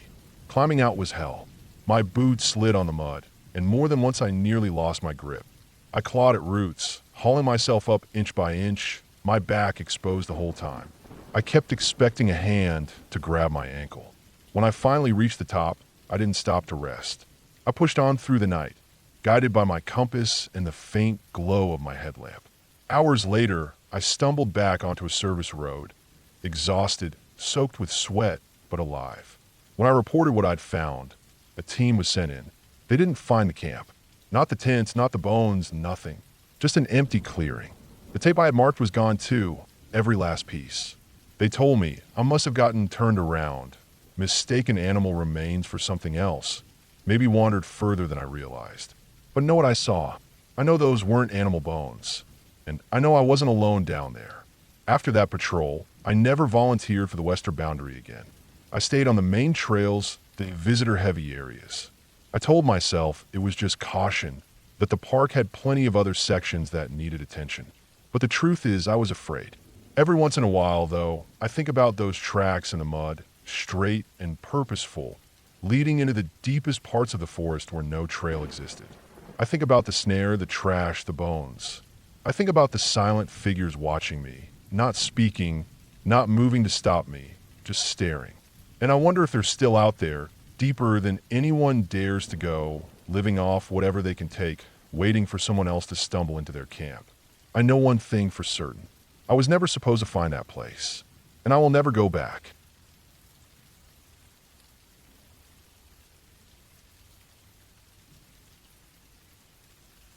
I became a park ranger because I love the woods. I like the silence, the smell of wet earth after rain, the long trails where you could walk for miles and never see another person. I have been stationed in a few different places, but the most time I ever spent was at a large forest reserve that had a mix of dense timber, rivers that cut through steep gorges, and old logging roads that ran like veins across the hills. People think being a ranger is about watching animals and talking to hikers, but most of it is long patrols, checking gates, repairing washed-out sections of trail, and making sure no one does anything stupid. Fires, drunk campers, illegal hunters, that's the bulk of it. The forest had its normal noises. Owls at night, squirrels dropping pine cones, wind pushing through the tops of firs. After a while, you could tell the difference between normal sounds and something wrong. That's what kept me alive in more than one situation. One summer, I was assigned to patrol a stretch of land that was less traveled. The Northern Block, we called it. It was rough country, almost 20 miles from the ranger station, with one service road that was always in bad shape from landslides. Hikers almost never went there because it was a full day's drive just to get to the trailhead. It was July when I got a report from a logging crew that had been working on private land near the border of the reserve. They said they had seen a campfire burning way up on a ridge where no one should have been. The fire had gone out by morning, but they noticed boot tracks crossing their skid trail. My supervisor told me to check it out since it was technically within our jurisdiction.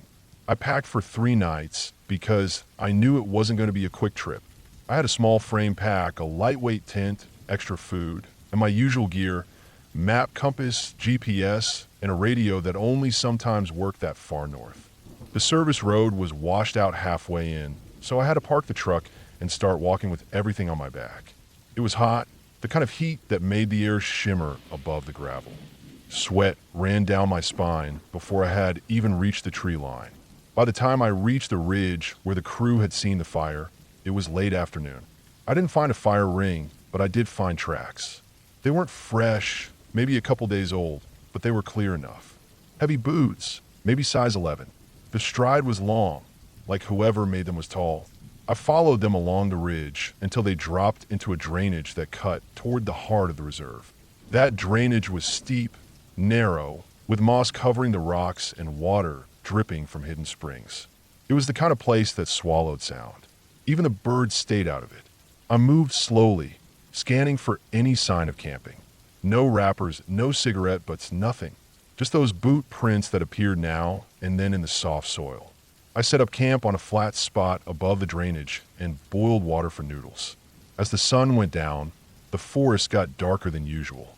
thick canopy blocked most of the twilight, and by the time I crawled into my tent, it felt like midnight. Around 2 in the morning, I woke up. It wasn't a sound that did it. It was the absence of sound. No insects, no wind, nothing. Just a stillness that pressed against the nylon walls of the tent. My skin prickled. I stayed still, listening. Then I caught it, a faint crunch of footsteps somewhere uphill. Slow, deliberate. Not an animal. Animals move in bursts. This was steady-paced. I reached for my flashlight, but didn't turn it on.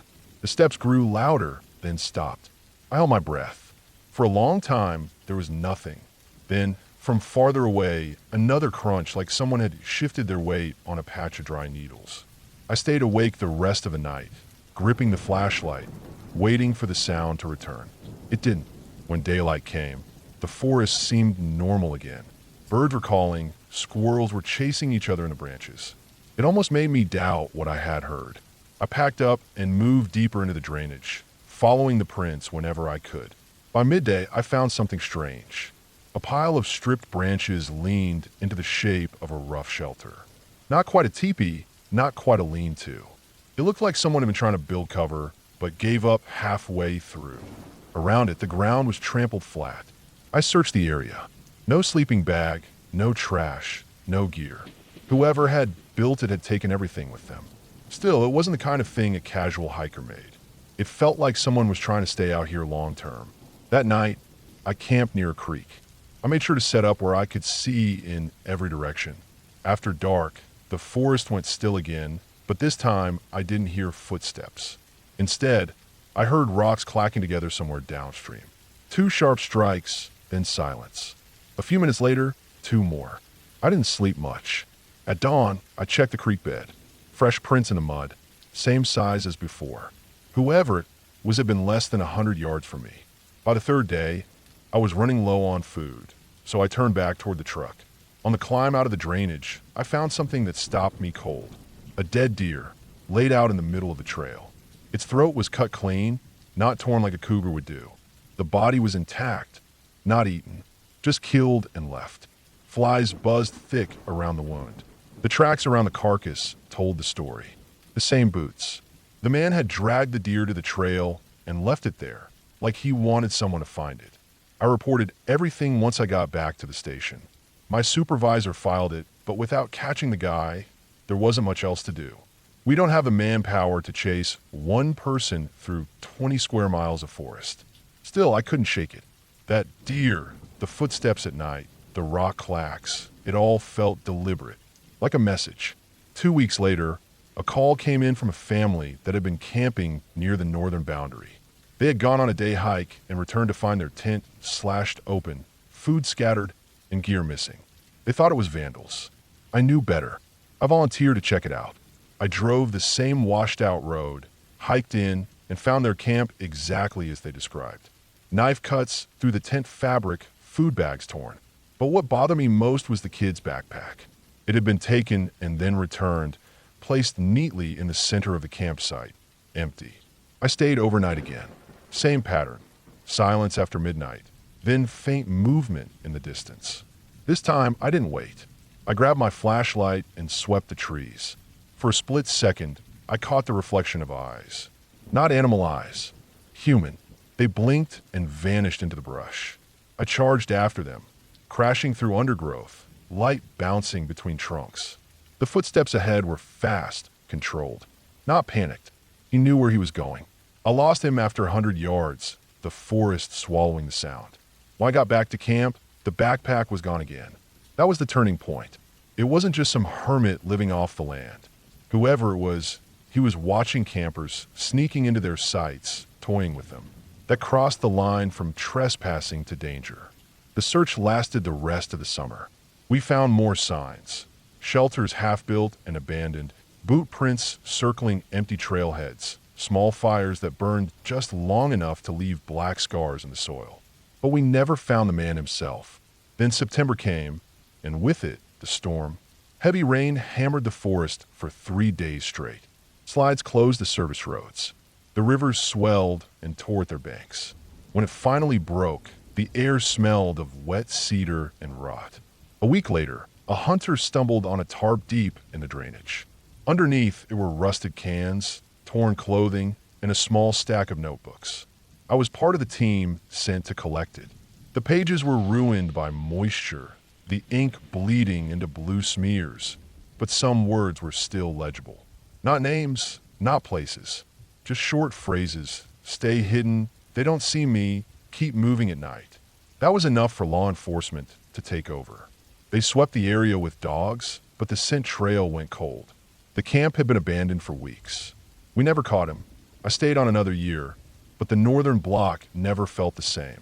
Every time I set foot in that drainage, I felt eyes on me.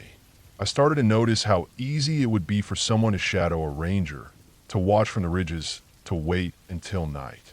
The worst part was knowing how close I had been. That night when I saw the eyes and the flashlight beam, he was there, no more than 30 feet away, watching. If I had hesitated a second longer, maybe he would have stepped closer. Maybe he would have tried something. I still think about the deer, laid out like an offering. I think about the family's camp. The empty backpack returned like a warning. Whoever he was, he wanted control. He wanted to remind us that the forest wasn't ours. People ask me what the scariest thing I've seen as a ranger is. They expect stories about bears or mountain lions. I tell them the truth. The scariest thing is another man who knows the woods better than you, who can move without being seen, who chooses to hunt at night. That's why I left the job. You can prepare for animals, for storms, for accidents.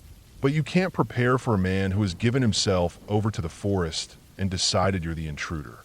Even now, years later, when I camp on my own, I wake at night to silence. I listen for footsteps. I think about those eyes blinking back at me from the dark, and I wonder if he's still out there.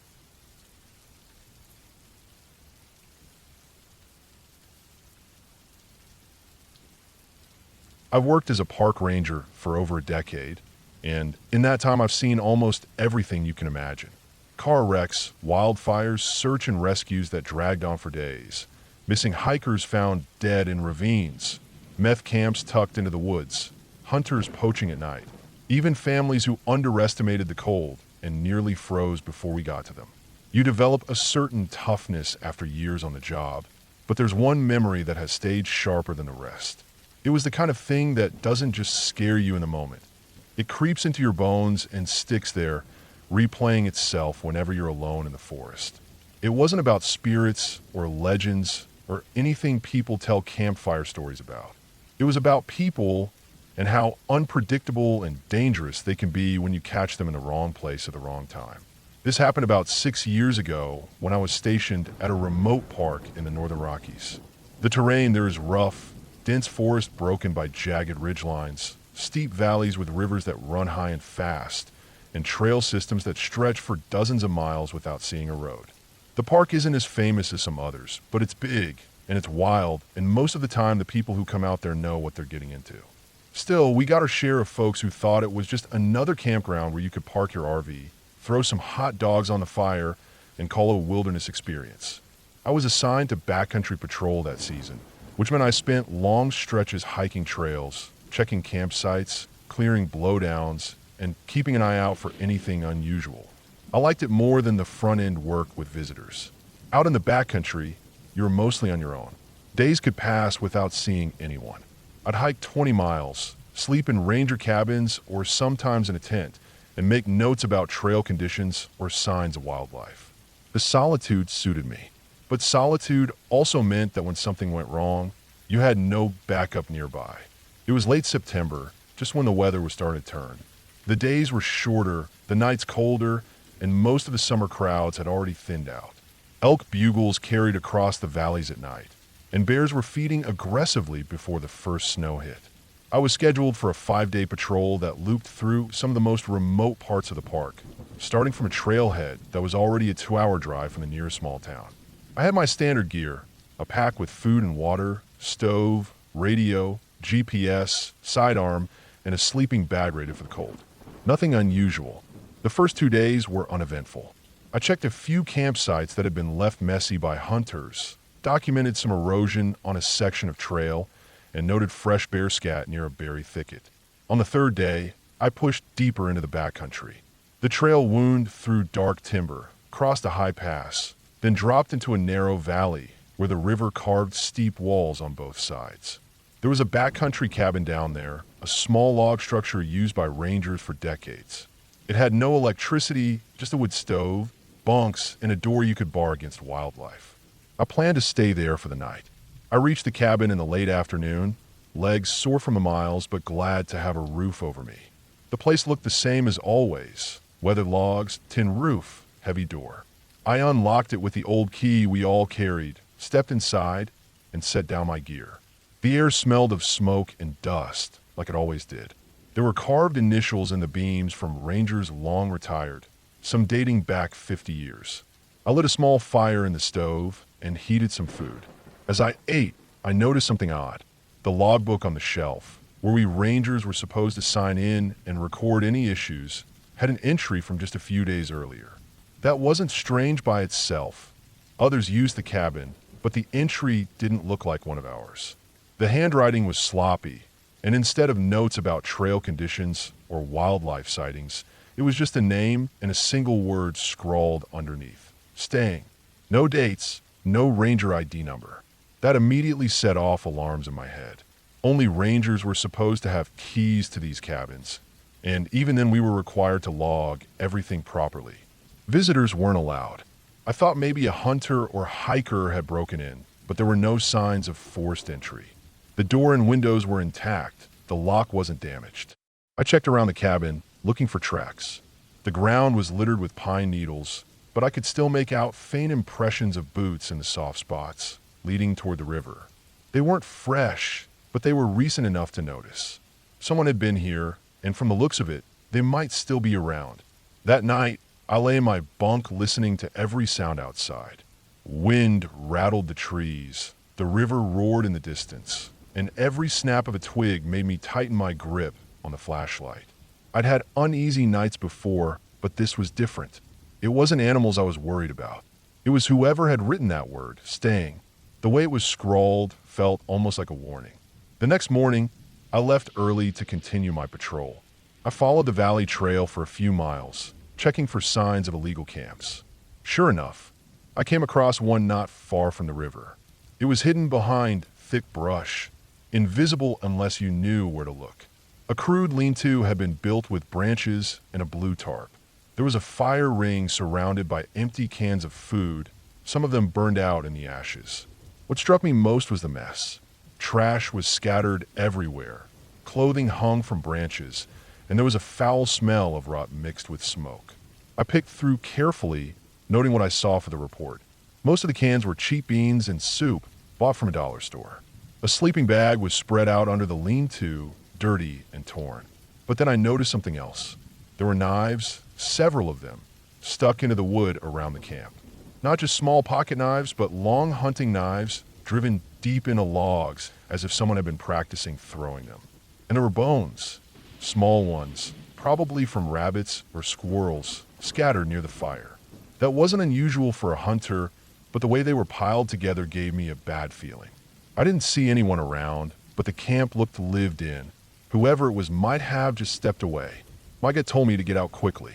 I documented everything with photos and coordinates, then headed back to the trail. For the rest of that day, I couldn't shake the sense of being watched. Every time I stopped to drink water or adjust my pack, I felt eyes on me. The forest was too quiet in places where it should have been alive with bird calls. The sun sank lower, throwing long shadows through the trees. When I returned to the cabin that evening, I checked the door. It was still locked, just as I'd left it. But inside, I noticed something that made my skin crawl. My gear had been moved. Not stolen, not ransacked, just moved slightly. My sleeping bag was unrolled when I'd left it rolled. My food bag was shifted a few inches to the side. Even my notebook had been opened to a different page.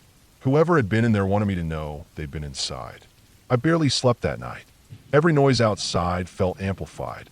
Around midnight, I heard movement near the cabin. Slow footsteps circling, gravel crunching. I stayed still, hand on the sidearm, listening as the steps came closer, paused at the door, then drifted away. I never heard the door touch, but I knew someone was out there. By morning, I made up my mind. I wasn't sticking around for another night. I packed fast and started the long hike back toward the trailhead, radioing in what I'd found. But the radio signal in that valley was weak, and I couldn't be sure my message had gone through. The plan was to get to higher ground where the signal was clearer. About halfway up the ridge, I spotted movement behind me on the trail. At first, I thought it was just another hiker, but when I looked closer, I realized it was a man. He was dressed in ragged clothes, carrying a pack that looked homemade. He was keeping distance, but he was following me. I kept hiking, trying not to show that I'd noticed. Every time the trail curved, I glanced back. He was still there. The next few hours were some of the longest of my life. I pushed harder, covering miles quickly, but no matter how far I went, he stayed behind me. Not gaining, not falling away, just following. My mind raced with possibilities. Maybe he was lost. Maybe he was dangerous. I remembered the knives at the camp, the word in the logbook, the footsteps around the cabin. My instinct screamed at me that this wasn't someone I wanted close. Finally, near dusk, I reached a section of trail that climbed steeply toward an overlook where I knew the radio signal was good. I stopped halfway up, turned, and looked down. The man was standing on the trail below, watching me. Just standing, not moving. The distance between us was maybe 100 yards, but I could feel the weight of his stare. We stood like that for what felt like minutes, neither moving. Then he turned and slipped back into the trees. I climbed fast to the overlook, heart pounding, and managed to get a clear radio call out. I reported the illegal camp, the intruder in the cabin, and the man following me. Dispatch told me to hold position. A team would head in from the nearest access point, but it would take hours. I spent that night on the overlook back against a rock wall, watching the dark forest below. I heard noises through the night, branches snapping, rocks shifting, but never saw him again. By morning, the team arrived. We hiked back down together, checking the camp and the cabin. The camp was abandoned, as if it had never been there.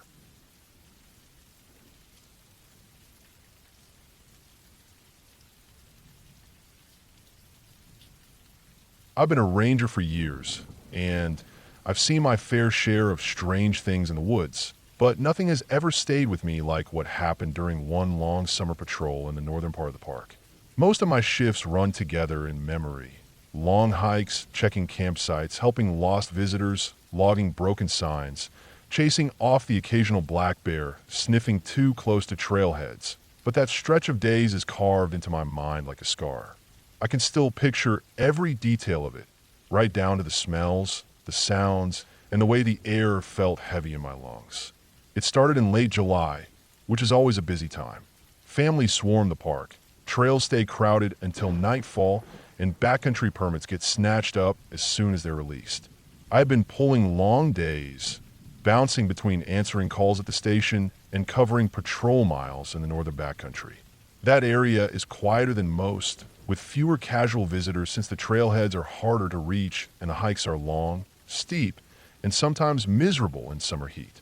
But we get hardcore backpackers out there, folks who like to disappear for a week and live with nothing but what they can carry. Most of them know what they're doing, but not all, and my job is partly keeping an eye out for trouble before it snowballs into something worse. The patrol started as routine. I parked the truck at the last gravel lot, loaded my pack, and began a long climb up toward a string of ridge campsites we maintained. The trails were dusty and sun-baked, the kind that coat your boots in fine powder and leave your throat dry within an hour. I carried plenty of water, maps, first aid, radio, all the basics. I expected the usual, checking that people were camping in the right spots, making sure food was stored properly, logging trail damage, that kind of thing. Nothing seemed out of place at first.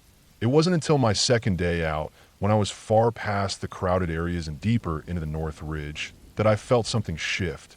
There was a campsite marked on my map that we'd been monitoring because it had been overused the past season. Too many visitors had cut branches for fires, stomped down new tent pads, and generally pushed the site past recovery. The plan was to close it soon, but for now we were still checking on it. I reached it late in the afternoon. The site sat in a grove of fir trees, a decent clearing with a view of the valley below. It looked empty at first glance, but when I stepped in, I noticed little things that didn't sit right. The fire ring had been rebuilt, larger than regulation size. The rocks were still dark with fresh soot, like someone had used it recently even though fires were banned because of the dry season. Around the clearing, I found broken branches stuck upright in the dirt like crude stakes.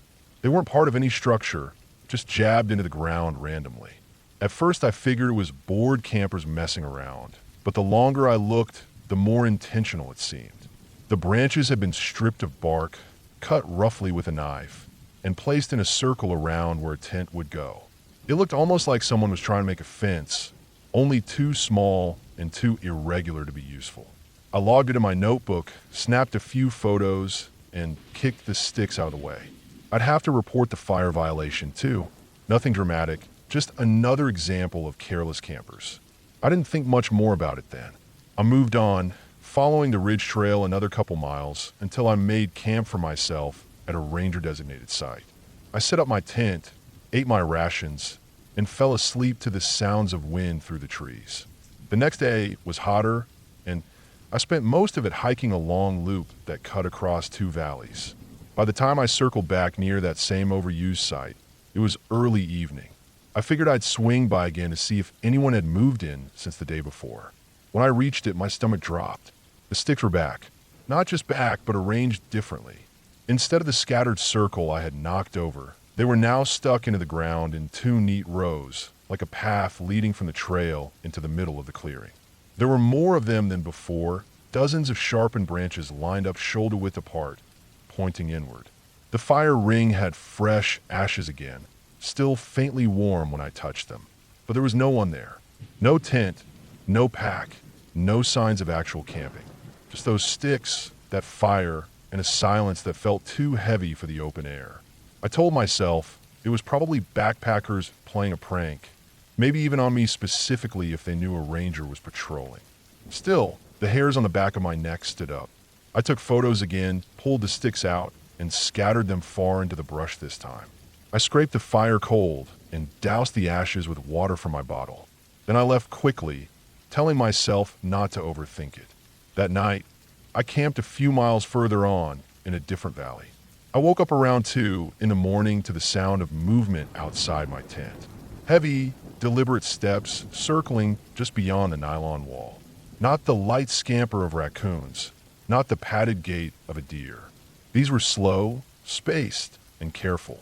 I held still, every nerve tight, listening as the steps moved one way, then another. I fumbled for my flashlight and unzipped the tent just enough to shine it outside. The beam caught nothing but trees and darkness. The sound stopped the instant the light hit. I stayed awake for hours, gripping the light, until the forest grew pale with dawn. When I finally crawled out, the ground around my tent was marked with prints. Not boot prints, not paw prints. Just shallow depressions where something had pressed down the moss. Wide, flat, almost human but distorted. I crouched over them for a long time, trying to decide if my exhaustion was making them look stranger than they really were. I ended up sketching them in my notebook before I packed up. I kept on with my patrol, though every sound in the woods made me snap my head around. I radioed the station to check if anyone else had reported strange camps or off-trail activity, but nothing matched. It was just me out there. By the 4th day, I was worn thin. My sleep was broken every night by noises. Sometimes footsteps, sometimes branches snapping, sometimes the distant crackle of what sounded like a fire where no fire should be. I stopped at that same problem site again, because part of me had to know if it had changed. And it had. The sticks were back again, this time forming a tight circle around the fire pit. Every one of them sharpened to a point, angled slightly inward. The ashes in the ring were scattered, and something dark stained the stones. At first I thought it was just burnt wood, but when I leaned closer, the smell hit me. Metallic, foul, not like any campfire I'd smelled before. That was the moment I stopped treating it like careless campers. I reported it through my radio, filed it as a possible illegal activity, and marked the site for closure immediately. I packed up, left the clearing, and decided to cut my patrol short. Something wasn't right, and I didn't want to be out there alone any longer than I had to. But the forest wasn't done with me. That last night, I set camp closer to the trailhead than I normally would, hoping for easier escape in the morning. I built no fire, ate cold food, and tried to stay awake as long as I could. Sometime after midnight, I heard it again, the steps slow and deliberate, circling my camp. My flashlight beam swept empty trees, but the sounds kept moving, always just out of sight. My heart hammered so hard I thought my chest would burst. Then came the smell, that same metallic stink from the fire ring, wafting through the trees until it coated the back of my throat. I didn't sleep at all. When dawn finally broke, I shoved everything into my pack and hiked out without stopping. Every turn of the trail, I felt eyes on me.